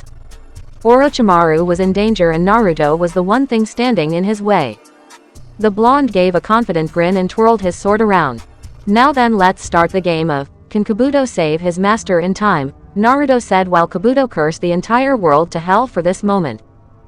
With Sasuke, the Uchiha continued to roam the familiar halls of the base before he came up to a door. Sasuke knew what he was getting himself into and was more than prepared for it if he needed to be. The Uchiha sighed before opening the doorway. "I said leave me alone, Kabuto," Orochimaru said before he noticed Sasuke staring at him with that same emotionless expression. "You've looked better." "Well, actually no you haven't," Sasuke said to him while Orochimaru growled. He tried to stand to his feet, but Sasuke pinned him to the chair with his Raiden chakra coursing through his hand. "Sasuke, you dare. After everything I did for you," Orochimaru said, sounding like some devastated girlfriend to the Uchiha, which strangely put a very ugly taste in Sasuke's mouth before he disregarded it. "What's it matter to you? You only trained me to use my body for your weird fetishes." "Sorry, but I don't roll that way. Besides, you're going to tell me something. Where is Itachi? You know, don't you?" Sasuke asked, and Orochimaru chuckled painfully. "You really are a fool. You think you can kill Itachi without me? I made you who you were and I will have your body, Sasuke," Orochimaru said before Sasuke allowed the curse mark to take over. He threw off the top of his Hinoken shirt and watched as his wings sprouted behind him. Sasuke's Raiden intensified, but he watched as Orochimaru disappeared and in his place was a rather large and white snake, but the only reason Sasuke could tell it was Orochimaru was because it had his face. Very creepy in the Uchiha's eyes, but he ignored it. Or at least he tried to. "Weirdo," Sasuke said while Orochimaru hissed at him. "This is my true form, Uchiha Sasuke. After all my experiments, then now I have attained immortality. Your eyes, your body, your soul is mine," Orochimaru hollered as he lunged for Sasuke. The Uchiha jumped into the air to dodge the strike to his being as he watched Orochimaru slither around like the damn snake he was. "HMPH, all I see is an abomination that needs to be exterminated. You think you're a match for me?" "Yeah, right," Sasuke said before he stopped his Raiden chakra and took a hold of his sword. He was now a proud member of Hinoken, he had his mother back, he learned the true about his clan, even about Itachi. He had other Uchiha in his life. He wasn't alone anymore. And it was all because of Naruto. "How about you just die already? Uchiha no Hanrin. Reigekure no Zetsubo Uchiha Rebellion." Despair of the hidden lightning, Sasuke shouted, and Orochimaru could only watch as lightning sprayed from Sasuke's sword in a spectacular show of fireworks before Orochimaru saw Sasuke disappear from his view. "Disappear," Sasuke said, and with a clink of his sword back in its sheath, Orochimaru saw the world turn upside down as his head popped from his body with a single trace of lightning coming from it. The Uchiha turned and watched Orochimaru's body fall to the ground lifeless while Sasuke snorted. "Weak," he said, but that thought quickly vanished as Orochimaru strapped himself around Sasuke's body. The Uchiha narrowed his eyes at his target while Orochimaru hissed. He opened his mouth wide to devour Sasuke like he planned, but he didn't get the chance to as Sasuke raised up his hand. "Chidori Nagashi," Sasuke shouted as his entire body lit up Raiden chakra. Orochimaru shrieked from the pain of being electrocuted while Sasuke's Sharingan spun in a complete circular motion. "I said disappear," Sasuke said while Orochimaru gasped. He could feel his life ending fast. He was weak, he needed a body, but he couldn't get one. Seeing only one way out, Orochimaru begged. "Sasuke, I can give you more power. You need me to kill Itachi. You are making a big mistake," Orochimaru said while Sasuke closed his eyes. "I don't see it that way. Now then, Uchiha no Hanrin. Chidori no Mai Uchiha Rebellion. Thousand birds dance," Sasuke mumbled before he vanished from Orochimaru's grip. The snake Sanin widened his eyes before he noticed Sasuke heading for the door. "I have cut you more than 34 times. You're finished, Sasuke said, and just like he said, pieces of Orochimaru began to hit the floor while he yelled. He cursed Sasuke, he cursed his heritage, and he cursed his brother. Why he did these things Sasuke didn't know, but it was sort of amusing in a sense. Sasuke watched as Orochimaru dropped to the ground. Sasuke also didn't miss the small white snake that tried to run away before he stabbed it dead. Good riddance, he said before walking off. With Naruto. Naruto scowled as he slammed Kabuto across the hall, sending the medic nin skidding back. He placed his sword on his shoulder and looked at his wrist like he was looking at a watch. Running out of time, Naruto said while Kabuto scowled at him. It was only when Naruto glared back that he felt the full pressure of death on his face. Naruto narrowed his eyes and walked forward. Kabuto was frozen in place by the simple ki exuding from Naruto's body. What is this pressure? Why do I feel like I'm going to die here? He's just a brat, a no-good ninja. Why? Kabuto yelled out in his mind before he noticed Naruto's seal glow brightly. The blonde was angry, and with good reason too. People who try to steal from Shin, they resurrect the dead and dishonor him. Tell me, Kabuto, do you think death is a game? Where if you die you don't have to worry cause you can come back? Well, it's not like that at all, and I'll show it to you right now, Naruto raising his sword over his head. Kabuto gulped and realized that he was feeling a fear that not even Orochimaru could give him. Honsho, Naruto said, and before he could get any further, Kabuto stabbed his leg with a kunai and managed to shunshin out of the area while Naruto closed his eyes. That was evil. That was too evil. You are a fucking demon. Great job, kid, Kyuubi complimented, and while Naruto wasn't sure whether to accept that or not, he just did out of sheer happiness that his friend was talking to him again. I try, Naruto said before he felt a tap on his shoulder. Naruto turned his head to see Sasuke looking at him. The Uchiha gave him a thumbs up and Naruto nodded his head. He then channeled his Honsho to his eyes and Sasuke watched as they became crystal clear while Naruto took to his realm of spirits. The blonde looked around and it saddened his heart to hear so many people wailing about being kept as Orochimaru's toys, but that was all before they turned around. Shikan-sama. They all shouted in unison. Boys, girls, men, women, people of all ages were looking at Naruto, and the blonde rubbed the back of his head. It was then that Naruto turned around to Sasuke and growled. Ah, so many of the tortured. So this is where they are, Orochimaru said, cackling while the other spirits growled. They were about to charge at the rogue soul of Orochimaru before they all noticed Naruto raise his hand for them to stop. Sasuke only saw Naruto raise his hand before he heard Naruto speak.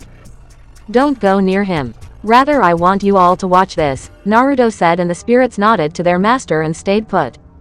Orochimaru raised an eyebrow on why they stopped before he turned to see Naruto staring directly at him.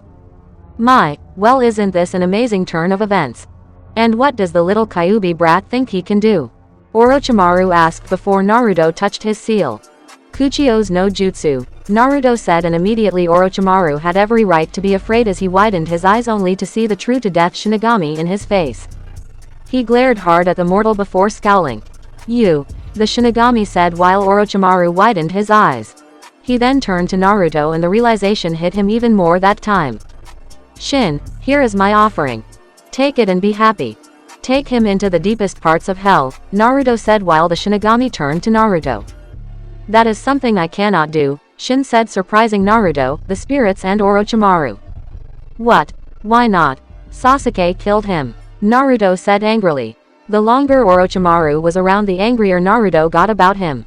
Orochimaru had a big-ass smile on his which seemed to piss Naruto off to no end. Calm down, Shikan. The reason why I can't drag him through the depths of hell like you would want is because this isn't all of his soul, Shinigami said while everyone else was confused. His soul is spread throughout too many people. I need at least 70% of him to fully expel him from the world.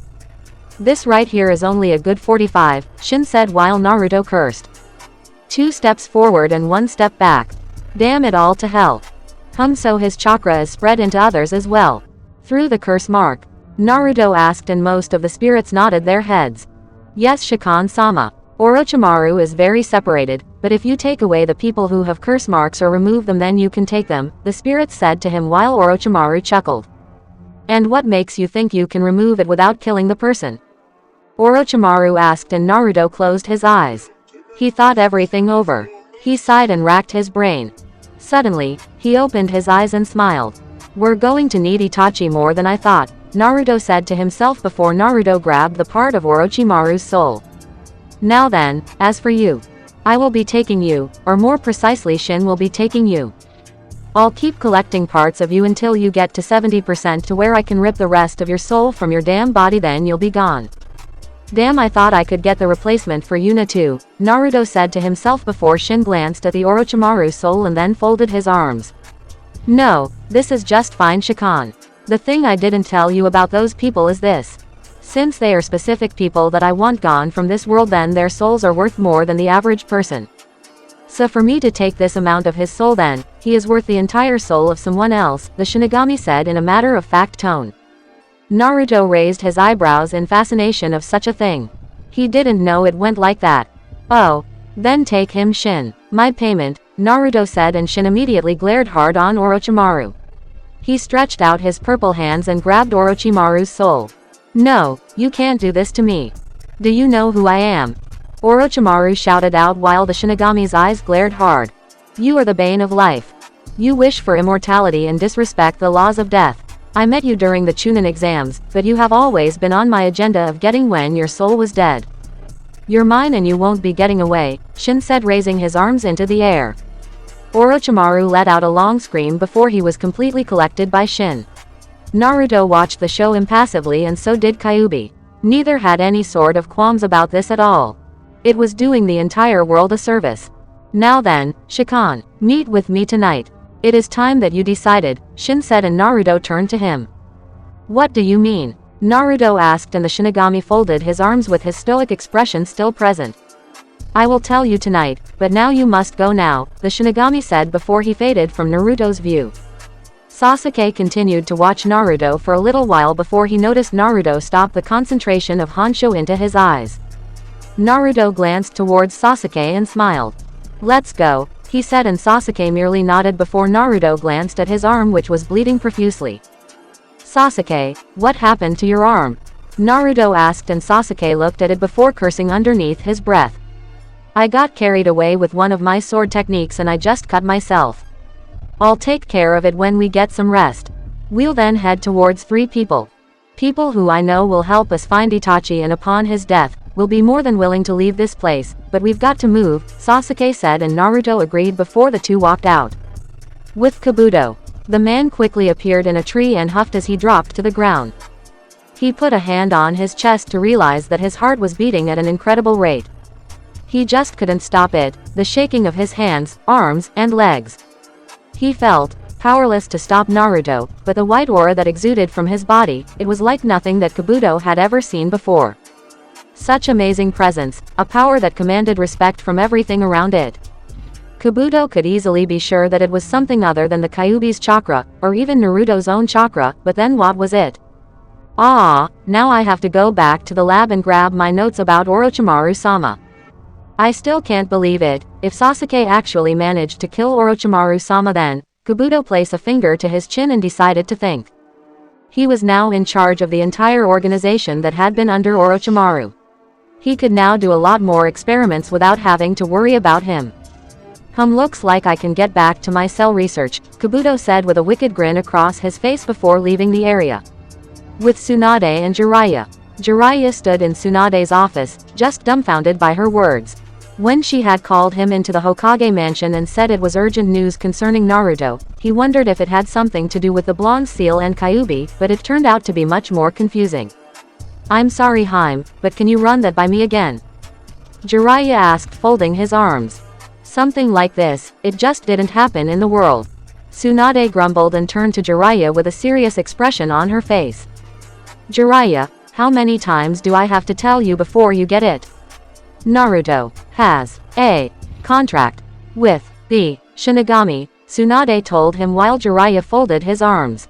But why would the god of death be interested in Naruto? Hell, how does anyone even meet the Shinigami? Jiraiya asked, and Tsunade folded her arms before sitting back in her seat. Based on what Naruto told me, then it seems that the Shinigami found interest in him. It really did scare me when he told me that he was supposed to die before Kakashi actually got him to Konoha. Jiraiya, I promised Naruto that I wouldn't say anything, but as his sensei then I felt you had a right to know, Tsunade said while Jiraiya chuckled. Tsunade looked at him in confusion only to see Jiraiya with a longing look in his eyes. Sorry Haim, but you talk of rights and all, it just makes me feel that as his sensei then Naruto had the right to know his parents. At his age I'm sure he was more than curious. I probably should have told him by that time, Jiraiya said while Tsunade sighed. You know why we couldn't, Tsunade answered before she heard Jiraiya chuckle. Then it would all make sense. Kushina being around, the Uchiha getting his mother back. Hiashi actually smiling. Yep, it all is making sense now, Jiraiya said and Tsunade resisted the urge to crack a smile before she nodded her head. And in the end the only real responsibility we had to him we didn't even do. It's no wonder he'd keep a secret from all of us, Tsunade said sort of depressing herself, to which Jiraiya nodded, although it was rather reluctant to say the least. I know what you mean, but we'll just have to do better for him.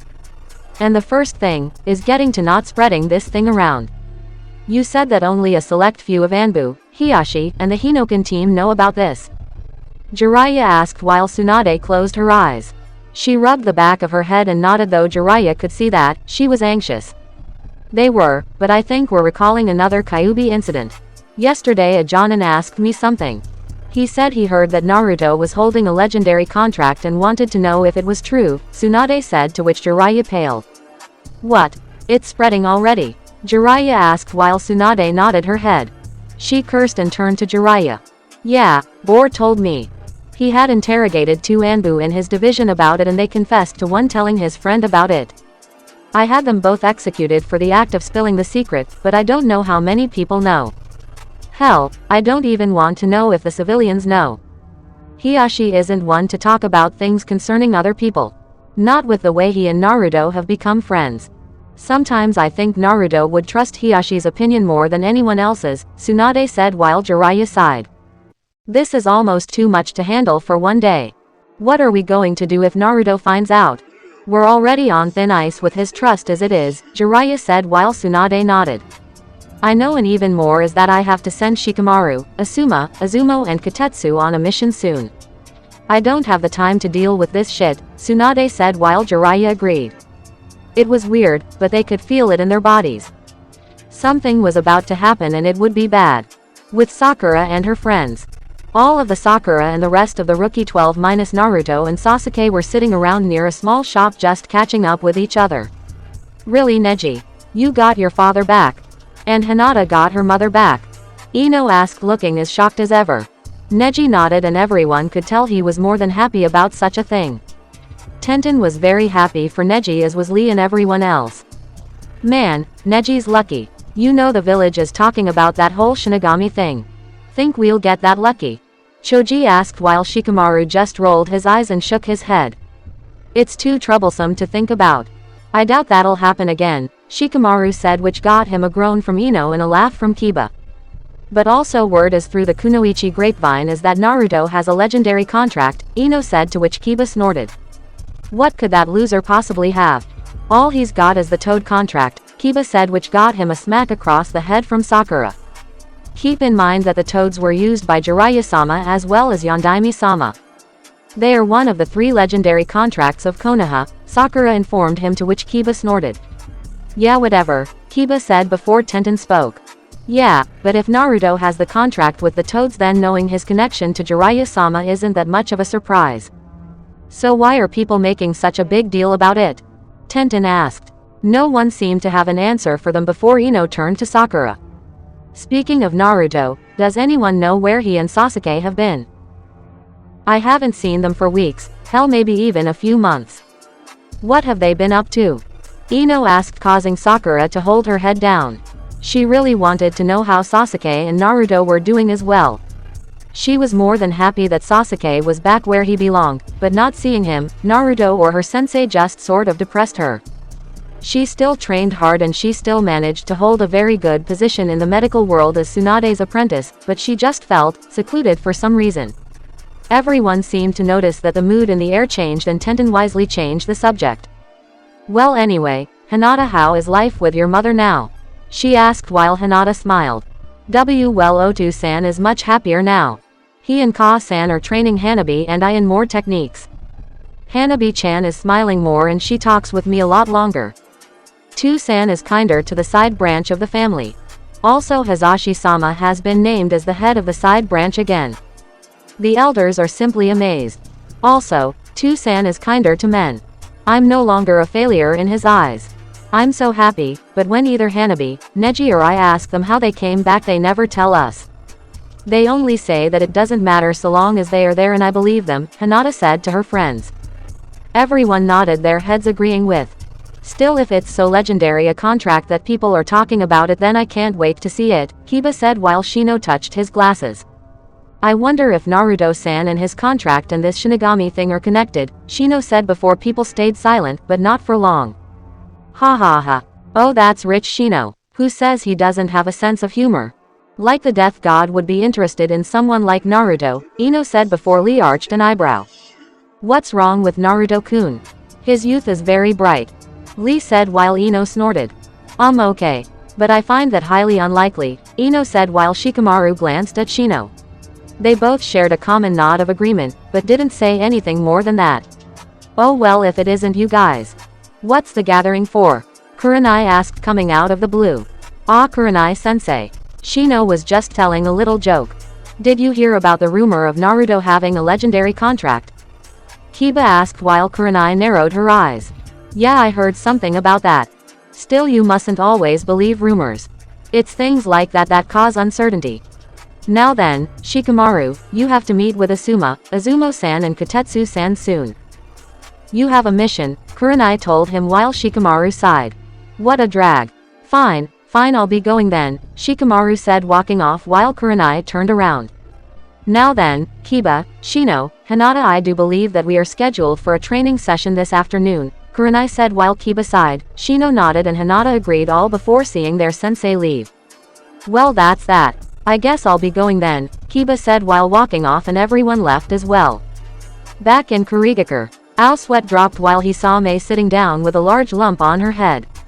She still tried to look as dignified as possible, but that seemed to be impossible at the moment. Meanwhile Kushina was busy counting the large bag of yen in her hands while she gave a cheeky grin. Pleasure doing business with you Databane, Kushina said chuckling while Mei snorted. Zabuza and Ao glanced at each other before shrugging their shoulders and sighing all the same. But seriously Kushina, it's good to see you. Last time I heard of you died, Mei said while Kushina smiled. She stepped forward and hugged her cousin.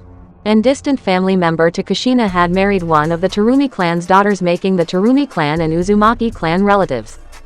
It was somewhere during the Nadaime Uzukage's reign when it happened. Kushina and Mei had visited each other a lot until Mei had to be transferred to Kiri while Kushina had to go to Konoha. Both had tried to keep in touch, but the problems in Kiri made it rather difficult. I know what you mean Mei. It's really good to see you too. As you can see I'm as fit and healthy as the last day we saw each other, Kushina said smiling while Mei nodded her head. It's also good to see you Zabuza. Staying out of trouble? Mei asked causing Zabuza to snort, but nod anyway. Ao, go grab our guests some tea. I want to catch up with Kushina, Mei said while Ao nodded his head before leaving the room. So Kushina, anything happen with you lately? Mei asked and Kushina smiled. Well it's late that you would know, but I have a son. A 16-year-old son, Kushina said while Mei widened her eyes. I have a cousin again. Oh what's his name? Mei asked and Kushina smiled. Naruto Uzumaki, you didn't know. I had asked Sarutobi to introduce you to him when he was 10 and hopefully you could be there for him as well, Kushina said while Mei arched an eyebrow over her head. Really? I wasn't informed or maybe it never got to Kiri, but had I known I would have gone in a heartbeat. Is he cute? Mei asked rather intently to which Kushina noticed. Yep, the cutest he could be, Kushina said with a smile while Mei gave another smile of her own. Oh, I wouldn't mind seeing him for myself. So what brings you to Kiri? Mei asked and Kushina pointed to Zabuza. He told me about you and I just knew I had to come and see you after so long. That's really the only reason I came, Kushina said while Mei smiled with a nod. I see. Well then allow me to have a chat with you after all this time, Mei said and Kushina agreed before sitting down. With Sasuke and Naruto. Sasuke was currently in his room with Yuna while Yura and Naruto were in the other one. Yuna was currently patching up her cousin with some bandages while she smiled. Still as reckless as ever with the Uchiha Kenjutsu Sasuke, but that's what I miss about you, Yuna said while Sasuke snorted. He continued to hold out his arm while Yuna sprayed it over with some disinfectant. I'll be fine, it's not like I'm dying, Sasuke said before he felt Yuna flinch. He widened his eyes before cursing underneath his breath. I'm sorry, I didn't mean it like that, Sasuke said while Yuna shook her head. No, it's fine. Being dead, it makes you look at the world differently. You know Sasuke, when I died the last thing I saw was you. Me wishing that I could see you one more time. To laugh and play with you one more time. I was scared, Yuna said shivering over Sasuke's bandages. The Uchiha glanced at her before turning around. "Chen," he answered while Yuna chuckled. "I'm so happy. It's thanks to Shikan-sama that I can be here and that I can see you again. You don't know how much it means to me," Yuna said while Sasuke turned around. "Are you going to cry?" he asked while she chuckled. "Please, Uchihas don't cry. We just don't. And never," Yuna said before Sasuke turned around. He could see Yuna rubbing her eyes with a smile on her face. Her long brunette hair falling down her sides. She seemed so tomboyish at times, but Sasuke sighed. What is it with this woman? He wondered to himself before he noticed Yuna looking at him. "Well, let's get you bandaged up," she said suddenly, however that all seemed to end before Yuna widened her eyes. She could feel something soft on her lips. She looked up only to see Sasuke, her family, her cousin, kissing her full on the lips. Sasuke, Yuna said, but the male Uchiha didn't let her finish what she might have wanted to before he deepened it further. Yuna sighed before Sasuke pushed her to the bed. "If you're scared, then I'll just make it so that you'll never die again," Sasuke told her and Yuna gasped out before Sasuke leaned up from her. "Sasuke, you can't do that. We're family," Yuna said, but Sasuke snorted. "I don't really care if we are." "Why? Tell me why," Sasuke said while Yuna seemed confused. "Why what?" she asked and Sasuke growled. "Why you? Ever since academy I never cared for girls. To me, they were just a damn pain in the ass with their Sasuke-kun, this or Sasuke-kun, that. I hated it all, but you. I let you do whatever the hell you want and I just don't care. 2 days ago I let you drag me around the island like it was nothing to me when I could have been training. Why is it that Sasuke trailed off leaving it to the imagination. Yuna looked at him and sighed. Maybe right now it was the first time she had seen her cousin as a man, a potential mate. Yuna then glanced at Sasuke's shirtless body and shuddered. "Sasuke, I don't know. I couldn't do that to Makoto-sama. Do you know what she would think of us if we did that?" Yuna asked while Sasuke closed his eyes. "HMPH, you know what? Just forget it," Sasuke said getting up from the bed and walking to his side. "No, Sasuke, wait a minute. Please just listen," Yuna said and Sasuke paused. He folded his arms and turned around. "What?" he asked clearly annoyed at some of this. The Uchiha was 16 years old and so was Yuna, technically, how could she worry about what his mother had to say? "Sasuke, I have never been desired before," Yuna said while Sasuke arched an eyebrow. "And why not?" he asked while Yuna shrugged her shoulders. "I'm not sure.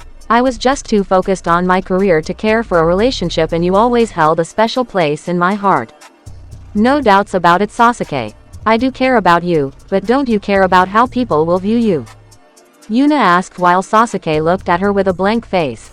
"Yuna, I was a self-righteous, egotistical Uchiha who was obsessed with revenge enough to shun nearly everyone in my village and leave said village to go to an S-rank missing nin who was deemed insane just to get the power to kill my brother whom I now know the truth about.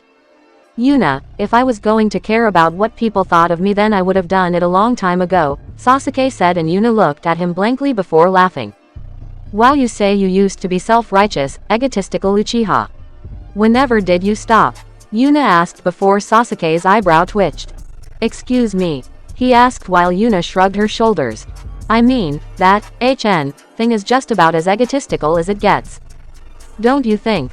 Yuna asked with a smile. Was Sasuke's response before he got into his side of the bed, but he stopped when Yuna wrapped her arms around him. "So you really feel that way? You don't care?" she asked and Sasuke shook his head. Never have, never really will, he said, and Yuna smiled. She then chuckled and closed her eyes. Since when did you become a smooth talker? She asked, and Sasuke snorted. Never, I just did this now, he said before Yuna turned him around. Is that so? Well, are you going to tell Shikon-sama? Yuna asked, and Sasuke immediately paused. He had no way of knowing how Naruto could react to such a thing. The guy was sometimes dense, but still. I think I'll wait, he said, and Yuna closed her eyes. You know you're mean. You stole my first kiss just like that, Yuna said, and Sasuke snorted. And I'm about to steal the second, third and fourth ones, he said, and before Yuna could register that, Sasuke quickly pushed his lips back to hers, making Yuna sigh in absolute bliss. Cheater, was also she said. With Naruto oblivious to what was going on in Sasuke's room, Naruto and Yura were lip-locking as well. Ni-sama, we have to get up early tomorrow. We should go to bed, Yura said between breaths while Naruto parted from her. He grinned with a nod before giving her another quick kiss on the lips.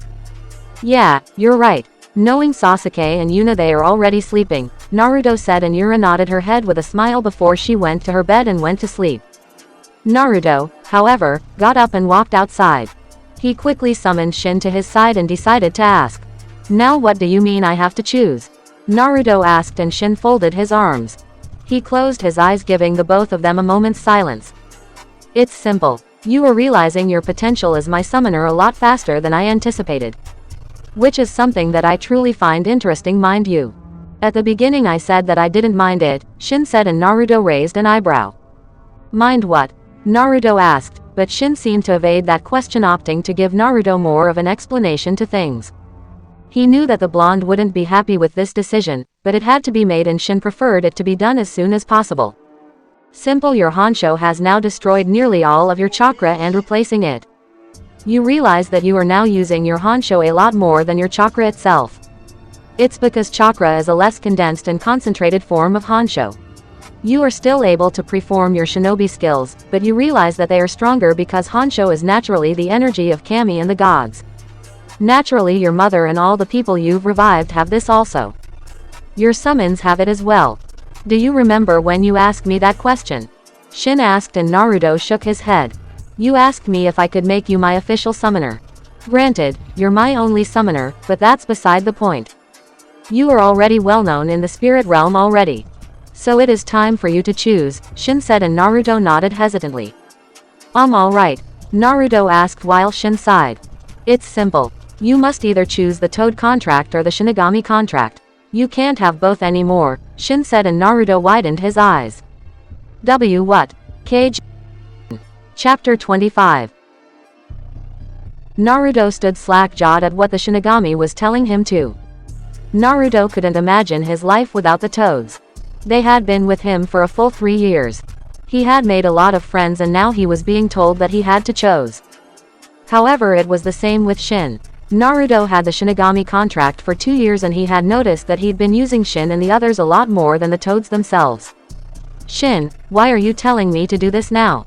I thought you said it would be fine, Naruto said to the powerful spirit in front of him, and Shin didn't budge with any kind of emotion. He knew what he said and why he said it. As I said, you are realizing your potential a lot faster than I anticipated, and this is why I'm telling you that you must choose now. This isn't something that can wait, Shin said, and Naruto cursed. He was hoping that maybe he could have some time to think about it. On the one hand, he had his mother back because of Shin, and so many other good things were happening because he had Shin, and on the other hand he was giving up the only real link he had with his father, Minato Namikaze. If I didn't choose you, then what would happen? Naruto asked, and Shin still didn't give Naruto any kind of emotion. He could see the distress in Naruto's eyes over this and closed his eyes while speaking in his usual authoritative tone. One that Naruto had all but gotten used to by now. If you don't take the Shinigami contract, then it will disappear from your hand, and the seals across your body will vanish as well. Your ability to use Honsho will be returned to chakra, and you won't be able to communicate with the spirit realm anymore. Spirits won't recognize you as a Shikon, and the summons in your sword will disperse, Shin said, and Naruto shuddered. That was a lot to lose for the blonde Hinokan member. He really didn't want that, but then the most important question came into his head. What about my mother? Sasuke's mother? Everyone that I revived, what about them? Naruto asked, and the response was for Shin to glare evenly at his summoner. He could see the shakable doubt in Naruto's eyes as he responded. They will all live, and will you? Granted, your souls will be accessible to me again and their Honsho will be replaced with chakra once again, but when they die then they too shall become mine. In essence, the process for me would go as it normally does, Shin said, and Naruto looked at the ground. He cursed underneath his breath. Visions of Shukaku and fun times flashed into his head. Naruto had so much to thank the toads for. Almost nothing could ever replace them, but with Shin, he got Orochimaru, he got his mother, and he just felt that with Shin he could really bring the world to peace. Somehow, someway, he could do it if he had Shin by his side. Can I at least say goodbye? Naruto asked, and Shin unfolded his arms. Contrary to popular belief, Shin wasn't a cold, heartless bastard that just stole your soul when it was convenient. He actually did care about some things, but being around death all the time, then it made you cold, but never cold enough to deny someone a right. Yes, you may. I shall give you the time that you need, Shin said, and Naruto thanked him. He watched as Shin vanished from view to give Naruto the time he wanted. Naruto stayed at the ground a little bit, and he even thanked Kyuubi that the fox was being quiet. Kyuubi knew the situation and he wouldn't speak about anything this time. The blonde would speak when he wanted to, and Kyuubi would just listen before going back to himself and arguing with his friend as usual. Naruto slowly raised his hand towards his mouth and bit his thumb. He went through the hand signs for the summons he would use for the last time. Kuchio's no jutsu, Naruto said with a sad smile, and immediately a puff of smoke came in front of him. What's up, man? I haven't seen you in a while, Gamakichi said to Naruto. Naruto smiled at the large toad and rubbed the back of his head. Nothing much, man. Nothing much. I just thought I'd see how you and the guys were doing, Naruto said, and Gamakichi gave him a thumbs up. It's all good, bro. Say, what's the matter? You look sad. You're never one to look sad, Naruto, Gamakichi said with a suspicious glare, and Naruto chuckled as he leaned against a tree. He then held out his hand while Gamakichi looked at it weirdly. Goodbye, man, Naruto said while Kichi raised an eyebrow towards him. He didn't know if this was some kind of game, but he then noticed the tears on Naruto's face. He widened his eyes before he looked down at Naruto's hand in realization. He frowned and smiled. I guess I can't ask for candy anymore, Kichi said while Naruto chuckled. He nodded his head silently while Kichi summoned the scroll. He unfurled it and looked at Naruto's name on it. 3 years we've been together, I guess. Time sure does catch up with you, Gamabunta's son said while Naruto still kept his hand out. Kichi then placed the scroll down on the ground and smiled. He took his webbed hand and grabbed Naruto's. Is it worth it? He asked, and immediately Naruto responded. Yes, it is. I will never forget you. I promise, Gamakichi, but this other contract I have. I need it, and I know that I have a job to do with it, Naruto said, and that was pretty much all he needed. Kichi looked at the scroll and did a quick hand sign. He slammed the scroll and a light shined while Naruto could see the letters of his name begin to disappear. Hehe, I'm pretty sucky at long goodbyes, man. I never thought that you'd be the person I'd have to say goodbye to. You always were an idiot, but you were one of the coolest people I'll ever meet, Gamakichi said while Naruto nodded. They continued shaking hands with each other while they noticed Naruto's name disappearing. Tell Bunta that even though he never saw me as his summoner, I still enjoyed all the times I had with him. I hope to see you guys again anytime, Naruto said, and Kichi nodded with one final shake. Same here, man. You gotta do what you gotta do. Friends? Kichi asked, and Naruto snickered. Until the end, man, he said, and Naruto's name vanished completely with only Jiraiya's name left. Gamakichi furled up the scroll and turned his back to Naruto. The blonde sighed while he was sure he saw a tear fall from Gamakichi's face before the toad vanished in a puff of smoke. Naruto stayed in the forest for a little bit thinking over his actions. He looked down at the Shinigami contract. It's all over, Naruto said before he quickly spun on his heels and turned around. You can come out now, Shin. I did it, Naruto said, and just like that Shin quickly showed himself to Naruto only to see Naruto's slightly happy face. He wasn't sure why he was smiling, but maybe it was a grief smile. He could see Naruto wipe his face and tried to look serious, almost like the summoner of the Shinigami couldn't be seen crying. Especially not in front of the spirits that were probably around him. However, Naruto suddenly felt a sharp pain to his body and fell to the ground. He seemed to be doing that a lot lately. He growled and tried to withstand the pain that was going on inside him. He could feel his body burning with power. The seals on his body lit up the night sky before Naruto levitated into the air. He saw Shin open his hands while all the summons that could be seen to Naruto visibly got on their knees and bowed, keeping their heads to the ground. "Shikon-sama," they all said while Kyuubi could feel it too. The intricate seals on Naruto's stomach that had originated from his hand now mixed with the seal on his stomach set to hold the Kyuubi in its prison. He then widened his eyes as she closed his eyes. "You are worthy. You are capable. You are my summoner. Summoner Naruto Uzumaki, Jinchuriki of the Kyuubi no Yoko. You are the dealer of death. The grand bridge between mortals and spirits. I shall now fully acknowledge you," Shin said, and everyone visible watched as the beads wrapped around Shin's hand and came loose. They floated in the air before they compressed and quickly attached themselves to Naruto's Hinoken shirt. Naruto felt a sharp pain and noticed that the beads were being absorbed into his arm. He cursed at the burning sensation, but once they were inside he could literally feel each and every beads break apart, then each settled into a different section of his body. What's happening to me?" Naruto asked while Shin spoke. "All of your chakra is gone. Chakra is needed to use the summoning contract. Now that you have separated, then the last remnants of your chakra are gone. Your body is now completely filled with Honsho and as such you my complete summoner," Shin said, and Naruto floated to the ground. He felt incredible. He could feel the power of the shinigami flowing through him while the spiritual fires danced around his body like in celebration of his accomplishment. Naruto could hear the chorus of "Shikon-sama" coming from every direction imaginable. He was even sure that he could hear the ones in his swords. Everyone everywhere was sending him their acknowledgement. He didn't even know how his mother was doing. With Kushina. Luckily for Kushina, her meeting with Mei had ended and she was in a hotel while Zabuza went out for a bit when it happened. Kushina felt the seals brighten across her body while she stood to her feet. She looked in the mirror and gasped out to see her entire being surrounded in fire. Something had to be happening with Naruto for this to happen. Why do I feel so strong? I feel incredible. This is amazing. Sochi, what did you do? Kushina wondered before she grabbed her sword.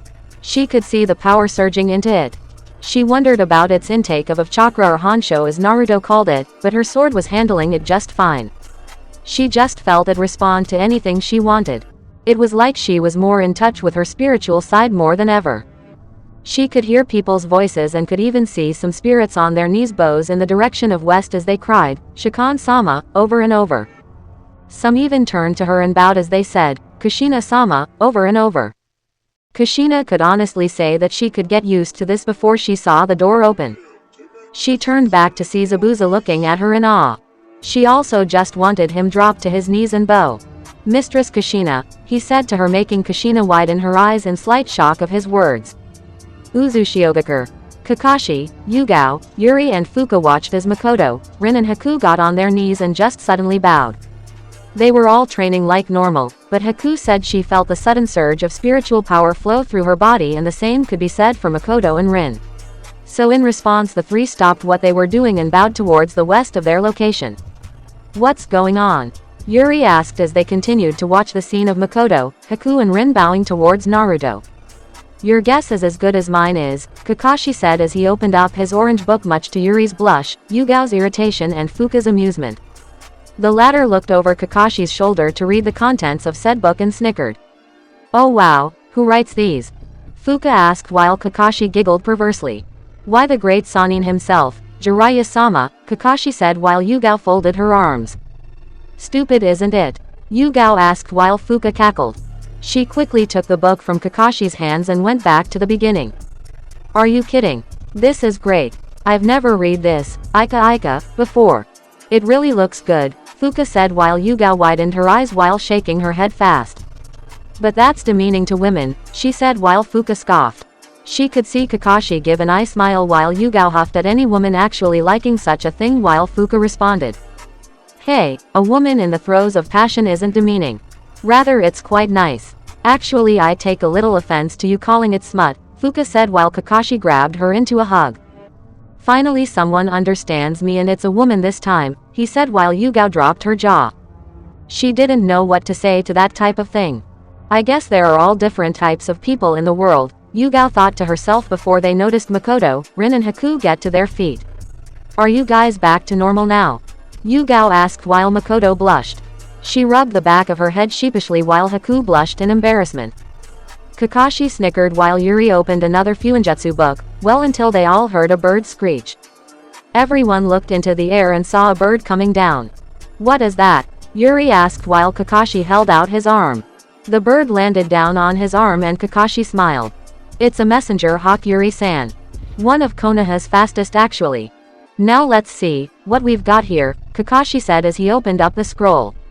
He looked inside and widened his eyes. He visibly stiffened while everyone glanced at him. Kakashi, what's the matter? Makoto asked while Kakashi narrowed his visible eye.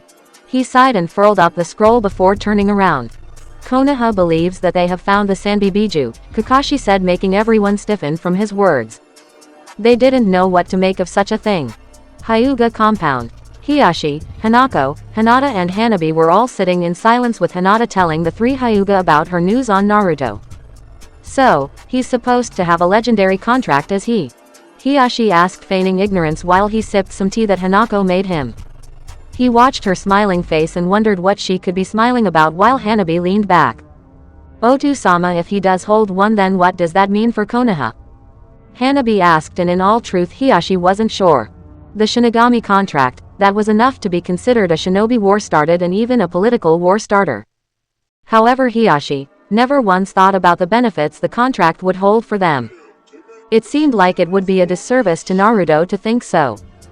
Naruto was one of Hiashi's friends after all. The Hyuga clan leader wasn't exactly sure when his friendship with the Uzumaki had started, but he sure didn't regret it at all. Well, Hanabi, summon contracts aren't in allegiance to the village, but to the summoner. They have to obey their summoner, but never the village they come from. Also, you shouldn't proceed on rumors. Both of you, either get facts or ask, but never assume, Hiashi said in an even tone. And besides, I'm sure Naruto-san wouldn't keep secrets from his friends if he's anything like you've described him, Hanako said coming in. Although she could tell that from having seen Naruto herself and having talked with the blonde, she still felt the need to say that. I think you're right, Kasama, Hinata, before there was a knock on the door. Everyone turned to see a branch member come in. Hiashi-sama, Hinata-sama has been requested to appear before Hokage-sama immediately, he said, and Hiashi nodded his head while Hinata got to her feet. They watched her walk off while Hanabi got up and walked away also. She had a meeting with her own squad soon, which left the two parents alone. What are we going to do, Hiashi? It really seems that it's getting around. I really hope nothing happens that this village is going to regret, Hanako said, and Hiashi agreed with her on that, but he wasn't about to tell anything to anyone. He never really talked that much anyway, and talking about irrelevant things just wasn't his style. I don't know, but we'll just have to wait and see, Hiashi said while Hanako nodded as she quietly got to her feet and kissed her husband on the cheek before walking off somewhere to go and get something done. With Naruto. Naruto floated back down to the ground and the white light dissipated from his body. He slowly opened his eyes and saw every spirit giving him their acknowledgement. He had no idea of what to say before he smiled. Shin, Naruto said, making the death god look down to him. Naruto turned around and gave the Shinigami his warmest smile. One that he felt his summon deserved. Thank you for everything, Naruto said, and Shin's response was to only slightly nod his head in acknowledgement before he disappeared. Naruto watched the other spirits bow and leave before he merely smiled and walked off. He had to get to sleep and he could feel that tomorrow was going to be a long day. He also couldn't stand it if the others went looking for him and he was gone. Luckily for Naruto, it wasn't long before the morning came for him as he, Yura, Yuna and Sasuke appeared outside. Yuna and Sasuke seemed to be especially close to each other, or maybe that was his imagination. He wasn't sure which one, but he left it alone while Sasuke spoke. And that's why I think we should split up. No doubt Kabuto's going to be sending out more people. Naruto, you and Yura should deal with them. Yuna and I are going to go and find Itachi. In order to do that, I need to find 4 other people to take with me. Is that alright with you? Sasuke asked, and Naruto sighed. I suppose that's fine if it should be. Actually, now that we've taken our Orochimaru, or at least a part of him, I was thinking that Yuna and I would head back to Uzushiogakure. Either that or have her take a crack at the bingo book for C ranks since I still want to test her out here. We should also. Naruto trailed off when he saw a puff of smoke. He knelt down and noticed Pakun. Yo, what's up kid? I have a message for you from Kakashi. It seems that Konoha has located the Sanbi Jinchuriki, Pakun said while Naruto widened his eyes. He and Sasuke glared while Yura and Yuna glanced at each other. The Sanbi? Seriously? And what does that have to do with us? Naruto asked while Pakun cleared his throat. As with Konoha's instructions from Hokage-sama, you are to unite with Kakashi and investigate immediately. Understood brat? Pakun asked while Naruto snorted. He really didn't have time for this, but orders were orders Naruto figured. Hey Sasuke, it doesn't say if I have to or if we both have to, so why don't you and Yuna go and do what you have to? I'll be going with Yura to go find Kakashi. Is that cool with you? Naruto asked while the Uchiha and Yuna nodded their heads. Yura agreed with Naruto's idea as well while Sasuke turned around. If you say so. Let's go Yuna, Sasuke said and the two quickly left Naruto and Yura in the woods alone. Naruto and Yura stayed silent for a few moments before Naruto wrapped his arm around Yura's shoulder. She turned to him and decided to voice her concerns. Ni-sama, what are we going to do? We're facing off against a Biju. Shouldn't we bring Kushina-sama? Yura asked and Naruto knew what she meant. Naruto was equal to his mother in Fuinjutsu, but she had a lot more experience than he did. Naruto folded his arms and leaned against a tree while Yura watched him adopt a thinking pose. Well Kyuubi, what do you think of Sanbi? Naruto asked making Kyuubi stir. He heard the blonde's question and lazily rubbed his head with one of his tails. Sanbi is rather reclusive. Really if you leave him alone then he'll leave you alone, but I have a feeling that neither those S-rank bastards nor the snake's right-hand man are going to leave it that way. In which case I'd say that he's more than likely to try and kill us all. Yep, that's him, but do what you have to, Kyuubi said while Naruto began to question his Biju's relationship with the others or him, but he didn't keep that thought. We'll just have to make it up as we go along Yura-chan. Come on, Kakashi-sensei is waiting for us, Naruto said as he hopped towards a tree branch. Yura merely followed him and the two continued to race through the forest before Naruto took a look at his hands. He closed his eyes and decided to test it out. He quickly covered his hands in the honcho before closing his eyes. Separate it, channel it to the stomach and reunite it before pushing it directly past your limbs. Concentrate, Naruto said as he tried to move his chakra in the way that he wanted as he no longer paid attention to the way in front of him. Yura watched him as he went through whatever he was doing before he noticed Naruto's mouth move which got her to talk. Ni-sama, what are you? Kukanugami no Jutsu, Naruto shouted as he closed his eyes. He quickly extended his hands and a layer of white ripples expelled from his body as they traveled around the area. Naruto then opened his eyes and gasped. He looked up at the sky. The clouds stopped moving, the birds stopped in mid-flight and stopped chirping. The trees weren't swaying from the wind. Naruto turned his head to see Yura. She was just staring at him, her lips were in mid-speak like she wanted to say something, but wouldn't. Whoa, what happened? Naruto wondered before he jumped to the ground. Nothing was moving in front of him. Everything stopped. Brat, you have just gotten my respect. Did you just stop time? Kyuubi asked while Naruto looked around. He didn't know if he did or not. Naruto quickly took out his sword and channeled his honcho into it. The blonde then swung his blade at a tree before placing it back in its sheath. I don't know. Nothing's happening. Unless, I got it right. I knew my Kage Bunshins were onto something. All that training they did along with Ka-chan made it work. It worked. Kyuubi, it's a distorted space that I created. It looks like the more chakra I pump into the technique the longer it works this way and it seems that it won't do me much good now since it's ending, Naruto said and just like that, he noticed a wave of honcho pass by him before everything resumed.